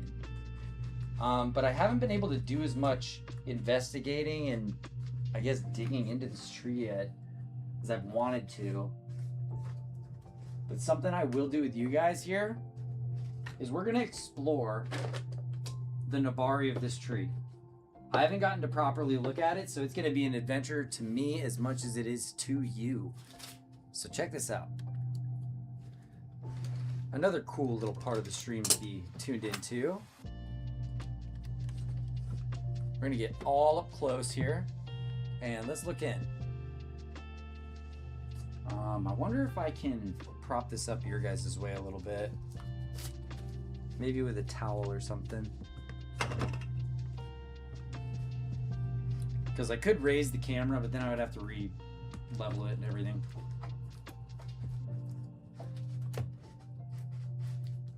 There you go. That's a good view, right? Less of me, more of tree. I always say that's a good thing. We're gonna dig this Nabari out to see what we're working with. Tree, show me what you've got. So I need a couple of tools here. I need, first of all, my toothpick. And second of all, my plastic pick. And so as you guys saw, I was just digging a bunch of stuff out. These are what you might call nursery plants.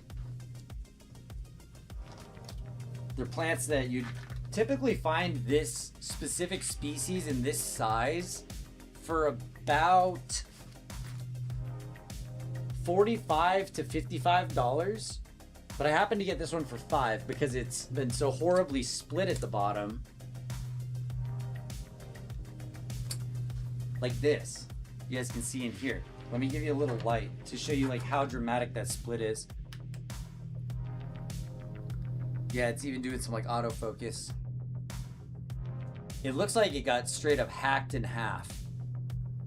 So that's why it's gonna look so cool after all these air layers that are going so far outside are taken off. It's gonna be compacted back to about this size. And if it's about this size, it can go into a trainer pot that I have. Not right in front of me, but I could possibly pot this. I haven't decided, but let's take a quick look at the Nabari, because that might lead my decision. And you can never really tell all the Nabari until you like wash it down. When you pull this thing out of the pot and you run the hose over it and get all the topsoil away, that's when you can really tell what the root system looks like. But for now, we can at least pick and pull back while it's in this nursery pot and see some of what we're working with. I'm gonna try and see if I can get, I wish I had like a headlamp. That would be useful. Okay, so we've got some Nabari here.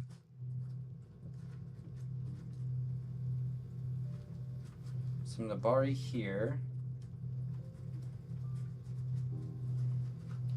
This tree looks like it is probably a graft, maybe? Let me see. Because you can tell if a tree was grown from seed or by graft, if it was cut off of like another tree by some certain characteristics of the Nabari. But we're gonna have to dig a little deeper to find out. And if we dig deep enough that the tree actually like comes loose, we could consider tossing it into a pot today. We'll see. Let's just see what happens. I don't want to disturb or kill the roots right now, so I'm going in very lightly all around the outside. This is just an exploratory discovery mission here. See what we're working with. But the substrate that's inside of this bucket is actually gold. It's got fertilizer and mulch and lava rock. It's what the nursery is able to successfully grow these trees in, and so it's good to have this substrate sitting around. I got a few buckets of it, especially if I want to put stuff into larger containers. So I've gone down quite a bit here, you guys, and I'm finding a lot of root system. So let's pull back from this middle area.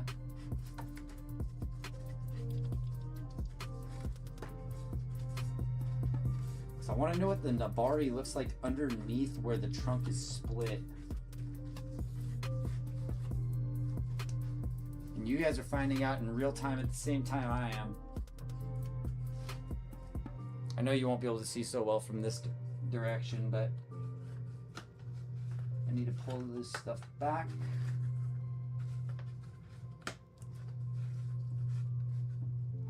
You know, a toothbrush comes in very helpful here. Where's the bottom of our Nabari? Looks like it just goes straight into fine root. Pretty much immediately after it goes underground. So what I'm seeing is that this is pretty much our Nabari here. See if I can dig out maybe a crevasse, maybe some interesting formation under the dirt.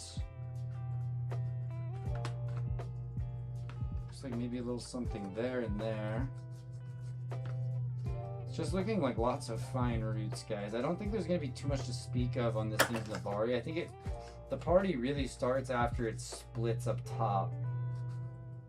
But it'll be hard to tell until we give it the full washout and everything. But by exposing some of these roots right now, any upward growing roots are going to get cut off generally anyways. Anything that's at the very top of the Nabari will most likely be cut off to encourage more root growth towards the bottom. So this is going to be the best view for you guys of what we're working with.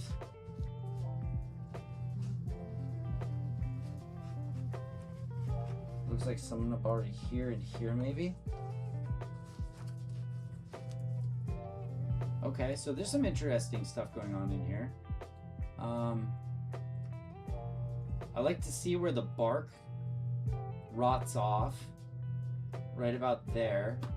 See the bark on this side of the tree rots off here.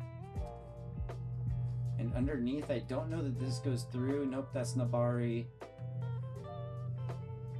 You need to kind of find out what's Nabari and what is just kind of empty dirt void.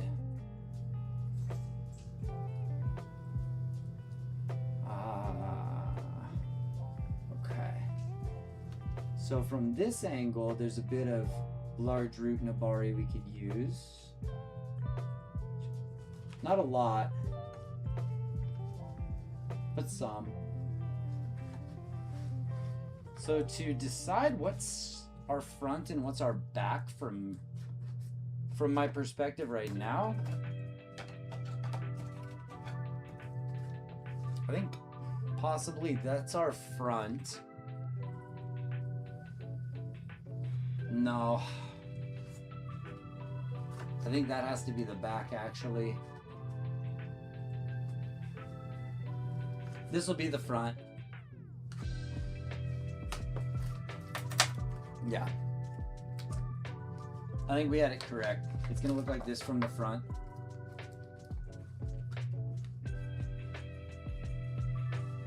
Just like that. We have some large Nabari root right here.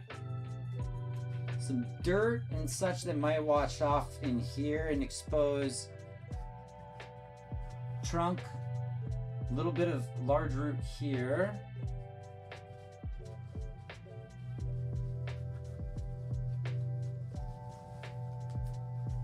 And then underneath, I think we're gonna have a nice radial root pattern. It's looking pretty cooperative so far, really. I'm just worried to transplant the tree right after air layering it. So I think for now, we're gonna leave it like this. I'm gonna leave that substrate pulled up away from the Nabari so that it's ready to go. Oh, I just saw an isopod. That's good to have him in there. That means this dirt is really healthy, just like I was saying, you guys. It's its own little ecosystem. Okay, so I want to keep the dirt pulled up a bit.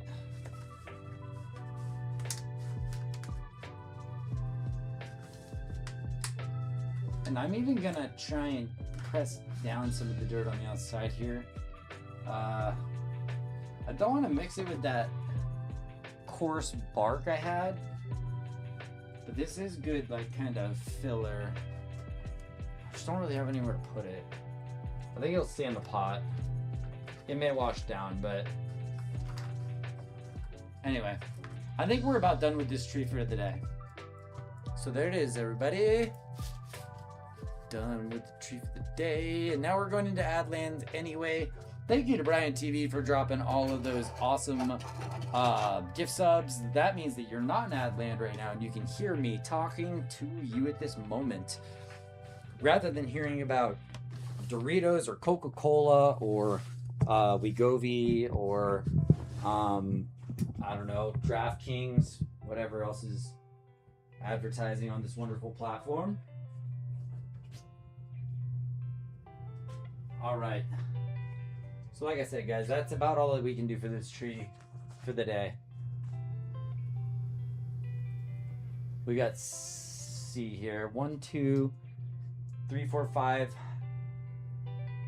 1, 2, 3, 4, 5. Yeah, 5 air layers. I left the 6th because I think I can bend it back and make an interesting shape out of it.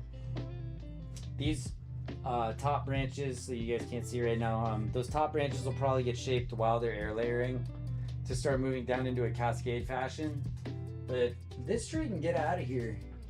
You can get it out of the way, so I'm gonna move it while we're in ad land for another minute or so, and then we can get to the next project. How about that? Be right back.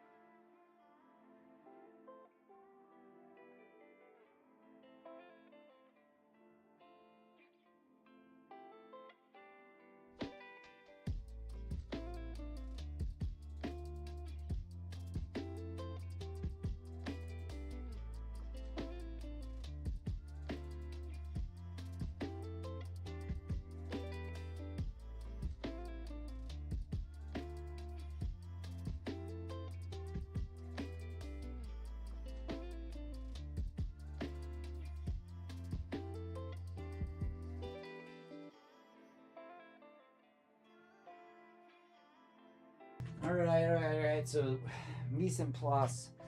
Let's get everything back cleaned up to how it should be. Start the next project. Clean our tools. Get a little new growth hormone down. We used it all up on that last run. Okay, so I got those things there. This here. And then I'm gonna need a little more sphagnum.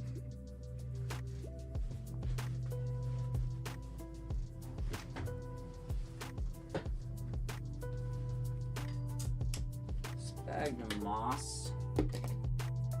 Right after that stuff.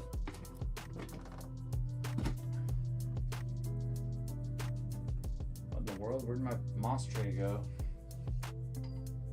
I had a huge tray of moss here. Where'd it go? Also, this light needs to turn off. There we go. Here's the huge tray of moss. Probably that much. And then let's reapply a little bit more of this. We're going to drop a bit of water. And again, make just a bit of a paste. Okay, that should be enough for projects for today. So I'm going to set this all the way back here. Hopefully where it won't spill out. I know I'm bumping my scene back there.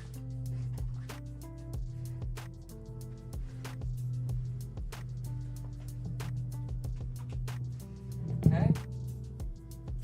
Cool. So this, like I said, gets a little bit of water dumped into it. Just snag my water right here.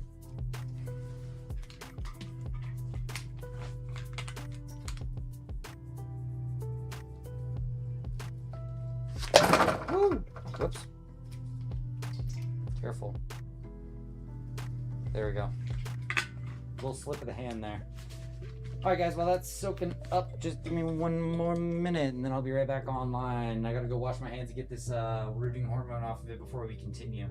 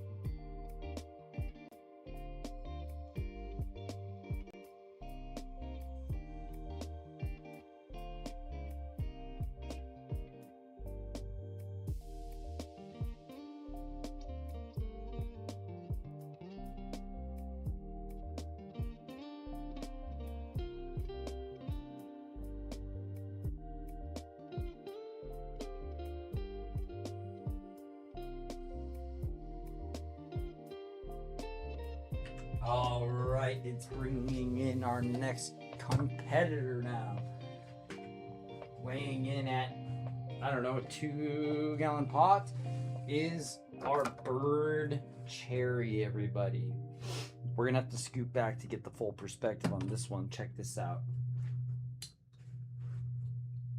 How about this? This is what we're working with. It's a tall one. Much taller than the last. Let's see if I can get it nicely positioned so you guys get good view of everything.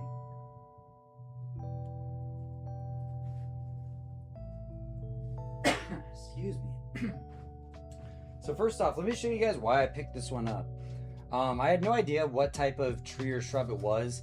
I don't know if this technically by like species counts as a tree or shrub, but it does have a very interesting look to it. Check this out. I'm gonna zoom in on the Nabari really fast, and you can see that this thing was probably back there in the hospital because of this very weird growth on it. It's got this like kind of strange knob. I don't know if it caught a fungus or what, but it makes a real weird witchy look. So if I bring this tree down to size quite a bit, it's gonna start looking very cool again and much more bonsai-esque. But I'm a freak, you guys. I can't help myself. I have to air layer everything. I do not waste any trees that I possibly, anything that I can possibly propagate, anything that I can possibly clone. You bet your ass I'm gonna try and do it. I don't like cutting off parts of trees and throwing them in the garbage, man. It just hurts my soul. So while we get to look and think for a minute on this one, I'm gonna cut a little more bubble wrap. And if you guys are just tuning in, I'm Grove Sweeper PNW, doing some air layering on some bonsai trees and shrubs today.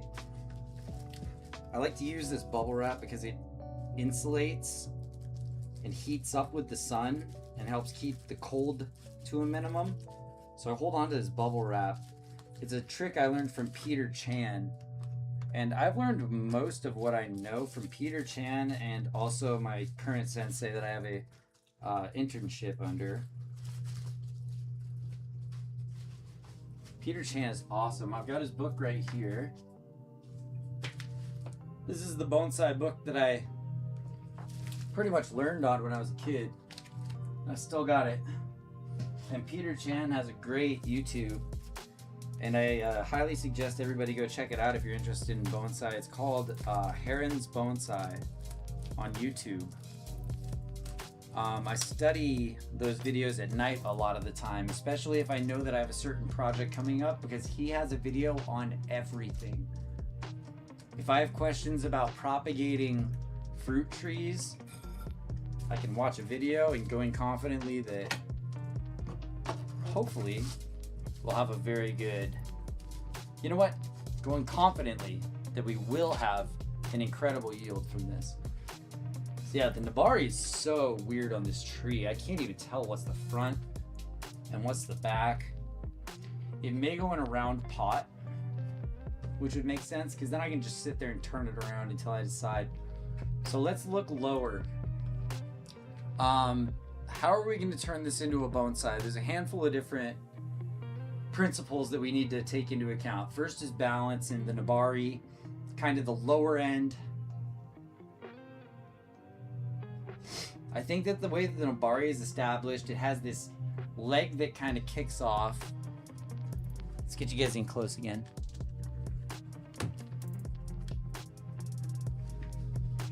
It has this leg here that kind of kicks off like this. And then it's got this fully dead section here where all the bark has been kind of removed. And it has what's called a breast right here where it's healed itself over. And usually you'll do some type of grinding or trimming to shape that up to make it look more natural. Then on the back here, you've got this really interesting like fungus that took over a big chunk of it or something. And I almost want to show that off. And then there's more bark ready to break off, showing dead tree underneath here.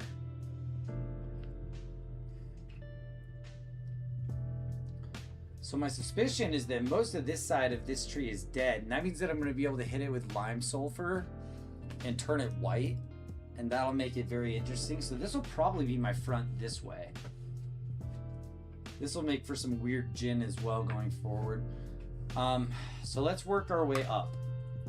We need to think about taper on each branch. We need to think about canopies. We need to think about keeping branches like this that probably don't add much, but they're gonna thicken the trunk, so we'll leave them on there. Same with this one, same with this one, same with this one. All this lower stuff, I don't need to cut this off immediately. We'll keep all of that. And this actually makes kind of a cool little canopy right here if you can make this work. Little lower foot, as you would call it. And then this tree has this main lead continue all the way up. So here's my thought. I'd like it to come down to this sideways lead here, or this upwards lead here that has flowers on it. This is the lowest branch with flowers. So I think that I want to cut from right above it, because this can be brought down. So I'll probably want to cut it up in here. That means that this would lead to a gin up top. Okay. So that's probably enough talk about the Nabari. Let's move back up to the rest of the tree here. Oops. Bump the mic. Bump the mic. Okay. Alright. Where's my little poker here? I want to make all of this moss nice and wet and ready for me. Stir it up. We're probably gonna get 2 air layers out of this one. Question is where from? So this branch, like I said, I think tapers up to this and this nicely. So we should probably take up here. In which case I want to take enough that I can maybe have some gin.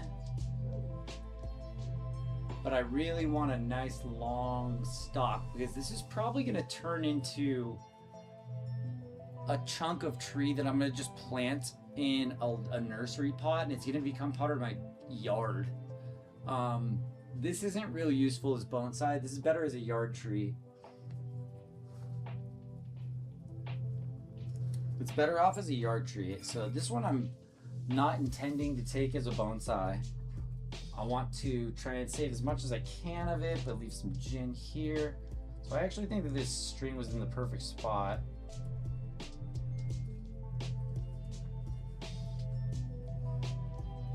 That I can go right underneath this node here and probably get a nice bit. Okay, so around we go with the razor, carefully. Like we said, right underneath that node so that we get a nice big flush of rooting hormones coming to this spot.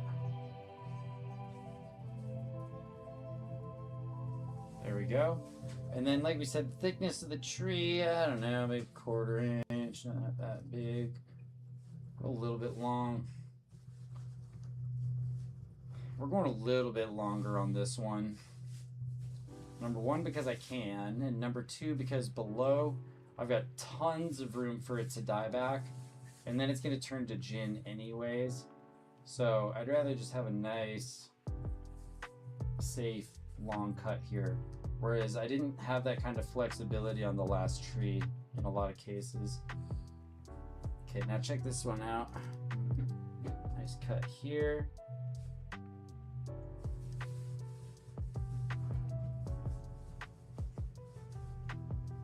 Start peeling it back with the razor. Look at that. All off in one shot.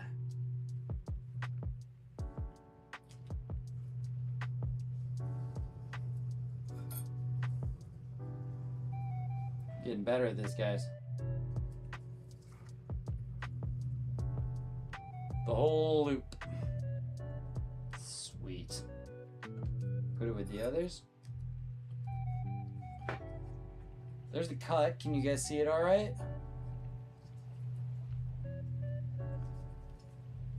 I'll give a zoom for this next part.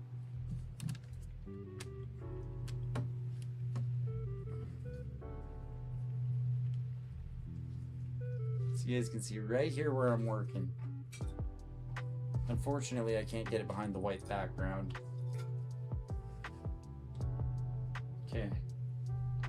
Like I said, that I actually got, I think, all the layers that I needed on that. But you just do a little scrape just to make sure it doesn't hurt it. To go a little bit further down, especially up. See, like this back part, I didn't get quite as deep down. And that's where it's the most important for me to scrape it back. So always like kind of the dark side of the moon is where I'm trying to pay some extra attention. There we go. Damn, guys, these are coming out clean. Every single damn time. Let's see here. Sorry, guys. I think I got some dirt in my nose. Like, there we go. Whew. Okay, one down. And then we only got one more on this tree. Then I might do a little bit of pruning. We'll see.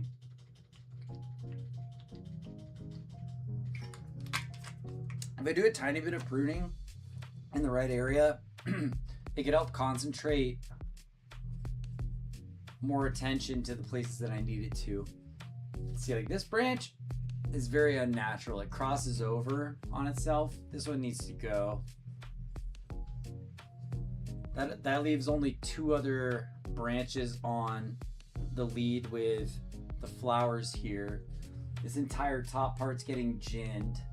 There's another bad crossover that's got to go here into more dead gin all the way up to here. This is an interesting branch though, because it's got nice new growth right up top. Yeah, this one just kind of has to be freed, honestly. And then there's a couple interesting branches there. That's all good.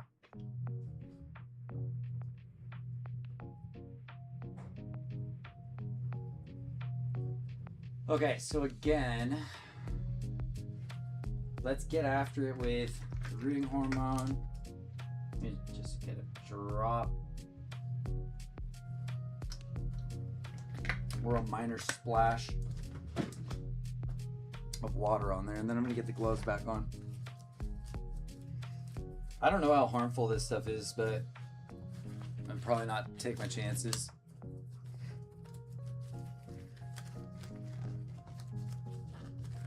Be cool if we hit 10 viewers and got to work on the horse chestnut tonight.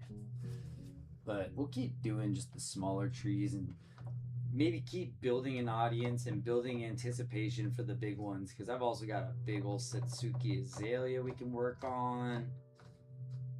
And then I've got air layers going on some maples out there and on my filbert. I've got some air layers that I've already removed from the yard, some invasive trees that are just kind of growing away. I've gone air layer crazy, because why not get more free trees from the ones that I already have? Okay, so this has made a nice paste here. This is gonna work amazing. There we go.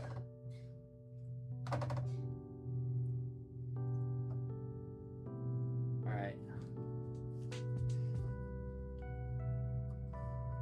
See how that nice paste is just like slathering on?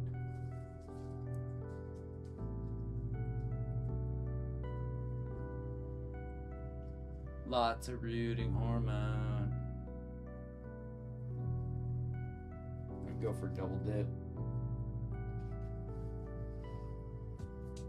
Oh, fresh dip is what it needs.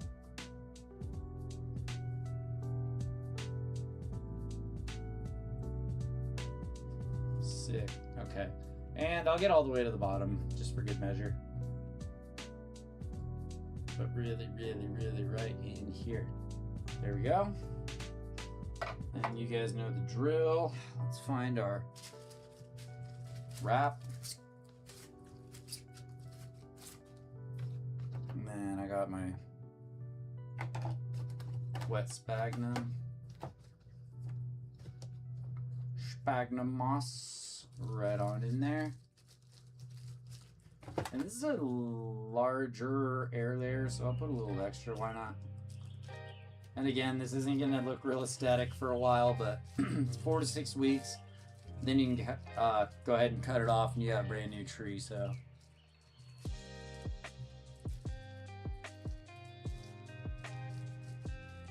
Okay, there we go.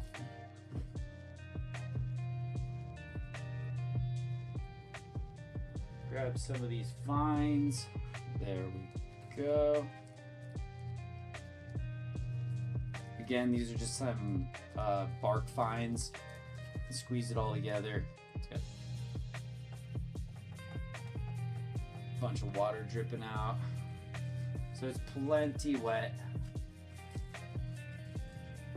Now it just comes down to a good tie and we'll be good to go. All right. Whoop. Well, a good wrap and tie.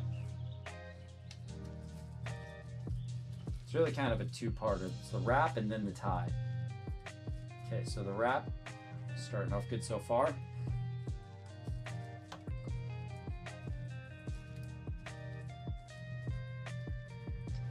Concentrate everything at the bottom of the cut in a cone so that it really bulges up towards the part where I want those roots to grow, just like that.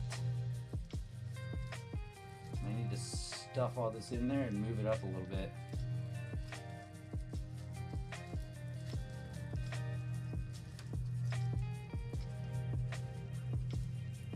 Okay. Okay, I got my bottom cone.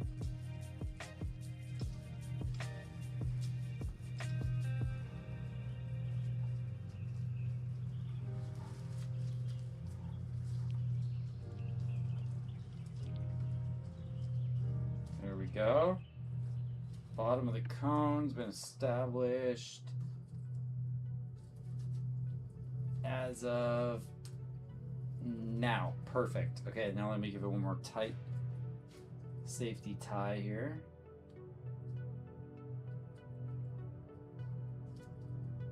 Okay. Now, like I said, packing that substrate and that moss. I'm even going to get a little bit more of this moss in because I got the room for it. Oops. A little piece of a stick in there I didn't want. Okay. I got extra room at the top of the cone, so fill it up. Pack it in. Pack it in, pack it in. Let me begin. All right.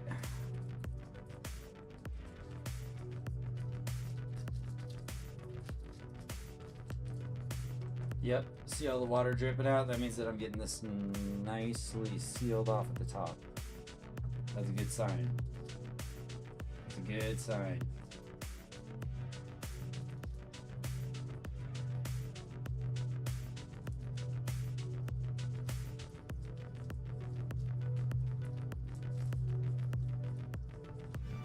Okay.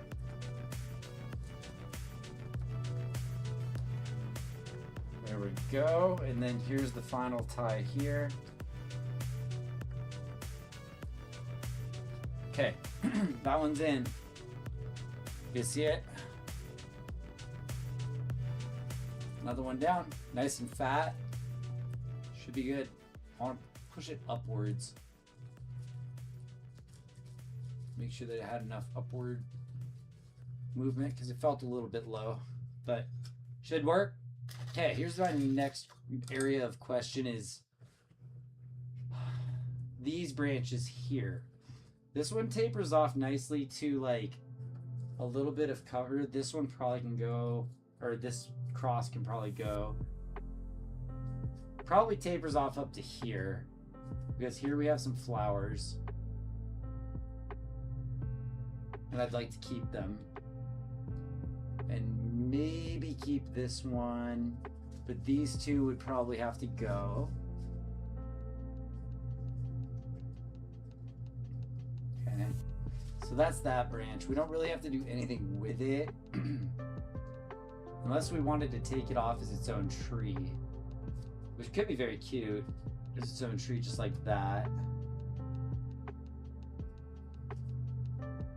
But this top part definitely needs to go. And then we're gonna gin this top. And then it's gonna spread out from there. Probably like this, and then cut the ones that are going in between.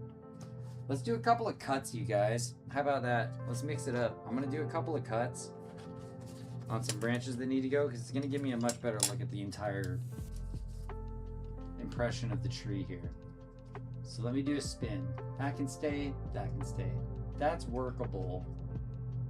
That can stay. That's cute because it has flowers, so I want to keep it.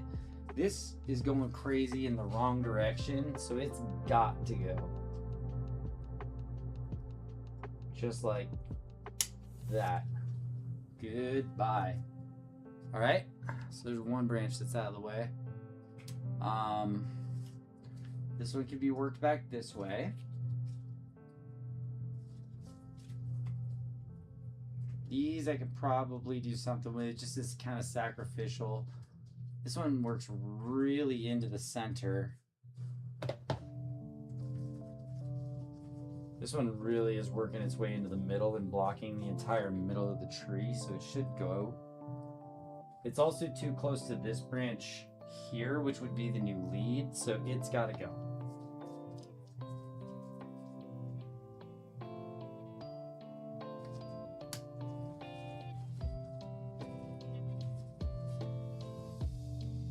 Go.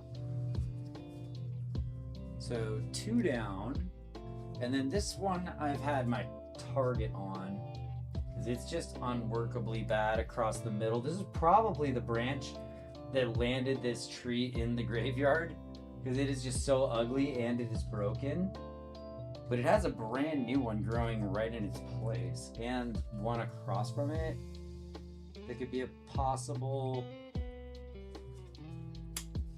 better branch, period. So 1, 2, 3 off.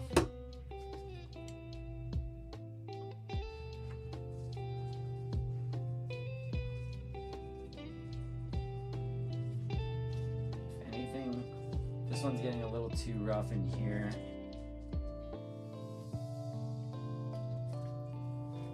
A little too much plumage. Don't need to worry about anything above that. This is going to be an interesting new canopy. Yeah. And I think that this is about as tall as it's going to go. So this actually seems like the perfect spot to take it off. It'll be just about the same height as the other. But this one has lots of flowers on top. So this will be a very nice one to have growing up here. And then this is just our new lead. Little baby one way up top. If it was to go all the way up to there. See if that ends up being the case or not. And this thing is so weird. I just want to figure out what to do with it. Like, could I put a big mossy cave behind it? On this side, maybe? I could put like a big mossy cave entrance like this. Where it goes down underground. I'm gonna leave it for now. That could be something cool to make like an interesting scene out of. And then this is all just practice for gin up here, really. You guys can't see this high. You want to do a piece of gin real fast?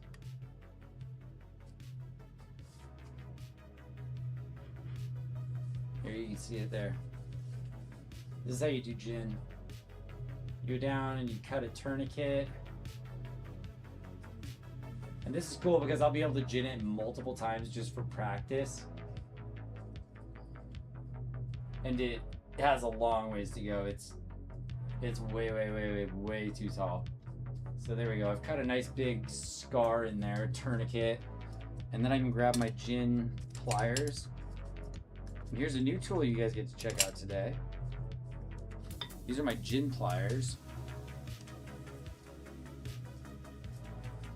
My grab and twisters.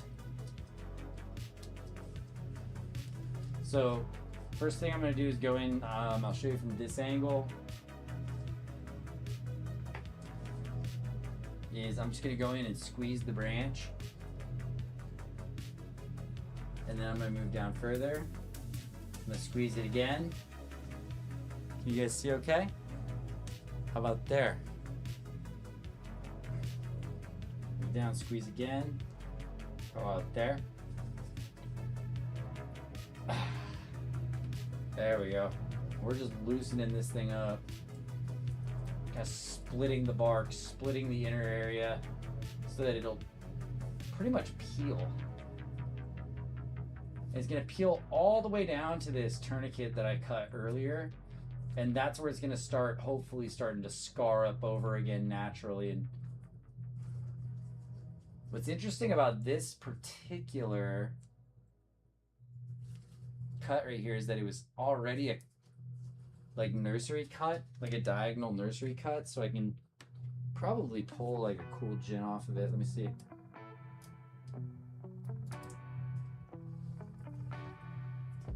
I was trying to reach on there and grab a bit and kind of twist it off. Okay, let's try it from the front. Let's go from here. Ready? That actually went just below the gin, but that's okay. Or from just below the tourniquet rather, but that's okay. So there's a bit of gin there.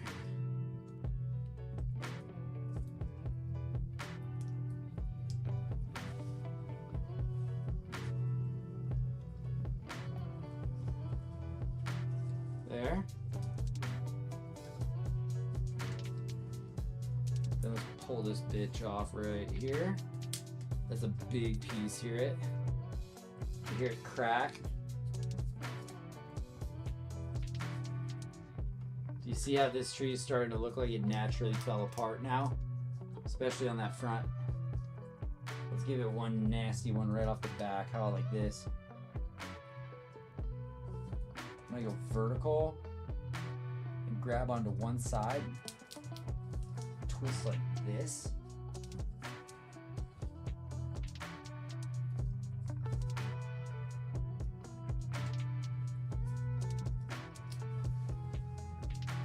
There we go. Ooh, a piece of that gin fell into my moss. I don't want that. There we go. Okay, so I see a bit that needs to come off here. There.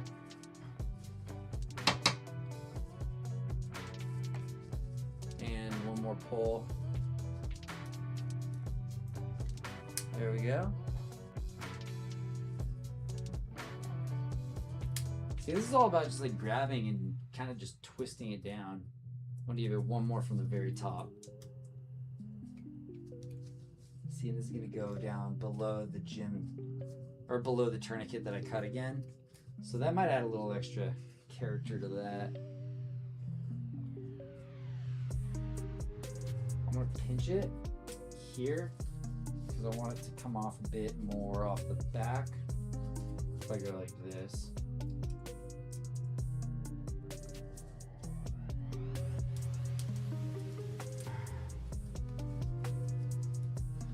Yeah, so the thing with this gin is that it got a little bit close to the tourniquet I was working on, so it's not my favorite gin I've ever done, but it'll do the job. Maybe I'll just try and slowly work it so that it looks a little sharper and more natural off the edge.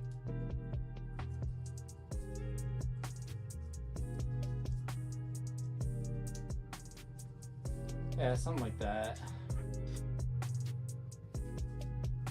Anyway, I'll have more chances to go after that, and you know, even now if I felt like it, I could just grip a bit more. There. Already looking better. Like I said, I didn't like how it turned out, so I get to just kind of break it. Now we're talking. Let me hit it off one this way. Nice. Now it looks much more like a natural break. But we can practice more on those type of things later. I think really I would want more exposure on the front like this. If this was outward facing side, a bit more like that. There. Nice roughed up look. Sharp. Don't fall on it. Don't poke your eye out. Don't poke your eye out, kid. Okay, so that puts us back to this decision right here to pull this branch and turn it into its own tree. So I can go significantly below.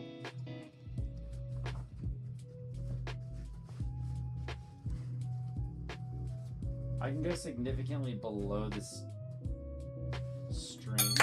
Oops, shot my razor.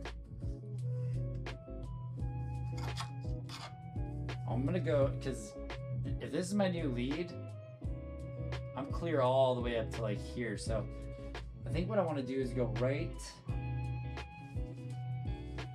from here to here. Actually, you know what? I want this area from here to here. Okay. Okay, guys, I'm doing my cut. Ready? Gotta watch out for this new lead's leaf. It's like right in my way. I'm doing the bottom cut first.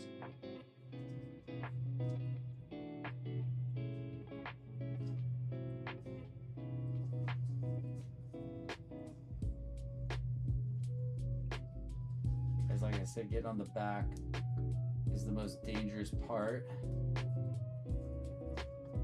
So I want to make sure I do it properly. There.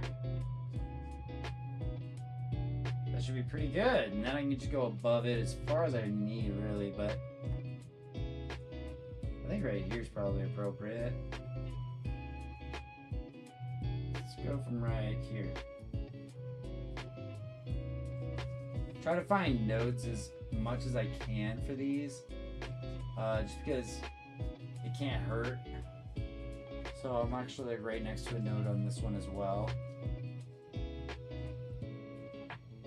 Kind of cutting through it almost. I think I'm supposed to be right below it, technically, but just including it, I think, in the cut is a good idea in general.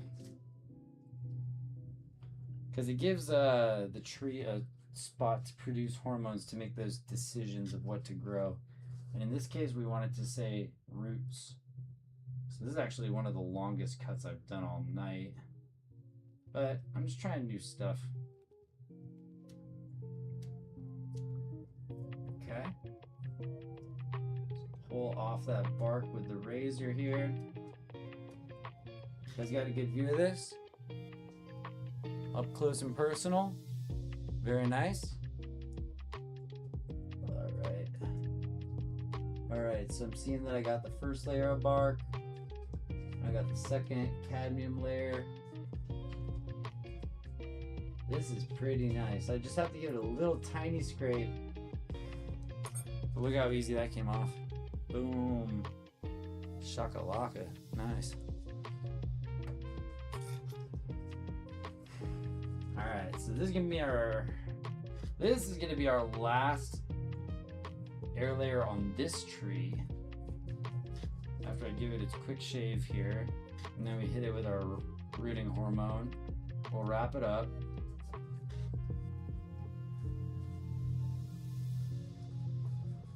And then there's a couple other projects that I have planned that I could do tonight. We'll have to kind of like file through them and see what's the best move. I want to keep the downtime in between projects as low as possible because I really hate having you guys have to wait in between things. But unfortunately, it just does take me a minute to get, you know, trees and different supplies indoors and outdoors all into my indoor studio here.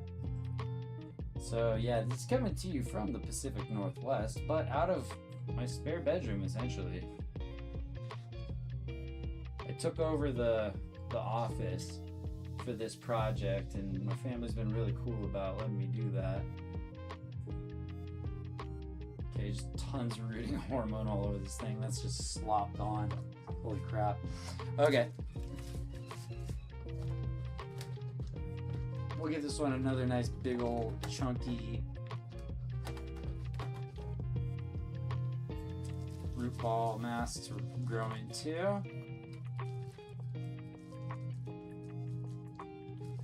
Going for 100%. I hope I get 100% this year on all of my air layers. There's only one that I'm really worried about right now.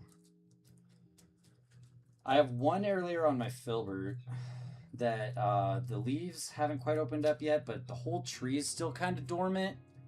The whole tree still hasn't really opened up completely yet, so I'm having patience, but I'll be really excited when I see some new growth on it, because I'll know that my air layers are taking and not essentially like killing the tree. Alright, so we got our nice sloppy bit here.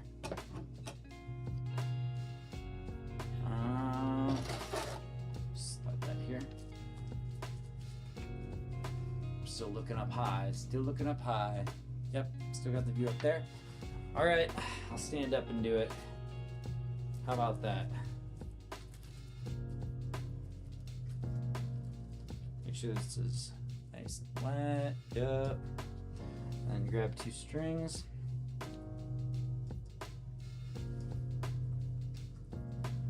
I'm hanging one of the strings from my mouth so I can grab it easily. Okay, so we'll go around the bottom. Sorry guys, I gotta turn it my way a bit.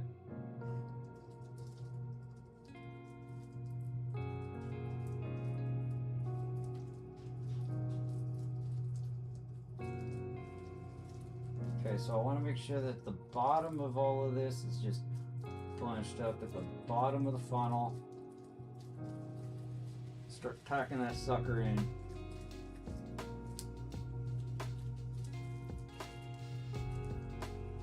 I got the bottom point where I don't want it coming out.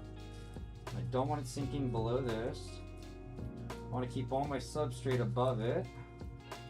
So let's give it one little loop ski. Yep. Okay.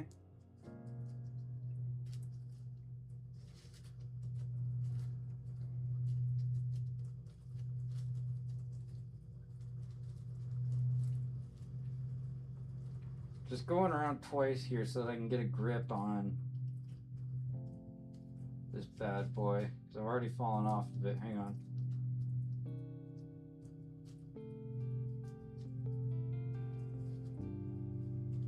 Okay, so I'm going to cross and go around again.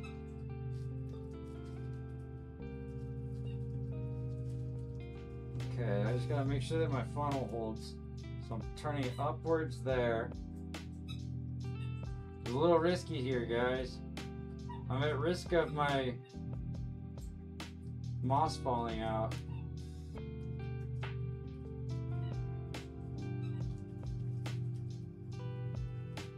It nearly happened.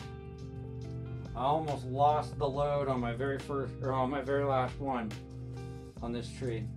All right, that was close. I think I was getting complacent. All right, I gotta pack all this in around the tree's root here, right around the cut. There we go. Okay, this is looking a lot better now.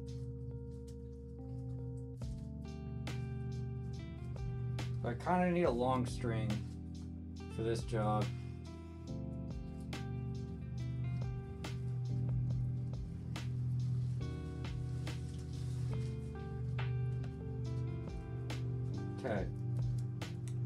one more tie down there at the bottom. I'm gonna just run it up the length of the bubble wrap and tie this one here just to keep it in place, because like I said, I was about to lose the entire load there. I put a lot of mulch into this one. It's gonna make a beautiful tree if it comes out. Alright, so let's make sure that this tree is centered right in the middle of this mulch ball, right where those roots are gonna start growing. And I'm pulling up the top of a plastic wrap. There we go. I'm gonna tuck it in a little bit, kind of like a pouch. And then the longest end, I'm just gonna like reach it around, just kind of give it a top. And then we'll tie it up.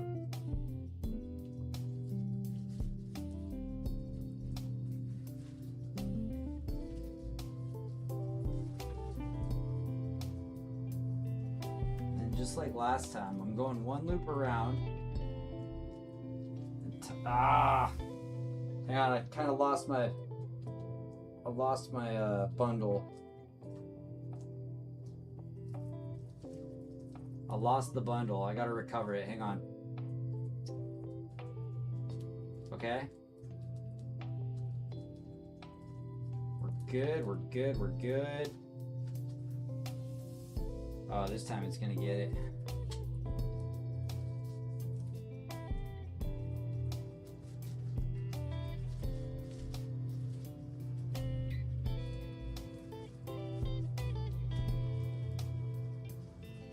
Okay, so I got a double loop all the way around, and I can tie it tight right here, it looks like. Oh boy, I hope this holds the whole thing. Alright, I'm just gonna have to tie it really tight right here because I think it's got the very tip of that plastic, and it's gonna hold it on there, but just barely. It's alright, we got the extra wraps. Secure those in the bubble wrap. And this bad boy should stay in place. Just squeeze it in the middle. Nice! And that one's just about perfect. So we've got a gin and 2 more cuts coming off of this thing in the near future. Where was that last ridiculous branch that needed to come off? Did I already get it? I think everything else has some redeeming value. Everything else in the tree has some redeeming value. There's another little tree growing out from underneath this tree at the very bottom. When I repot, I'll have to pull it out. All right. So there's the next tree done, guys. Slam. Slam bam.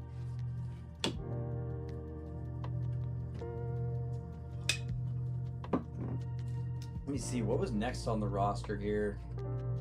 It is almost 8 o'clock, so I think that this might be it for tonight, guys. So let's just say thank you again to Brian TV. Thanks again for coming back, dude. Thank you again for your contribution to the channel. 5 gift subs is insane. That's 2 hype trains you've hit off for my channel now, and I can't tell you how much I appreciate that. That's so cool and that's so unique. Here, let's talk down here. There we go. That's so cool. That's so unique to me, you know, because that's not something I'm used to. So I really, really hope that those gifted subs go to good use. I'm all in on these bonsai streams, you guys. Like, it is spring, and there's a lot more to air layer. So I'll finish this stream off with a preview of our next target. Okay, and it's one that I've been extremely anxious to air layer, because it's a huge cut on a very old tree of mine, and it's going to completely change the shape. It's going to be a very massive change. I'll give you a sneak peek in just a moment. Brian TV, Tassadul, all of our new gift sub members. I love you guys. Thank you so much for all being here, hanging out with me while I'm working on trees, making sticks pretty, however you want to call it.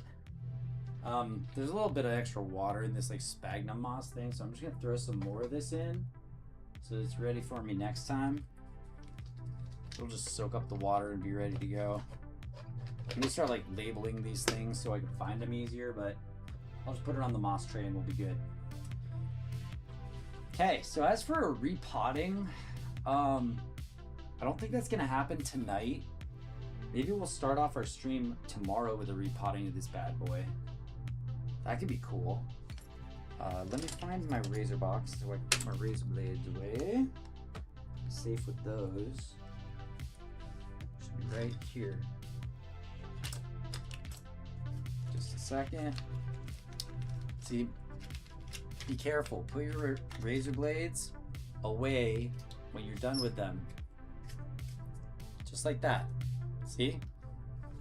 Follow safety protocols, everybody. Don't hurt yourself. Nobody wants to hurt yourselves doing this.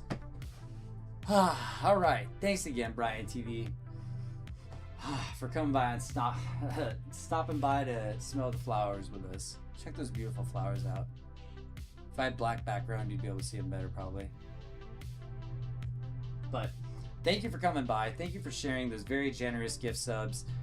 Thanks for hanging out, Tassadul. Thank you to everybody else in the community that keeps rolling by and hanging out with me every single time we come out and do this. Thank you guys, sincerely, thank you so much. This is something that I do for fun, and any support that comes in helps me buy new trees, it helps me afford supplies, it helps me work towards getting a workshop, hopefully in the next 12 months. I'm doing everything in my life that I can to get myself a workshop in 12 months so that we can be doing some real proper streams, you guys. Tons of room. But until then, we're going to keep trucking away and working on stuff like this. This tree's going to look really cool after we get those air layers off and we bring it down, and that will be the time after we take off those air layers to put it into a pot, and then we've got a couple of new sprigs and a brand new tree in a pot. So yeah, I guess tune in next time is the last thing that I've got to say. And here you go. Here's your special sneak preview of the 10 viewer tree that we're going to be air layering. If we do somehow make it up to 10 viewers, guys, I'll share a project that is literally like one of those once in a lifetime cuts. Like these type of cuts, these are kind of standard. You can almost do these every season. But then there's a certain type of cut that you can only do once every like few years, okay? And that's the one that's coming up on this next tree here.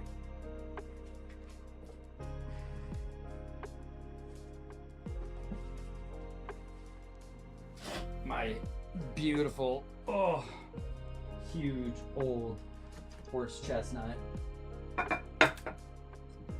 So guys, here's the thing with this tree. It needs to be brought back down. It needs to look like this. It needs to go up and across just like this. This is all I need on the tree, guys. Right there. That means that this and this and this whole branch needs to go. And this air layer is going to be done right here. It's wild. It's risky. I don't know if it'll take. I don't know if it'll have enough room. We'll have to almost bend the branches away from each other to even make it work. Or I could go just above right here and leave some room for Jin, which would look very cool too. So maybe I'll go up to right here. That's a little bit of a less risky cut, and it'll have a much better fitting air layer. So stick around, because tomorrow morning, this could be the first project that we work on. Or I guess next stream, this could be the very first project that we work on. So stick around, guys. Thank you to our new viewers and our new subs from the gift subs that Brian TV dropped. Thank you guys all so much for being here today. let's get out of here. Let's go say hi to Arvo and Jay, and then yeah, that'll be the night. Boom. Oh yeah, I've got dog cam up. Sorry guys, so I can't say goodbye to you face to face, but we'll see you on the next one, and we'll go ahead and send our raid over to Arvo just to say hello. Raid channel. Oh, he's logging off right now. He just logged off. Oh, okay. Well, that's fine then. We'll do the same. I guess it's time. So, good night, everybody. Thank you so much for being here, and I will catch you on the next one. Thanks again to Tassadul and Brian TV for all the support today. See you guys next time. Love y'all. Bye. Take care of yourselves, please. Give yourself some love.